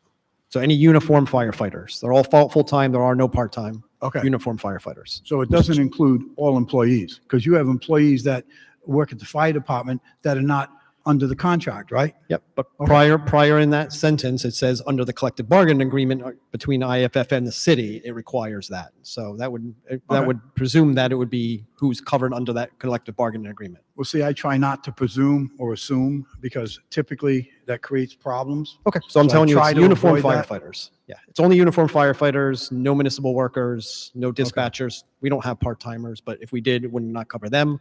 It does not cover our civilian municipal staff.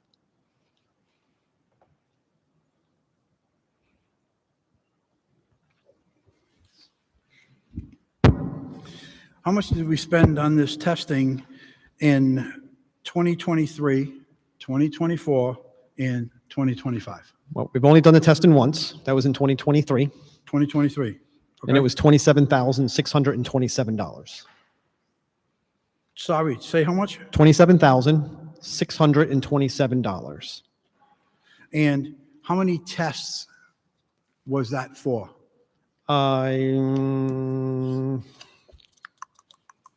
I don't have last year's bid on me, but I know it was less expensive. It was 139 as opposed to 154. The price did go up.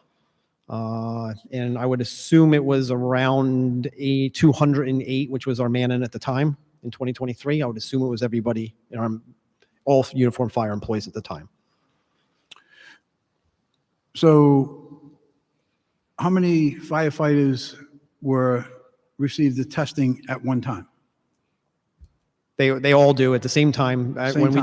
we do our medical exams, when they draw the blood for everybody for their occupational medical exam, they draw an extra tube for processing of this cancer screening test. And where is this test performed?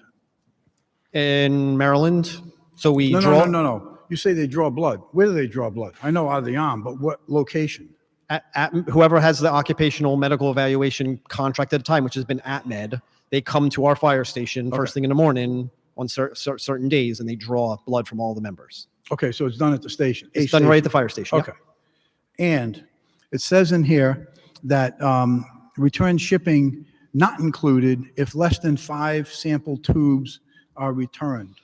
We So- do about 48 samples at a time, so we don't have a problem with the less than 5. Okay, so it doesn't have to be in groups of 5, as long as it's more than 5. Correct. You just you got to ship. You can't ship them less than 5 in any shipment, or they won't pay Because otherwise the you're gonna shipment pay. for it. They don't Okay. want you shipping, obviously, 45 packs of 5.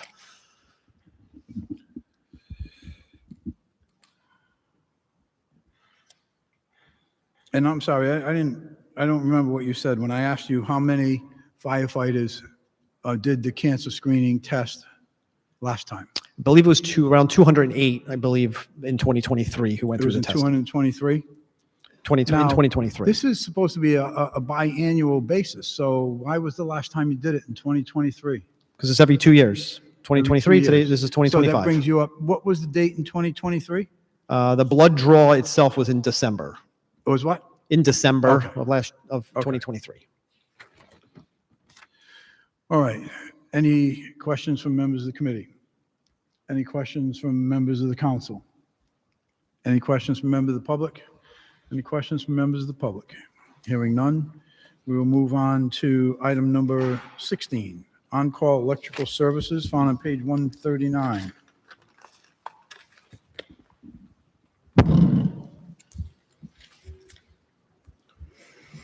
Hi, Christie, it's all yours. Public Works is requesting to award the bid for on-call electrical services and/or projects in the amount of $30,000 to American Electrical Contractors LLC for a contract period of 11/9/25 to 11/8/26.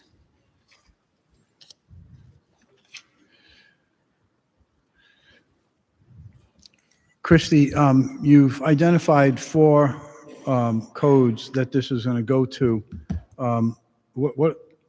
Identify those codes, 66, 340, 41, 331, and so forth. In order, building maintenance, Thayer Arena, McDermott Pool, and field maintenance. I lost it after Thea. What was the next one? McDermott Pool Okay. and field maintenance.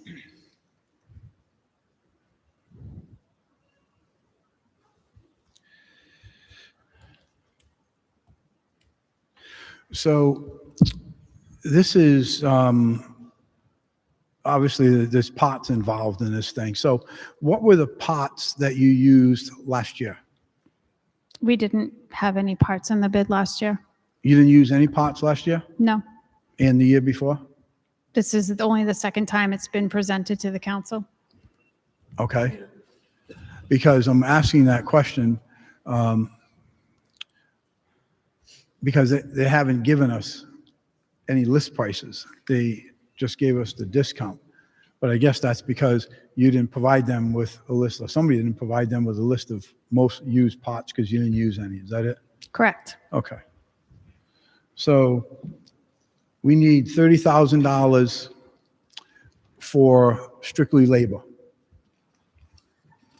No, it Essentially. would include parts as well. They're giving us a discount on parts. It's what, Whatever please? It's they've what? included a discount on parts.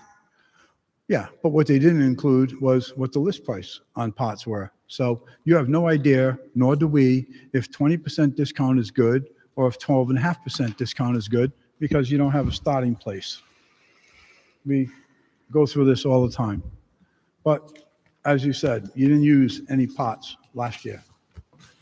I didn't Chief? use this bid at all last year. I'm sorry? I didn't use this bid at all. Okay. Chief, did you want the, okay. Any questions from members of the committee?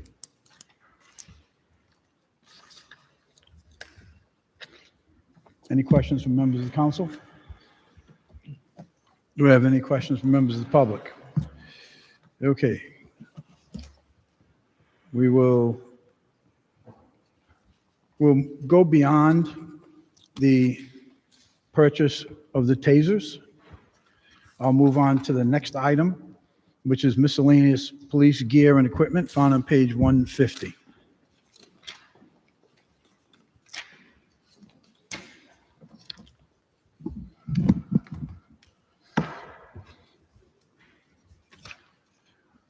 Go ahead, Major. Robert Hart for the Police Department. The Police Department has received and reviewed bids for miscellaneous police gear and equipment from 4 different vendors. The department recommends awarding this contract to Blue Tactical and Primary Arms as they were collectively the overall lowest bidders on various items. The benefit of having a split bid allows us flexibility in ordering different items along the way. We're seeking spending authority not to exceed $25,000 from Police Budget Code 30-260. Thank you, Major. I understand why you're splitting the bid, and I realize that's a good move. I have one question. On item number 13, expandable baton, Blue Tactical, oh, by the way, let me back up. So from 13 through 17, you're proposing to move to Primary Arms, right? My question is, on item 13, expandable baton, they being Blue Tactical, submitted a price of $131.84. In parenthesis, they have no rubber plastic tip options for ASP or monodoc, whatever it is. On Primary Arms, they have $139.60. So why would you want to award that item to Primary Arms instead of Blue Tactical?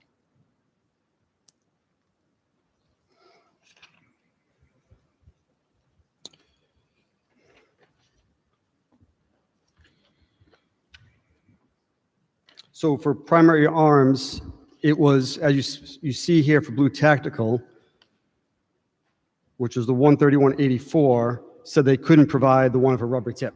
They said what? Could not provide a one with a rubber tip. Okay, so the rubber tip was the determining factor. Correct. Okay. Okay. Any questions from members of the committee? Any questions from members of the council? Any questions from members of the public? Any questions from members of the public? Hearing none. I am all set with elevator maintenance and repairs. Item number 20, purchase. Oh, if any, by the way, when, to the committee, when I'm saying I'm all set, that doesn't mean that you guys may be all set. So I'm just assuming you are, unless you call it. Okay? Item number 20, purchase various mobile police radios and supporting equipment, found on page 162.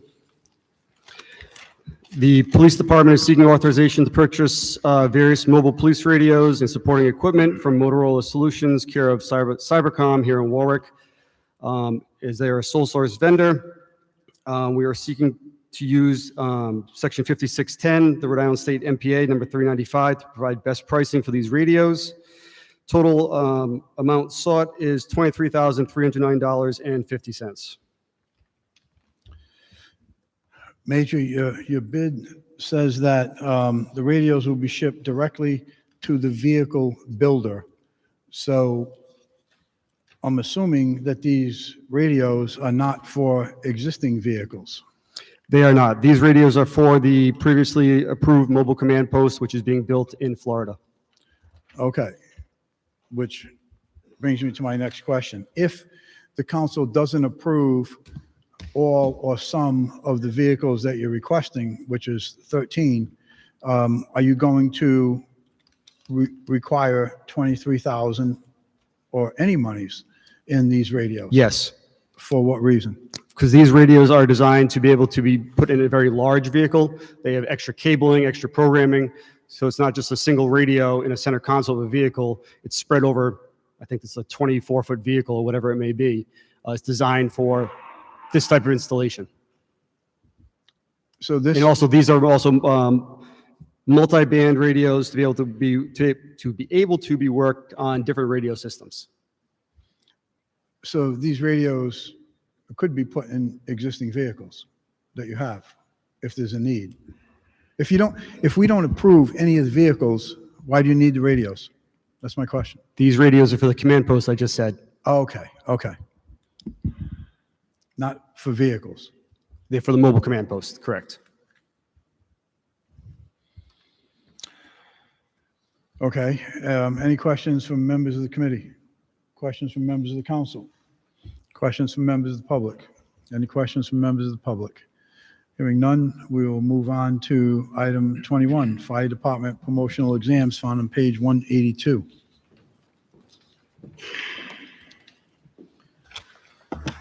Assistant Chief Umbenauer from the Fire Department. Fire Department's requesting a 612 alteration of contract for bid 2025-016, Fire Department promotional exams, to increase the spend authority to Fire Service Testing Company by an additional $20,000. This will increase the total award to a new total of $40,000 with no change in the effective dates of the bid. Chief, how many exams have been taken to date? I don't have the number of exams. I know we've spent over the last couple of fiscal years. How much was spent? We have $685 remaining, so 19,315. Did I do that math right? Okay.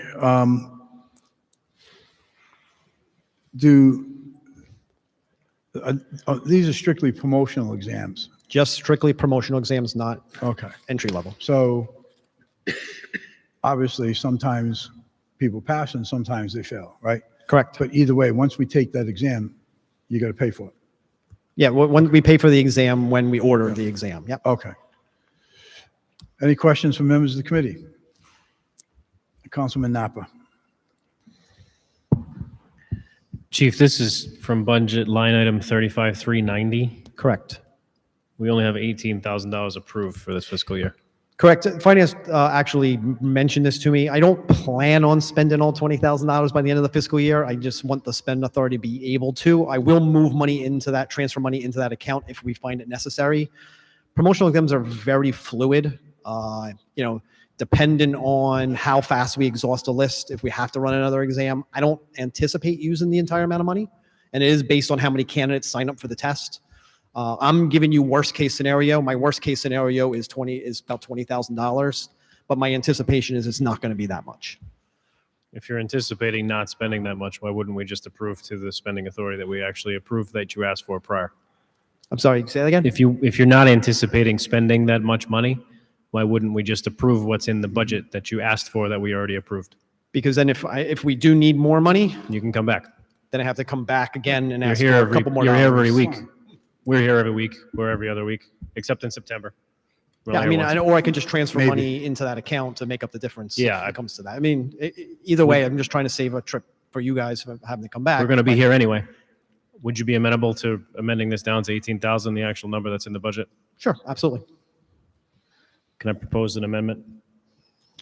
Okay, we'll do a PCR. That is 10525, Madam Clerk. Okay, and Councilman Napa, your proposed amendment is to reduce the spending authority from 20,000 to 18,000 on PCR 105-25. Is that correct? Correct. I will second that. Any further discussion? All in favor? Aye. Aye. Nay. Okay.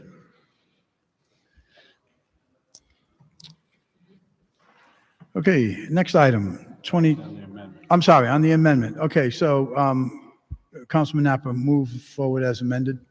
Motion to move forward favorable as amended. Second? All in favor? Aye. Aye. Okay, so everybody voted in the affirmative, moving PCR 10525 forward as amended. Okay. Yes. All right, item 22, found on page 188, Milwaukee cordless tools. Fire Department's requesting a 612 alteration of contract for 2024-218 Milwaukee cordless power tools and accessories to both increase the spend authority to Salks Ace Hardware and Marine of Warwick, an additional $20,000, and extend the period of the contract one additional year. If approved, this will increase the award to a new total of $60,000 and to extend the expiration date till November 7th, 2026. This comes from budget code 35235. And Chief, what did you spend in that item last year? Fiscal year 25, we spent $14,951.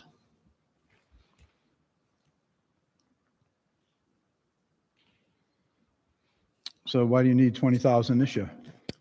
Fiscal year, this is a 2-year bid originally. This is, Okay. we're extending it for the third year. In fiscal year 24, we spent $20,207. So this 20,000 is going to be for 2 years? No, it's just one additional year for an additional 20,000 for one additional year. We Okay, spent but about $20,000. The previous year, you spent 14,904. We spent 20,207 in the first year, and we spent 14,951 in the second year. Last year. Last fiscal year, correct. That's what I asked.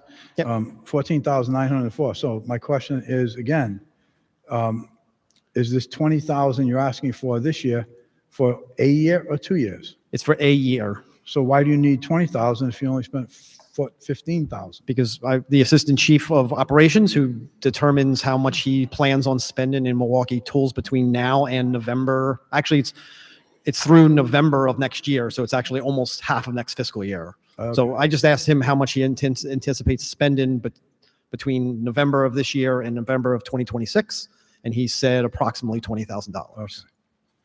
Any questions from members of the committee? Any questions from members of the council? Any questions from members of the public? Any questions from members of the public? Hearing none.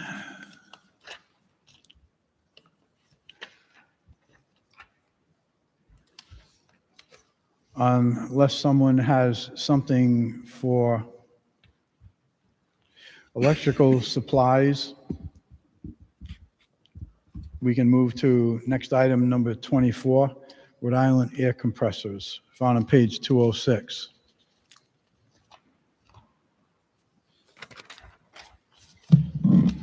No, I'm sorry, 206. I'm fine with that, unless someone has any questions on it. The state of Rhode Island air compressor, you're fine with that? Yes, 2022-404, I'm fine with that. 2026-206, repairs to H109. I got my answers on that earlier. Anyone have anything on that item? Nope. Okay. Committee? No? No. Okay. On 2026-047.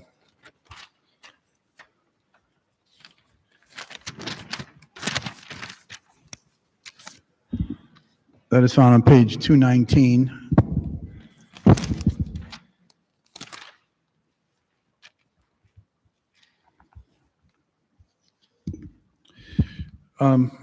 Yes, I have some questions on that. Christie? Yes. I have questions on 2026-047. Okay.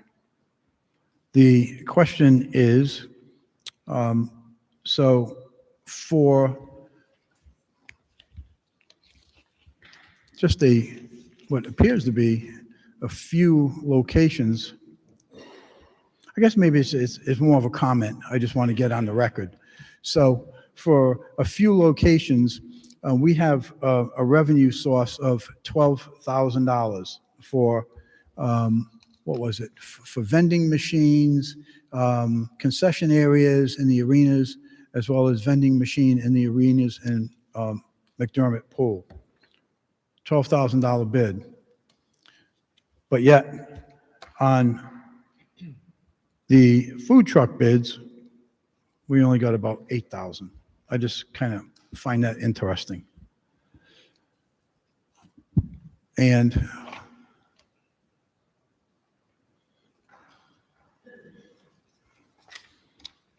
that's all. So this was something that you went out for bid for, and these folks, that's what they bid, was 12 grand, right?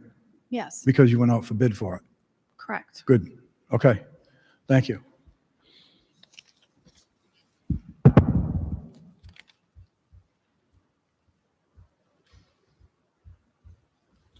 Item number 27.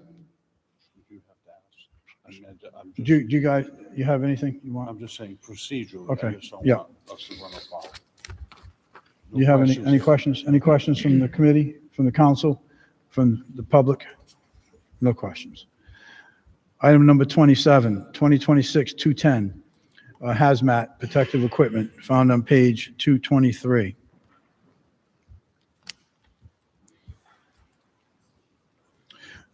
Chief, I'll save you some time. You have on here that it's 100% reimbursable. When that is reimbursed, where does that reimbursement show in the munis report, and under what budget code does that reimbursement show up? That would probably be a question for the finance department. Okay, so let's ask the finance department.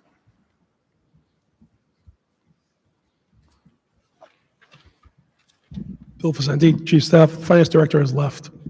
Excuse me? The Finance Director has left. The finance director has left.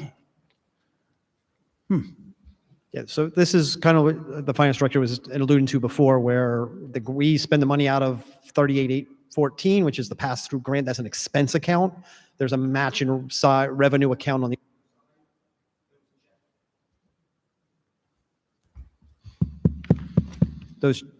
Those checks are transfers from the state of Rhode Island to the city, and they're slotted into an account specific for the revenue from. Okay, but because the finance director has left, we have no clue where the number goes, so we can't get an answer. Wonderful. Item number 28, found on page 226. Herbicidal or herbicide Quick Pro.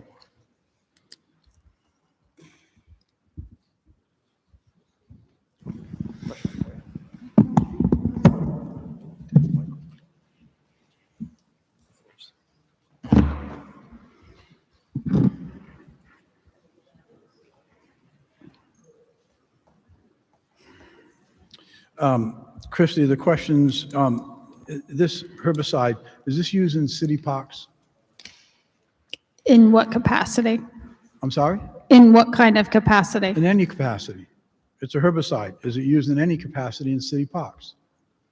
No. Kill It's weeds, kill primarily grass, used kill- to kill weeds along the sidewalks and things like that. But nothing in city parks? No. Okay. Is that herbicide, is it harmful to people's or animals or environment? I haven't read the hazmat on the label, so I have no idea. I would imagine any sort of herbicide is, not good if it's ingested. But I don't have that answer.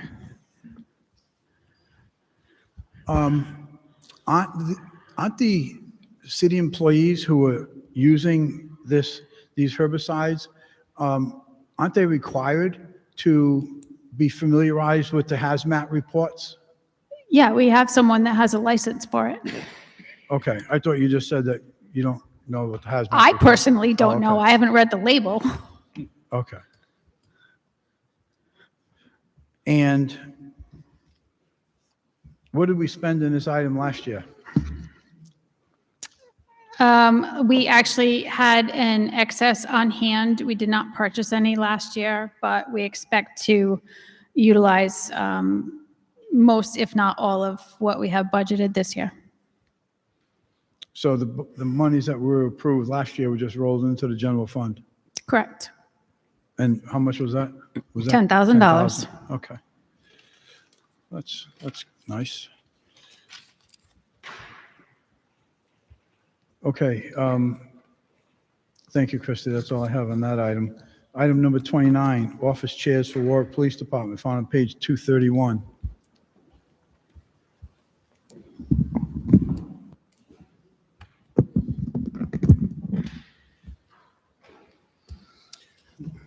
Robert Hart for the Police Department. The Police Department received 6 bids for office chairs. WB Mason, who has been our bidder in the past for office chairs, was selected. We're asking for spending authority not to exceed $10,000 from our budget code 30-201 office supplies. Major, I want to start off by commenting on the fact that I really appreciate what you have in this position paper where it says that you reached out to all of your staff, asked them, what do they want? What do they need? What serves their needs for the job that they have to do? And I think that is a very good thing.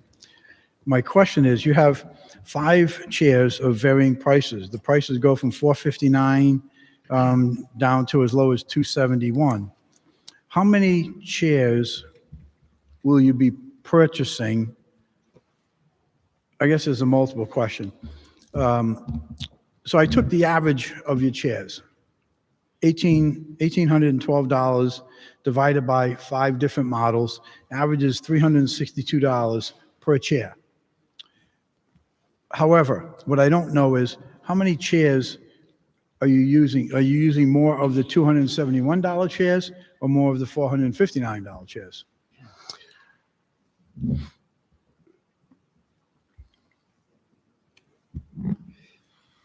Based off what we bought last year, it looks like these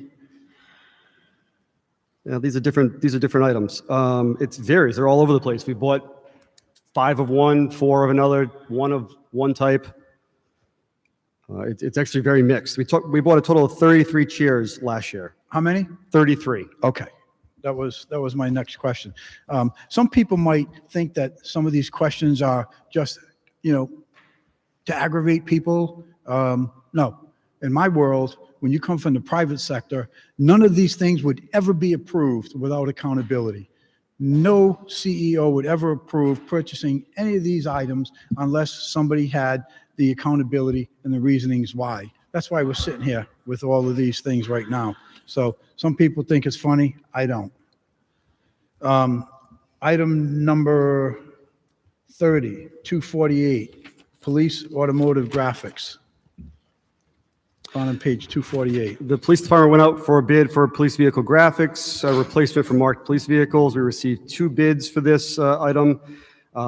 We are recommending that the bid be awarded to all marked signs and graphics as they are the lowest qualified bidder. If approved, funding would be drawn from police operating budget 30-330 auto vehicle maintenance for amount not to exceed $10,000. Purchases made on an as-needed basis. Major, is any of these police graphic replacements, are any of those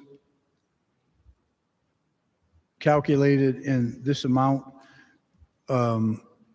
assuming that all the vehicles will be approved, the new vehicles? Are they for new vehicles, or is it for, as you said, if there's accidents and, things get It is damaged, not for new et cetera? vehicles. Is It this is for replacement stuff? replacement. Nothing for new vehicles? Nothing for new vehicles. Okay.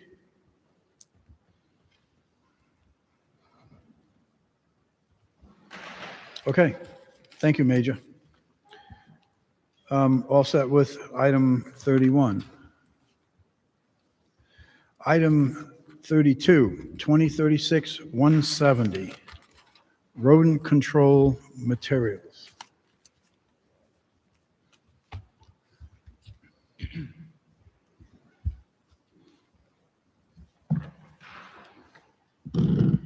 Christie, do we have a designated, lack of a better term, a designated technician that does this rodent control stuff?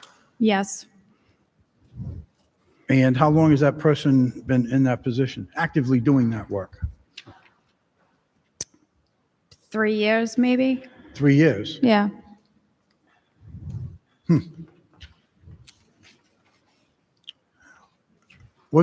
Didn't we just have a person moved out of that? I'm and sorry? was doing something else and moved back into that position? No, Oh, we didn't? no. Oh, interesting.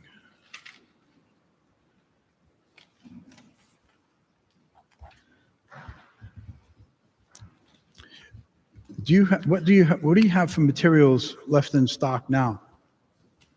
I just ordered some bait and boxes recently, so they should be in anytime. 50 boxes and 3 pails of bait. 50 bucks. Is that part of this 6,000 that you already ordered?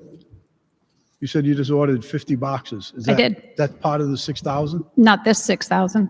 Oh, so that came out of another appropriation? It came out of the existing bid that it doesn't expire until December 4th. And there's still money left in that account? Yes. Okay. So how does the department decide who gets what and where for rodent control? And I'm asking this because I know that I'm not the only one that has recently had a lot of calls, actually, about rats, in the neighborhoods. And, most of the time my hallway monitors are pretty much spot on, but I guess perhaps in this case they might have been off a tad. But nonetheless, how does the department decide who is getting what treatment when? So our employee will go out, and if there's evidence of rats, then the homeowner has to sign a waiver, or sign a waiver first, I should say. Then he'll come out, he'll see if there's any evidence of rats or any activity. If there is, then he'll bait the property. And if there's not, then he won't do anything, because Sure. if you put rat bait out, you're going to draw them. So Right. you don't want to do that. So is this, my question is this request or service provided, is this on a first come, first served basis?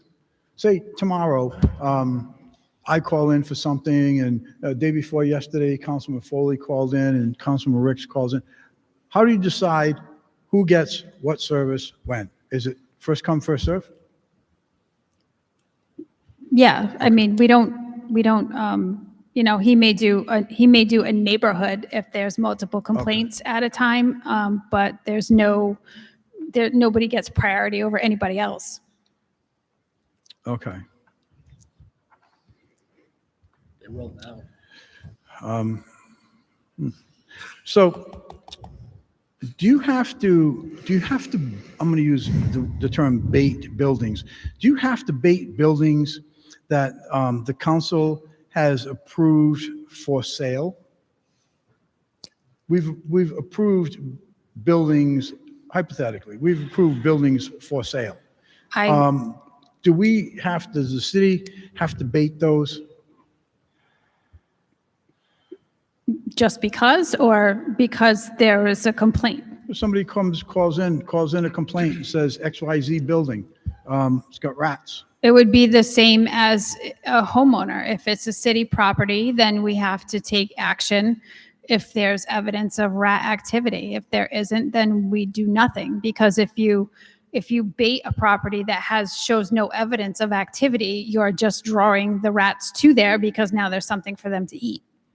But if a building has been approved for sale by the city council, would the city be responsible for taking It's on still a complaint? city building until the ownership is transferred. So yes, we would have to do something. Until it's transferred. Got it. Understand. This baiting, does it include, is Warwick Housing Authority part of this as well? Not to my knowledge. As far as I know, we haven't gotten any complaints from their properties. Okay. Yeah, I wasn't sure of that. To tell you the truth, that was an answer I didn't know. Okay, thank you. Item 2026-207, I'm all set with that. That's a confidential police item. Number 35-267. I'm all set with that too. Car wash supplies. I want to talk about car wash supplies.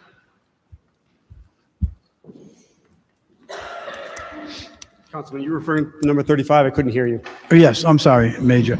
It's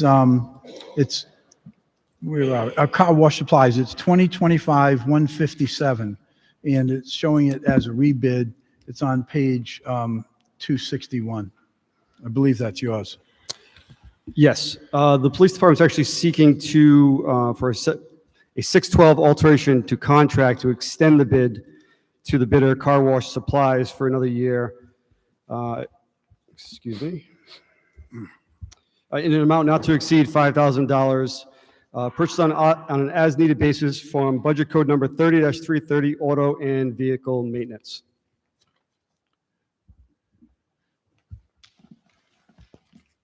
So Major, you're looking to increase it an additional 2,500 for this year for a total of 5,000? Or are you looking to increase it by 5,000? No, for a total of 5,000 because it Okay, was so last year, then this year. 2,500 right now. Correct. Got it. Okay. So I think you had testified just a little earlier today that you have about 50 police vehicles, but there are some other vehicles. Now, forget the speed sleds and anything else that, isn't on 4 wheels or 6 wheels or something like that. That is literally a vehicle that you would wash. How many of those vehicles do we have? From speaking with my fleet manager after the previous part of this, he estimates that we have, if you count everything, around 150 vehicles. 150 vehicles. Okay. He wasn't at work, obviously, when he gave me that number, so that's not exact. And are these vehicles like washed every week? These vehicles are washed almost daily. Daily. Has the department considered reaching out to a car wash facility, such as there's one right on Airport Road? I'm sorry, on Post Road. And I'm asking this because I'm looking at ways, how can we save some dollars? Now, this car wash, this 150 cars that you wash almost daily, you have to pay some staff to do that, right? The officers wash their own cars? They wash their own cars on duty? Okay. So, Can I give you some information? sure. I have a membership at one of the car washes, and there's a big sign that says any additions to the car, they are not responsible for damaging. So most police vehicles have additional add-ons that would preclude them from being able to be there. Councilman Foley, that is a very good point. I know. Seriously, no, seriously. I know. Because I was going to the cost of doing the car wash thing. Good point. Okay, Major, I got my answer on that. Thank you. Various radio batteries, I'm all set with that. Harbor Master Supplies, found on page 281.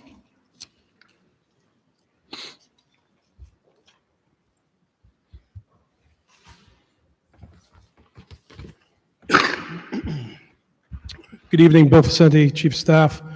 The Parks and Rec Director has been out, and the other staff member that was here tonight has left. So I'll answer any of your questions I can. So obviously you're wearing a lot of hats tonight, Chief. Wearing right? a lot of hats. Because the staff has left. They've left the building. Okay. That'll be. Not all of them. Yeah. Not all of them. Just the unlucky. Right. Just the unlucky. Good point. So we have request here for $2,500. I'm sorry, for an additional $1,500 for the harbor master for boat repairs and supplies. What drew my attention to this one is the purchase order date was July 11th for $2,500 for the year. We approved $2,500 for the year. Here we are, 2.5 months later, and we have exhausted almost, if not all, of the $2,500. But what troubles me is, again, there's no accounting in here, Chief. It says we got an invoice, $2,500. I mean, I would think that it would make sense to provide us with a list of the invoices to show how you got to $2,500 and what it was spent on. If we have to approve monies, taxpayer dollars to pay for this stuff, I think we should have those answers. If one of my constituents call me and, what are you, crazy? What did they spend $2,500 on? I want to be able to answer that question. I don't want to say, oh, I don't know. Let me go find out. I think that would certainly save us a lot of time in these meetings if we have that type of information. Okay.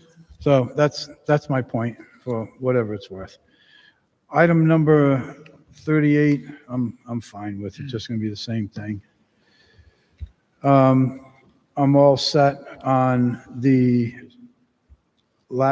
ice melt. I'm all set on state of Rhode Island diesel exhaust. I'm all set. Mickey Stevens. Yes, I do have some questions on this.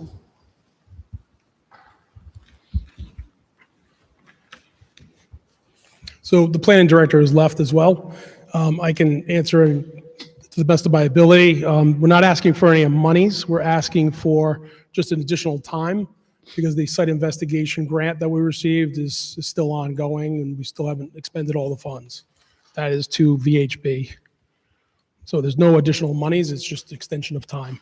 So Chief, why did it take 9 months for the department to come to us and say we need an extension?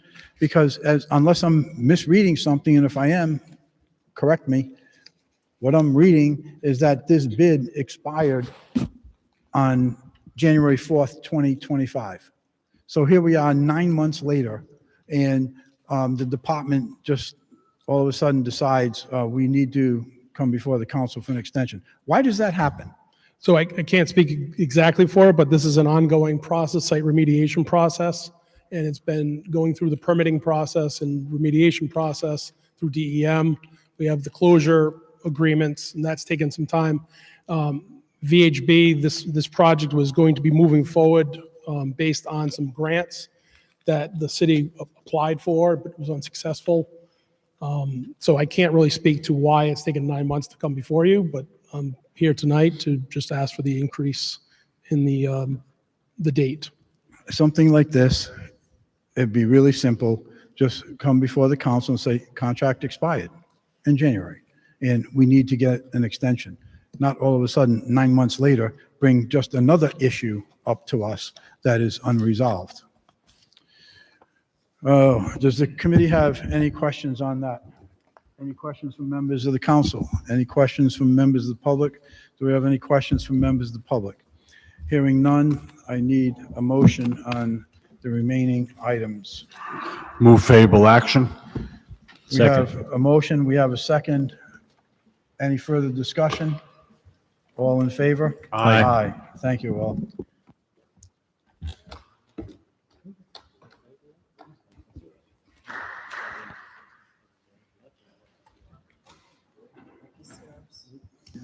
Next up would be the return of the Public Properties Committee.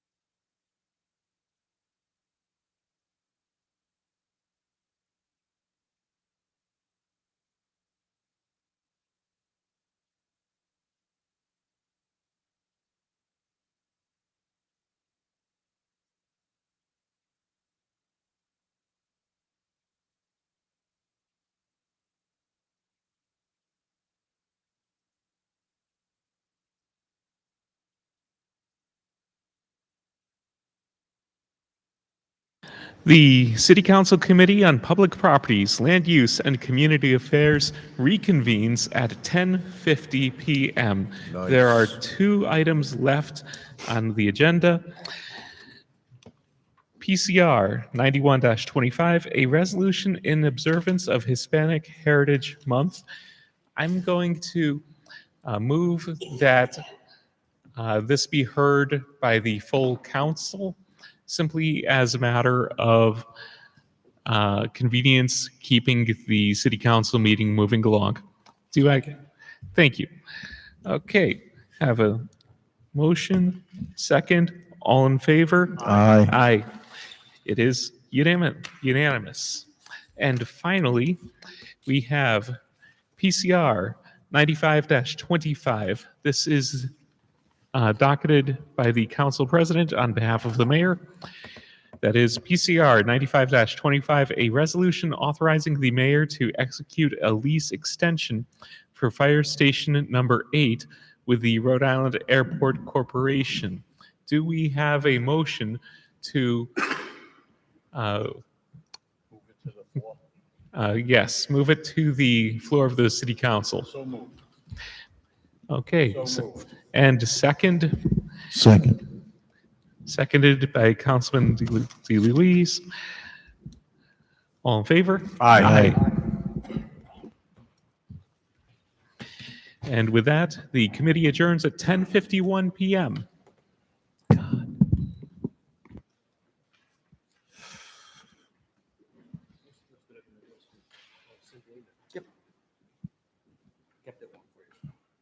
Thank you.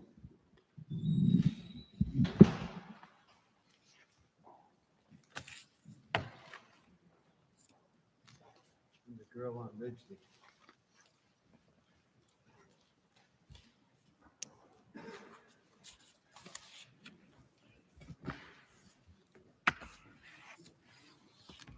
Spending an awful lot of money.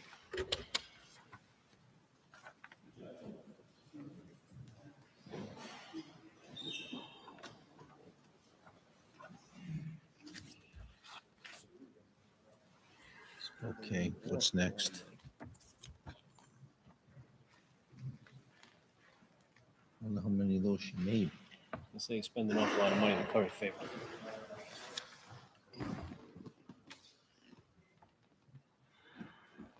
All right, let's keep this ball rolling.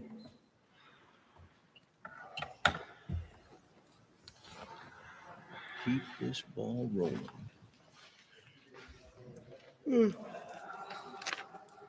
I need a nap.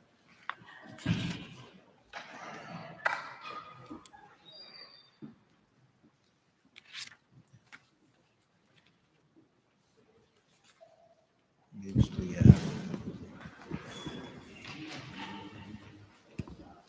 So we're back to the full council. First up, appointments requiring confirmation. First on the list was Board of Canvassers, Edward Hannon. Committee report, Intergovernmental, Councilman Gebhardt. Well, I gave my page to the clerk already. My understanding it's a request to hold till October 6th. Yes, on the first one. All right, any objections to holding this till October 6th? Seeing none, so held. The next one is Historic District Commission, Michael Logar. Again, yep, perfect. It was a request to hold till October 6th. Are there any objections to such? Seeing none, so held. Next is Kent County Water Authority, Jeffrey Giusti. Favorable action. Request for favorable, or recommendation was for favorable action. For action, Councilman Gebhardt. Move favorable action. Motion made for favorable action, seconded by Councilman Napa. Any further discussion? Seeing none, all in favor? Are we gonna do roll? You gonna make me do roll? Okay, he's gonna make me do roll. Clerk will please call the roll.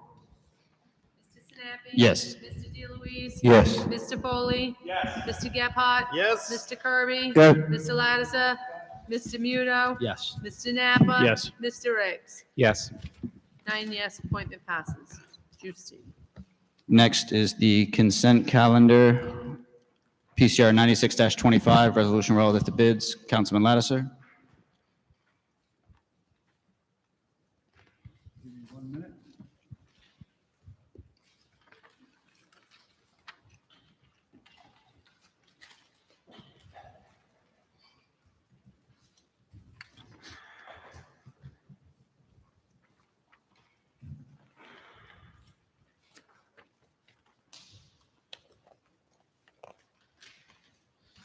This is the ridiculous part.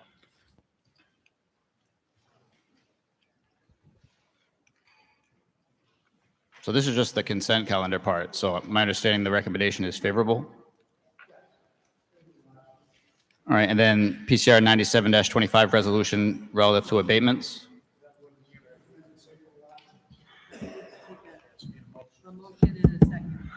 Move for favorable action on PCR 9725. Second. And we need that for 96-25 as well. And we also have a motion for favorable action on PCR 96-25. Second. And we need you to announce the items removed. Sure. There were there was 8 items removed from the consent calendar. Bid 2026-216 is now PCR 9825. 212. 2026-212. 212. Thank you. Mhm. Bid 2023-132 is now PCR 9925. Bid 2026-213 is now PCR 125. Bid 2026-183 is now PCR 10125. Bid 2026-208 is now PCR 10225. Bid 2026-182 is now PCR 10325. Bid 2027-197 is now PCR 10425. 2026. 2026. And bid 2025-016 is now PCR 10525. Correct. Any questions on the consent calendar, which has been moved and seconded? Seeing none, clerk will please call the roll on the consent calendar. Mr. Sinapi? Yes. Mr. DeLuise? Yes. Mr. Foley? Yes. Mr. Gephardt? Mr. Gephardt? Yeah. Mr. Kirby? Yes. Mr. Ladisa? Yes. Mr. Muno? Yes. Mr. Napa? Yes. Mr. Riggs? Yes. 9 yes, consent passes. So now each item removed one by one. So which one do we have first? Okay, first PCR item. 9825. First item is PCR 9825. That was moved to the floor for discussion. You want to begin discussion? Oh, need a motion. Need an action. Maybe go for a motion. Fire away. Okay. So the discussion on this, and I'll go through my discussion, which was the expenses of $525,000 to purchase 8 vehicles. We just purchased or approved 3 vehicles about 2 months ago, and I'm looking at where we are with our financial liabilities currently, what's coming in, et cetera, and to me, it doesn't make sense to be approving an additional 8 vehicles here, and my recommendation was to amend this to 4 vehicles as opposed to 8. And that's where I am. I would move to amend this bid to 8 vehicles. Second. We have a motion. We have a second. Discussion on the motion, which is an amendment from how many vehicles to how many? Down to 4 vehicles, and I'll give you the number in 1 second. And they're all the same kind of vehicle. From these 8, what they described, yes. I mean, the major is here if there's anything not accurate with that, but that was my understanding.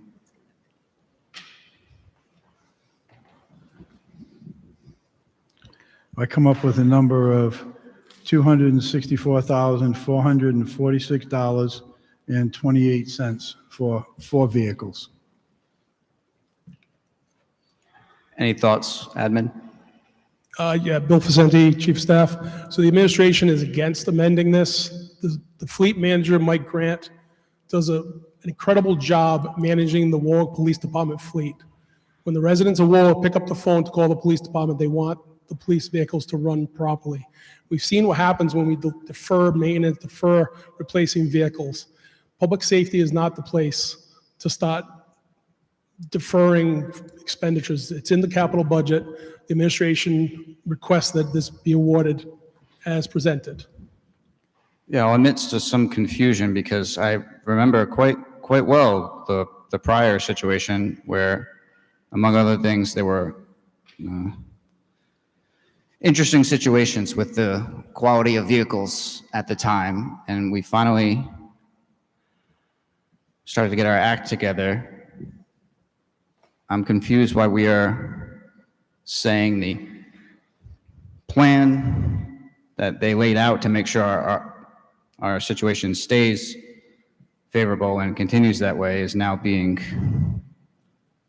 disagreed with, especially when it was part of the capital budget as well. I know, Councilman Lattiser, you don't need to restate that you didn't vote for that budget. I get it. But if the only basis besides that is, well, we just think they should have less, even though they should be the ones that have a clear understanding of what they have, what they had, and where they're going and what they need. I'm confused why we are pretending we know better. But maybe someone will say something that enlightens me. Councilman Napa? Thank you, Council President. So I'm not seeking to enlighten you in any way, just to reiterate my position on this. I think the time for due diligence on what we were approving relative to vehicle spend and fleet upgrades and fleet maintenance would have been at the time of the budget when we approved the capital budget. Checking the numbers, though the police department is running dangerously close to what we had approved for their capital budget expenditures for the year already. It's a conversation I've had with the major. They're within the parameters in which they laid out when we approved the budget. I think if this body wants to manage what we're doing for fleet maintenance, we're not expanding the fleet as far as what the major testified to. If we're looking to downsize what the police department is looking to do as far as vehicle replacement plan per year, year over year, I think that should be addressed at or around the budget time and within the capital budget when we have that opportunity on the floor. To undercut them after the fact, I think would go against what we had approved at the time. Now, I do think that perhaps seeing the situation we're in now, maybe that needs a little bit more due diligence, and we need to look a little closer at capital budget expenditures at the time of the budget next year, next cycle. I understand that colleagues that voted against the budget did not necessarily approve those items, and I completely respect their position. However, I will be voting in favor, given that we approved these expenditures, approved these fleet replacement plan that was presented. And I think it's a good position to be in where we have vehicles that are running appropriately and they're operating within the budget, which I think is the most important issue here. Bear in mind, for everyone, including myself, currently before us is an amendment to reduce the number of vehicles. So if you're supportive of the original request, you would actually be voting no on this proposed amendment. If you want the request reduced, you would be voting yes. Councilman Foley. Yes, seeing no other lights on by any of my colleagues, I call the question. All right, question's been called. Clerk will please call the roll. This is again on the amendment to reduce the number of vehicles proposed. Mr. Sinapi? No. Mr. DeLuise? Yes. Mr. Foley? No. Mr. Gephardt? No. Mr. Kirby? No. Mr. Lattiser? Yes. Mr. Muto? Yes. Mr. Napa? No. Mr. Ricks? Yes. 4-5, motion fails. Alrighty, is there anyone who has an alternative motion for this particular item? Pardon? Sorry. Sorry, amendment fails. Oh, got it. Councilman Foley. Move favorable action on the original request. Motion made for favorable action. Is there a second on the? Second.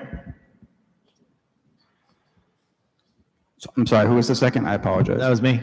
Got Gephardt, it. 9. All right, as a reminder, this needs 6 votes to pass due to the nature of the bid before us. So clerk will please call the roll.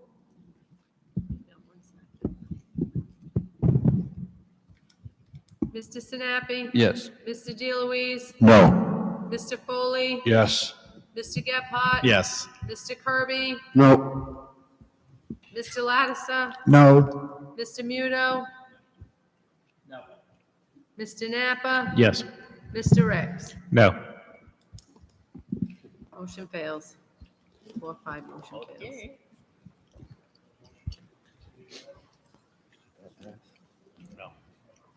All right, so just so I'm clear, that means unless there's an alternative line of reasoning here, that we are saying we know better when it comes to the capital plan, which we approved for the most part. Well, we approved as a body, not necessarily individually. No questions were asked about this before the council meeting, and so that we have decided to upend the plan by those who handle this on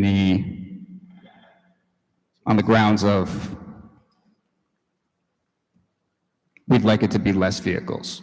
You do realize this is how you lose having a capital plan, just so we're clear, because administrations realize there's no point in having one when we're going to say, well, we don't like it because we don't like it.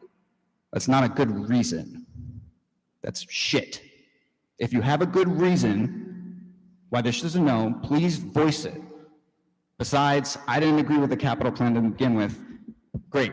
I know why that person votes that way. Let's hear from the other people that are a no, because we're not going to waste everybody's time and do this on every single bid where we're going to second guess all the people that should know more than us. It's a waste. We're not going to turn into an obstructionist council. I'm not going to have it. I lived through that for years, as did many of us. It was awful. We got nothing done.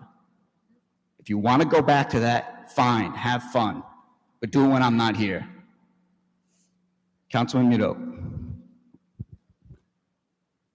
Thank you. I do want to make it clear, it's not that we're against capital plans and capital improvements.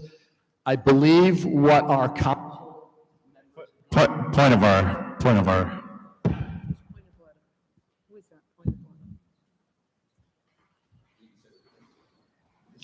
We've already voted on this. Right, so is there no further motions on this? You can also repeat a motion, whether it be against the bid Mr. or President. for it.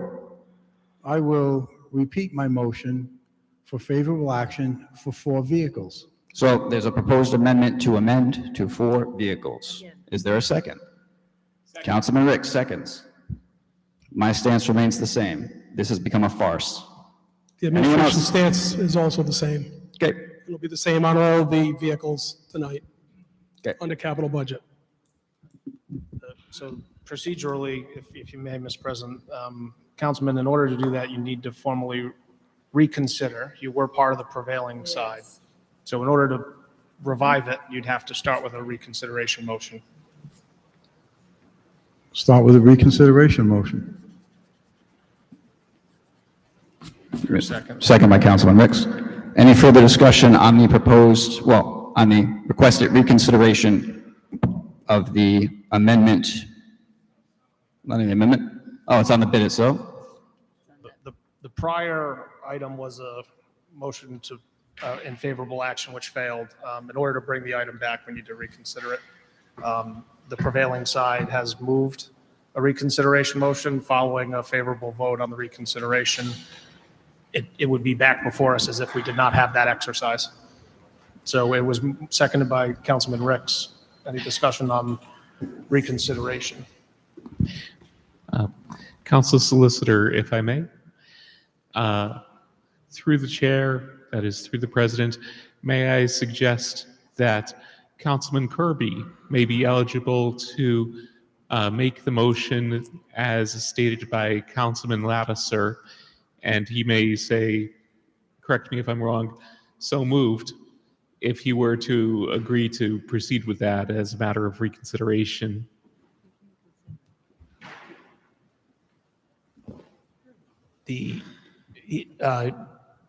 Both yourself and Councilman Kirby were part of the prevailing side. Councilman Lattiser moved the reconsideration. The prevailing side was those that defeated it. So we're in order to proceed if folks want to have the vote on reconsideration.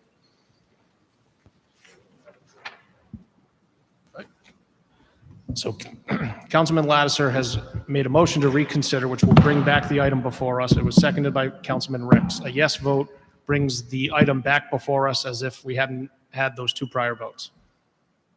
And then it's fair game for proceeding however the supermajority wishes. In this case, as it's a 56-6. But So I'm in favor of reconsidering so that we're back to square one. Clerk will please call the vote, given that no lights are on. Yes. Can I have a clarification? yes, What are we voting on right now? this would revive the council's ability to discuss and act on this matter. Reconsider the original? This is reconsidering in its original form. It could be amended thereafter. Yes. Mr. Foley? Yes. Mr. Gephardt? Yes. Mr. Kirby? Yes. Mr. Lattiser? Yes. Mr. Muno?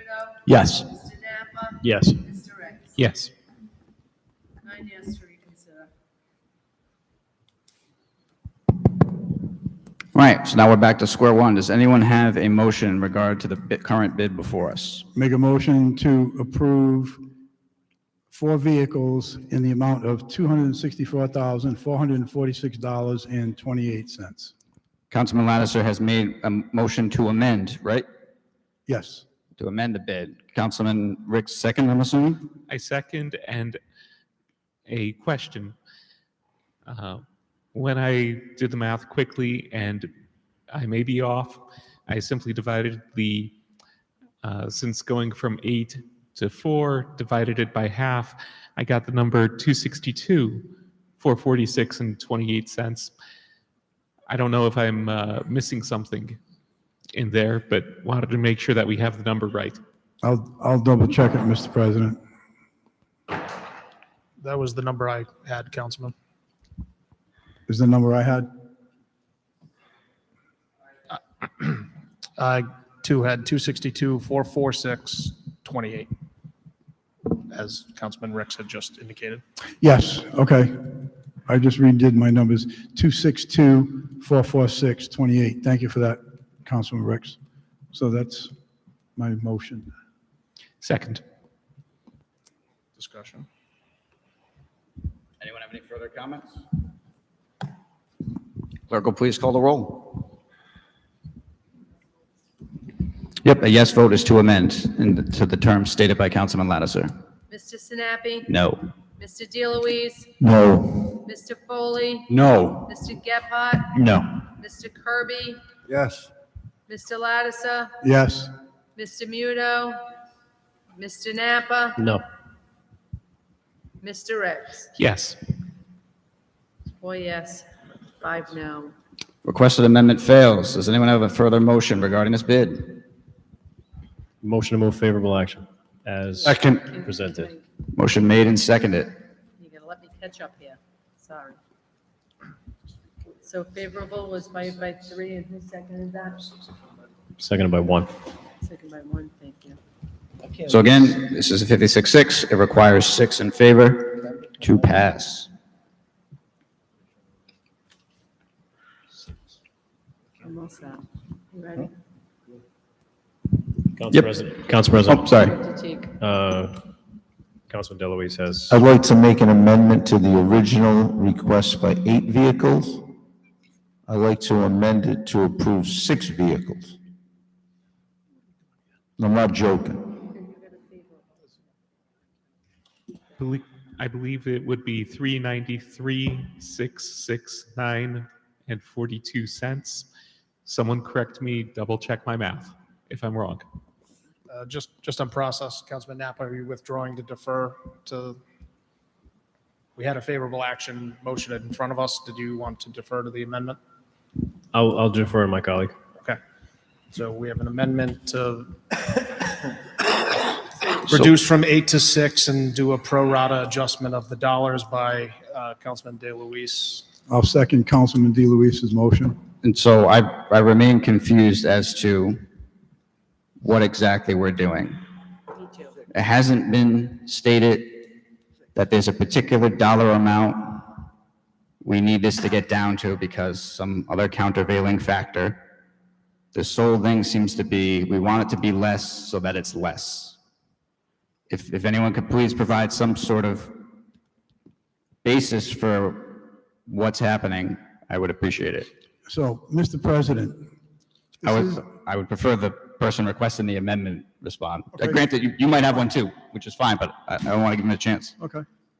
I'm just trying to make this amenable to all the parties that are involved. The city wants 8, the police department wants 8, which, I mean, I love the police department. The city is in trouble with finances. Councilman Lattiser wanted 4, they want 8. Meet in the middle at 6. I don't know. I'm not an attorney, but No, I'm just a common sense person. that basis at least makes sense from the perspective of what you're doing and why you're doing it. It's a proposed compromise to address the fact that we have two opposing views. I appreciate it. That's exactly what I'm trying to get at. Councilman Ricks. I would add that some of my hesitation about approving 8, along with other vehicles that have already been approved for the police department in the past and proposed in the future, being that I don't think that at least all of us on the city council are fully satisfied that there is quite that immediate need at this point in time. While it may be ideal to have more newer vehicles in rotation, is it possible that we can get by with a little bit less and not be compromising public safety? And of course, if it means that there could potentially be consequences if we as a city council are being shown that we are running into dangerous territory like we were years ago, then of course, I think that a majority of the city council would want to see the replacement of vehicles accelerated. But I don't think that we've really been shown enough to necessarily justify replacement of vehicles at this particular rate at this particular time. That's where I'm coming from. Chief? Again, Bill Vicente, Chief Staff. So just so you know, these vehicles are about $3,000 cheaper than the ones we just purchased the last time. So we're getting savings by buying these vehicles now. And I don't know what we're doing. The fleet manager, Mike Grant, for the police department is, you look in the back of the yard and there are skeletons of police cars because he takes every pot off of them to save the city taxpayers money every day. And we're nickel and diming the police department and the city administration after the council approved the capital budget. I'm not sure where we're going, but the administration has requested 8. We're saving money over the previous ones. That's what we're looking for because we're trying to manage our fleet. We want to make sure that the fleet is run properly, it's equipped, and the officers have the equipment they need to do their job. I heard stories from a friend of mine who's a Warwick police officer. He had to do a 5 or 6 point turn in the middle of Airport Road because his transmission was not working. I don't want to be part of a city that does that. It's foolish to nickel and dime on public safety and public works vehicles. I understand this is a lot of money. It was approved in the capital budget. 6 is not enough. We want the 8 because we have a plan. This is the administration's responsibility to manage the fleet, not the council's. Chief, can I ask a question? Chief? The maintenance gentleman you were speaking of, right? Do you think it might have been advantageous to have him here tonight?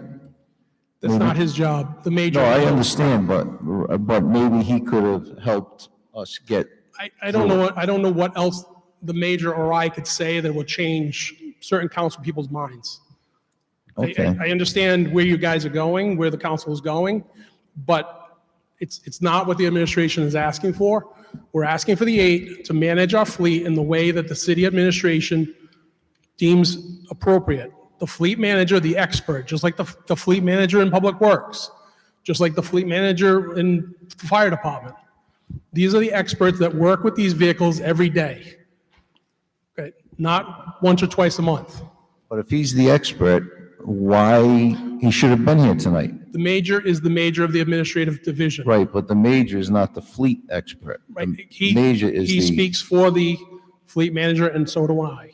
Okay, all right, I'm just I understand, I just want to get answers, that's all. Right, I understand, but I mean, I don't think he would have told you anything different than what the major and I have mentioned. So I have a question. What happens if this bid is held?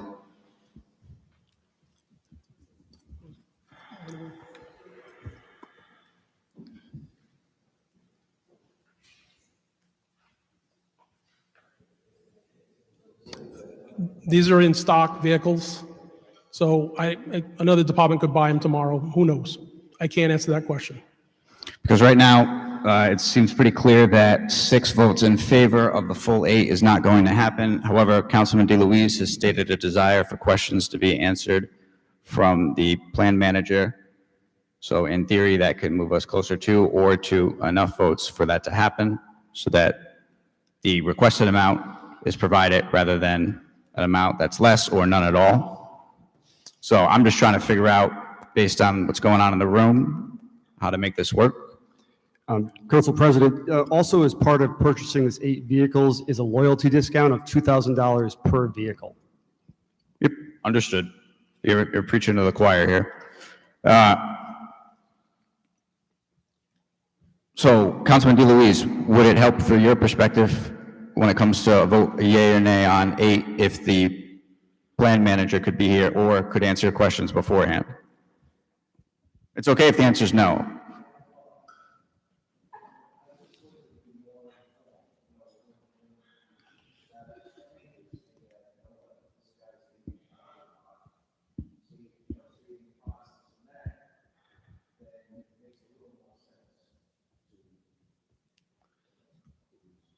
That's what we do every day.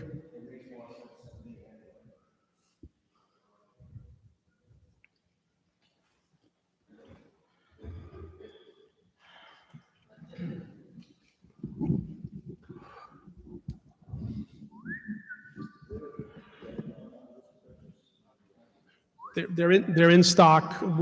We have first right of refusal right now. October 6th is the next meeting. I don't know if they'll be there.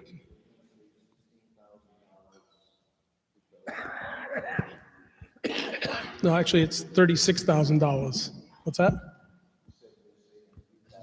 These vehicles are $3,000. I believe that's included in the $3,000. So we're saving $24,000 by buying 8 vehicles now. We don't have that $2,000 loyalty credit if we buy 6. So, I mean, we can pay more money. And then we'll be back here again exceeding the budget because we had to bid it out for more money. Okay, I've heard enough. Can I withdraw my amendment and let's see where the chips fall? Motion to move favorable action as presented. Seconded by Councilman Foley, Councilman Ricks, and, oh, sorry, not necessarily by Councilman Ricks, I'm sorry. Pardon me, I had a question. Was it a transmission issue that was causing the vehicle to be unable to perform a 3-point turn, having to go multiple times? Transmission and power steering, but it's irrelevant to this discussion. I'm just trying to make sense of this. I mean, I've had a lot of cars that have had a lot of issues. I'm looking up what that, well, questions of Transmission and maintenance. power steering. Sorry? Transmission and power steering. Power steering pump went. Transmission, again, this is really not relevant to this discussion. but- Relevance?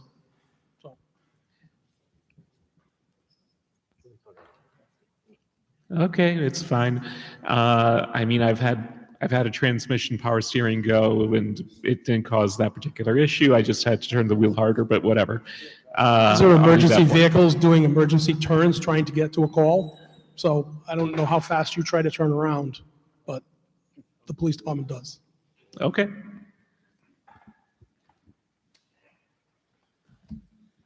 So bear in mind,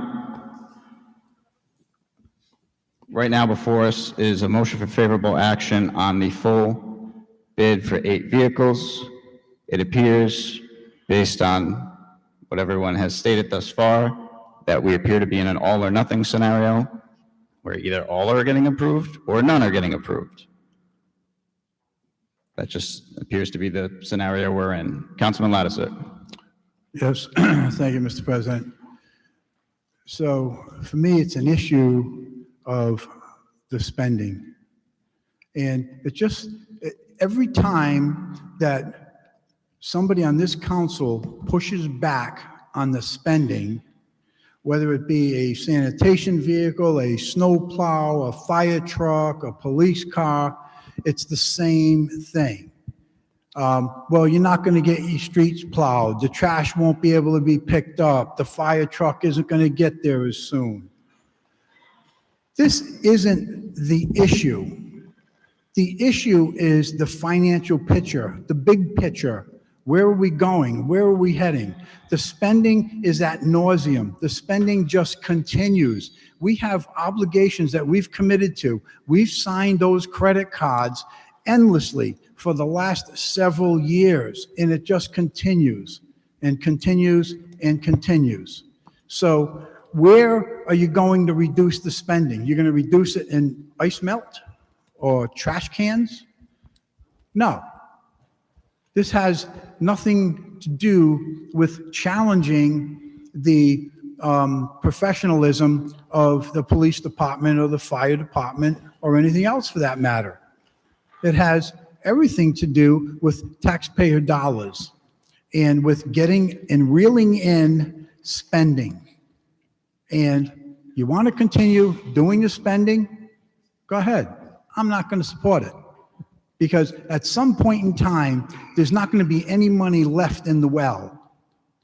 Now, you can take the attitude that, okay, that might not be for 10 years from now, and I probably won't be here. But I'm here right now. And you say, Chief, you say that this is the administration's responsibility. We have to have this. My responsibility is in the best interest of the taxpayers and the finances. That's my interest. Now, perhaps that doesn't seem to make sense to some people, that the city council, no, your job is just to pass legislation. I don't view my job as just passing legislation. I view my job as exercising fiscal responsibility on the pocketbook based upon my years of experience in business and my years of experience seeing what has been taking place on this council over the years and where we've gone from the spending in 2012 when I first got elected to where we are today. When are we going to stop the bleeding or at least get it under control to a responsible nature? You just heard an hour-and-a-half presentation tonight about what we're facing with the school department. So, get a load of that one and see who's going to be paying for that. At some point in time, these credit card bills come in. What I'm simply saying is you don't have to have everything that you want when you want it. There are concessions that need to be made for the benefit of the taxpayers. Go tell that person that's living on Social Security or fixed income that we're going to go ahead and spend X dollars and cents on all these items because we have to and because we want to. What about these people?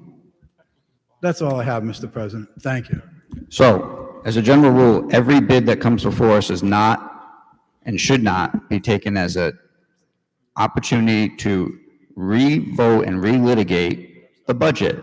The budget was approved as presented. If you have an issue with an item in the bid package, ask the question, preferably beforehand, because as you've all noticed the time, we're coming up on one of our required points where we're going to have to seek suspension of the rules so we can actually continue with the meeting, which is frustrating. But regardless, there's procedures in place to prevent the situation from arising. And at least we started to see how that could look. A council person had an issue with the bid. They asked questions. They got answers that seemed to have resolved it for them. That's it. It's a very straightforward process. If the issue is, I don't like that we spend money based on the budget that we approved, so I'm going to say no to it, fine. That's your prerogative. Let's just call it what it is. It's that. So, we have before us a request for 8 vehicles. It has to be approved by a vote of 6. It's been moved and seconded.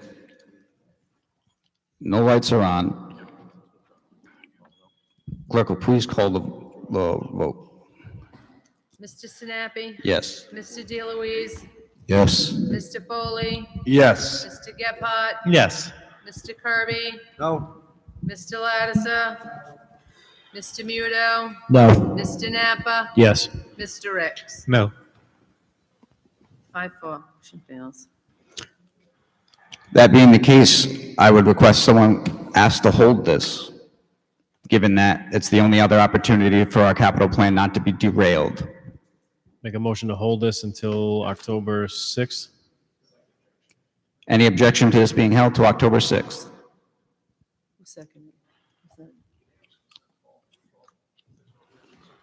So no objection, so ordered.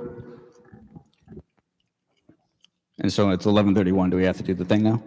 Yep, hang on. Pursuant to Rule 21, we have meeting curfews. No new resolution or ordinance shall be introduced for discussion after 11:30 PM. And Part B of that rule is City Council shall adjourn no later than midnight. Any business before the council not completed by midnight will be tabled to the next available meeting. Waiver of these rules require unanimous consent. So the question presented is there any objection to waiving Rule 21 to proceed with business? So to be clear, if there is an objection, we won't go any further and we'll resume this business at a subsequent meeting.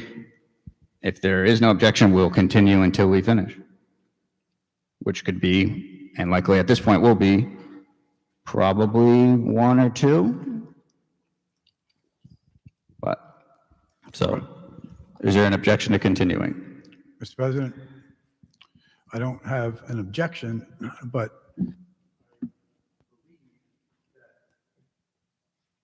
So we can't discuss I the merits of believe other there is items. a rule that after midnight, we cannot discuss anything new. I read both items. No new items after staying here 11:30 till is 2 in the morning. part 1 of the rule. Adjourning at midnight is part B of the rule. The So council regardless, president, we the have to council adjourn president at is midnight. asking in one instance, is Rule 21 waived so that we can proceed with business by both of those deadlines? If there's an objection, the meeting's over, subject to the call of whatever the president or the council would reconvene, or the next meeting date, which is October 6th. If there's no objection, we continue. So is there an objection to continuing further? Can I get a clarification? Absolutely. Okay, so right now, it's like 11:35. So we can continue until midnight, correct? If you waive Part A of Rule 21, we can proceed on further business up to the midnight deadline. Okay, so why don't we continue up until the midnight hour and then that's it? Whatever we don't finish, we don't finish. Take up at the next meeting. It takes one person to stop any additional items, so it's subject to the will of whatever the minority would like. Why can't we go till midnight and see what we get done? So step 1 would be a motion to waive Rule 21, Part A, the 11:30 rule. Is there any objection to that? All right, if not, then so waived. It seems pertinent to ask the administration if any of those remaining bids are time sensitive, because those are the ones to hit.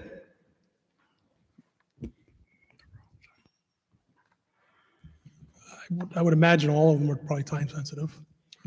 But, I mean, that's your prerogative. Because my next suggestion would be if a multiple are, we might be better off just calling it and just doing a special meeting, because otherwise we're going to be throwing a bunch of stuff to the wolves. I mean, I can't honestly speak to which ones are critical. I know the vehicles are in stock, ready for delivery. So those are we'll probably be paying more for those if we hold it. So, I mean, it's your prerogative. Councilman Muto? Okay, objection is so made. So that concludes the meeting at 11:35 PM. Well, docket session, Ward 1.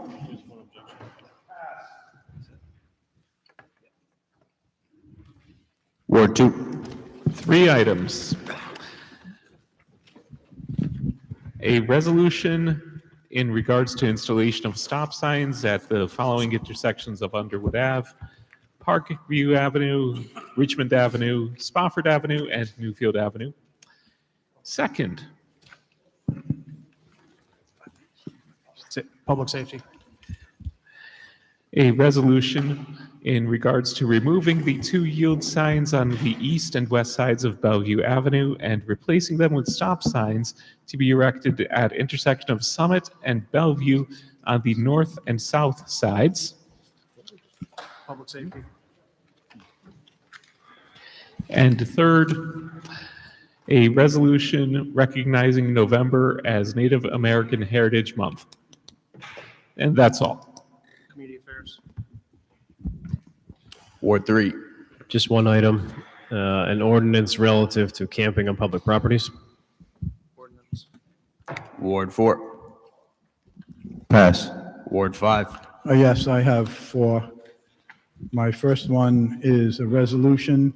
It's a resolution in regards to installing a stop sign at the intersection of Grand Avenue and Leroy. I do have a favorable traffic study attached. Public safety. Did you say you had more than one or just one? I'm sorry? No, four. Okay. Oh, all right, that's cool. My next one is an ordinance, and the tentative title is notify the council 60 days before bid expires. Ordinance. Ordinance. My next is an ordinance, notify the council 30 days of any bid items when we have one meeting per month. Sorry, say that again. Notify the council 30 days ahead of any bid items when we only have one meeting per month. Do you want to just add that to the rules one? Because I think that's coming to us next meeting. I'm sorry? Do you want to just add that to the rules amendment? Because that's coming to us next meeting. That's where you'd want that. That's fine. All right. We can do that. So you're withdrawing that one? I'll withdraw that one. So withdrawing with the knowledge that it'll be at the next one regardless. We want to make sure that gets in. Okay, I will need to see a copy of that, Mr. President. Me too. Okay. My next one is an ordinance, and the tentative title is City Council Budget Commission for Fiscal Oversight.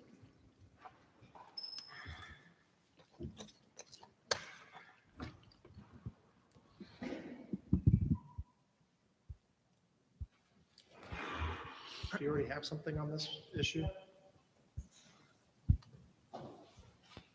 You have budget, you have I withdrew mine, so it's a new one. you have a resolution on budget forecasting oversight? You're looking to, I have a resolution. Yeah, so now I'm docketing an ordinance. Seeing as I'm realizing that resolutions don't seem to matter and do what you want to do, then please repeat the I'll title. come out of an ordinance. Regarding, City Council Budget Commission for Fiscal Oversight.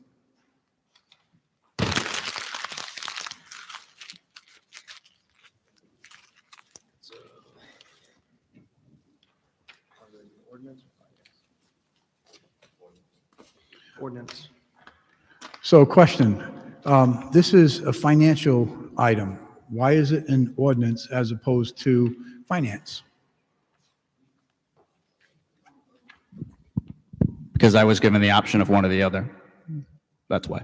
Okay, so I'm asking the question, Mr. President, why is it going to that instead of finance, where it's a Point of order. a We financial don't have all, matter? Point of order.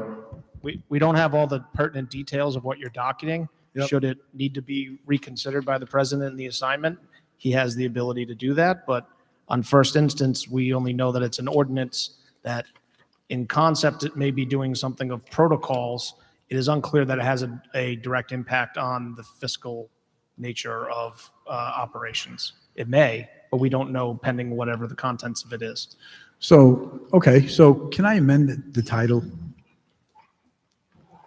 And amend the title to City Council Budget Commission for Fiscal Oversight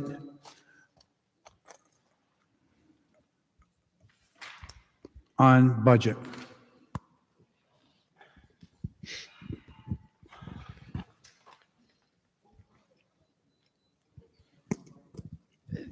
Unless it involves the expenditure of city funds, it would still be an ordinance.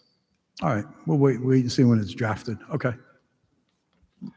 That's all I have. Ward 6. I have two items. One being an ordinance requiring revenue to be approved by the city council.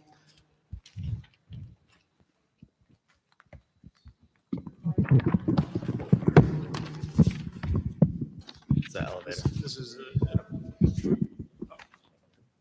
This is a procurement policy relative to having the authority to approve revenue matters. Yes. Finance. Please repeat the title, Councilman. An ordinance requiring revenue items to be approved by city council. I know it's been a hot item over the past 6 months. Mr. President, I'd like to sign on as a co-sponsor, please, assuming that's okay with the sponsor. If I may join. I'd like to also Noted. co-sponsor. Further items? Yeah, one more.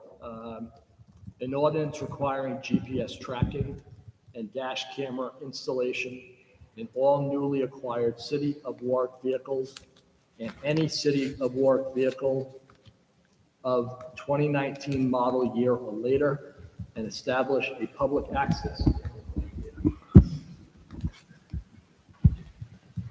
I'd like to co-sponsor as well.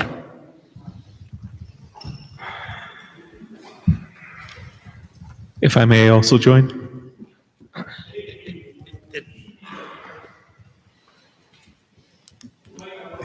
Yeah, the mic's off. No, mine. It sounds like it is an item that would require expenditure of city funds in subsequent matters, so I would put that in finance. So, Bill, an ordinance requiring GP. Unless it's something we already have, we'd be required to purchase something, which would have a direct impact. Thus, I would recommend referring it to the finance committee. Yeah, he wanted the title. Oh, sorry. He didn't hear the title. Come here.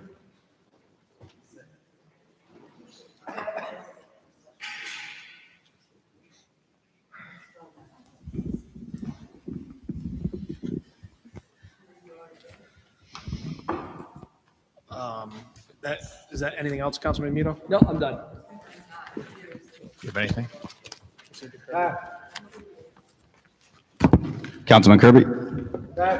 Pass. Councilman Gebhardt? I have two. One, a resolution in regards to installation of 2 stop signs on major part of road. Public safety? And second, a resolution to the Rhode Island Department of Transportation to install sidewalks on Ives Road. Public safety, or actually Intergov, excuse me. You have a few, I believe. I have 3.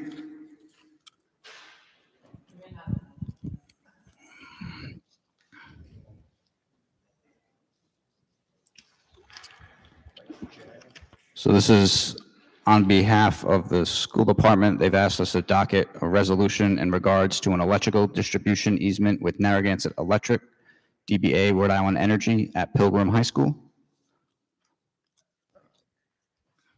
Public properties, Next is a resolution in regards to J claim. public safety, And next is a resolution in regards to Gray claim. public safety.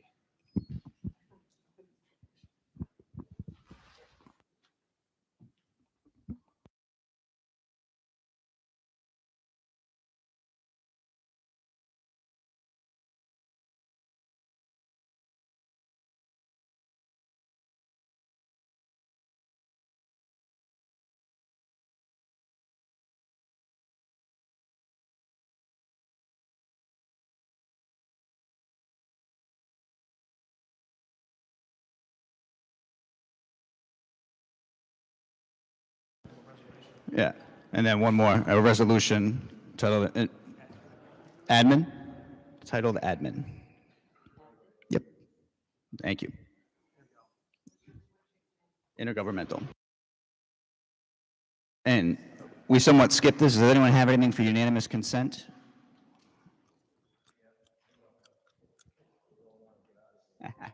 Oh, we don't even have to do that? All right. So we're concluded at 11:45 PM.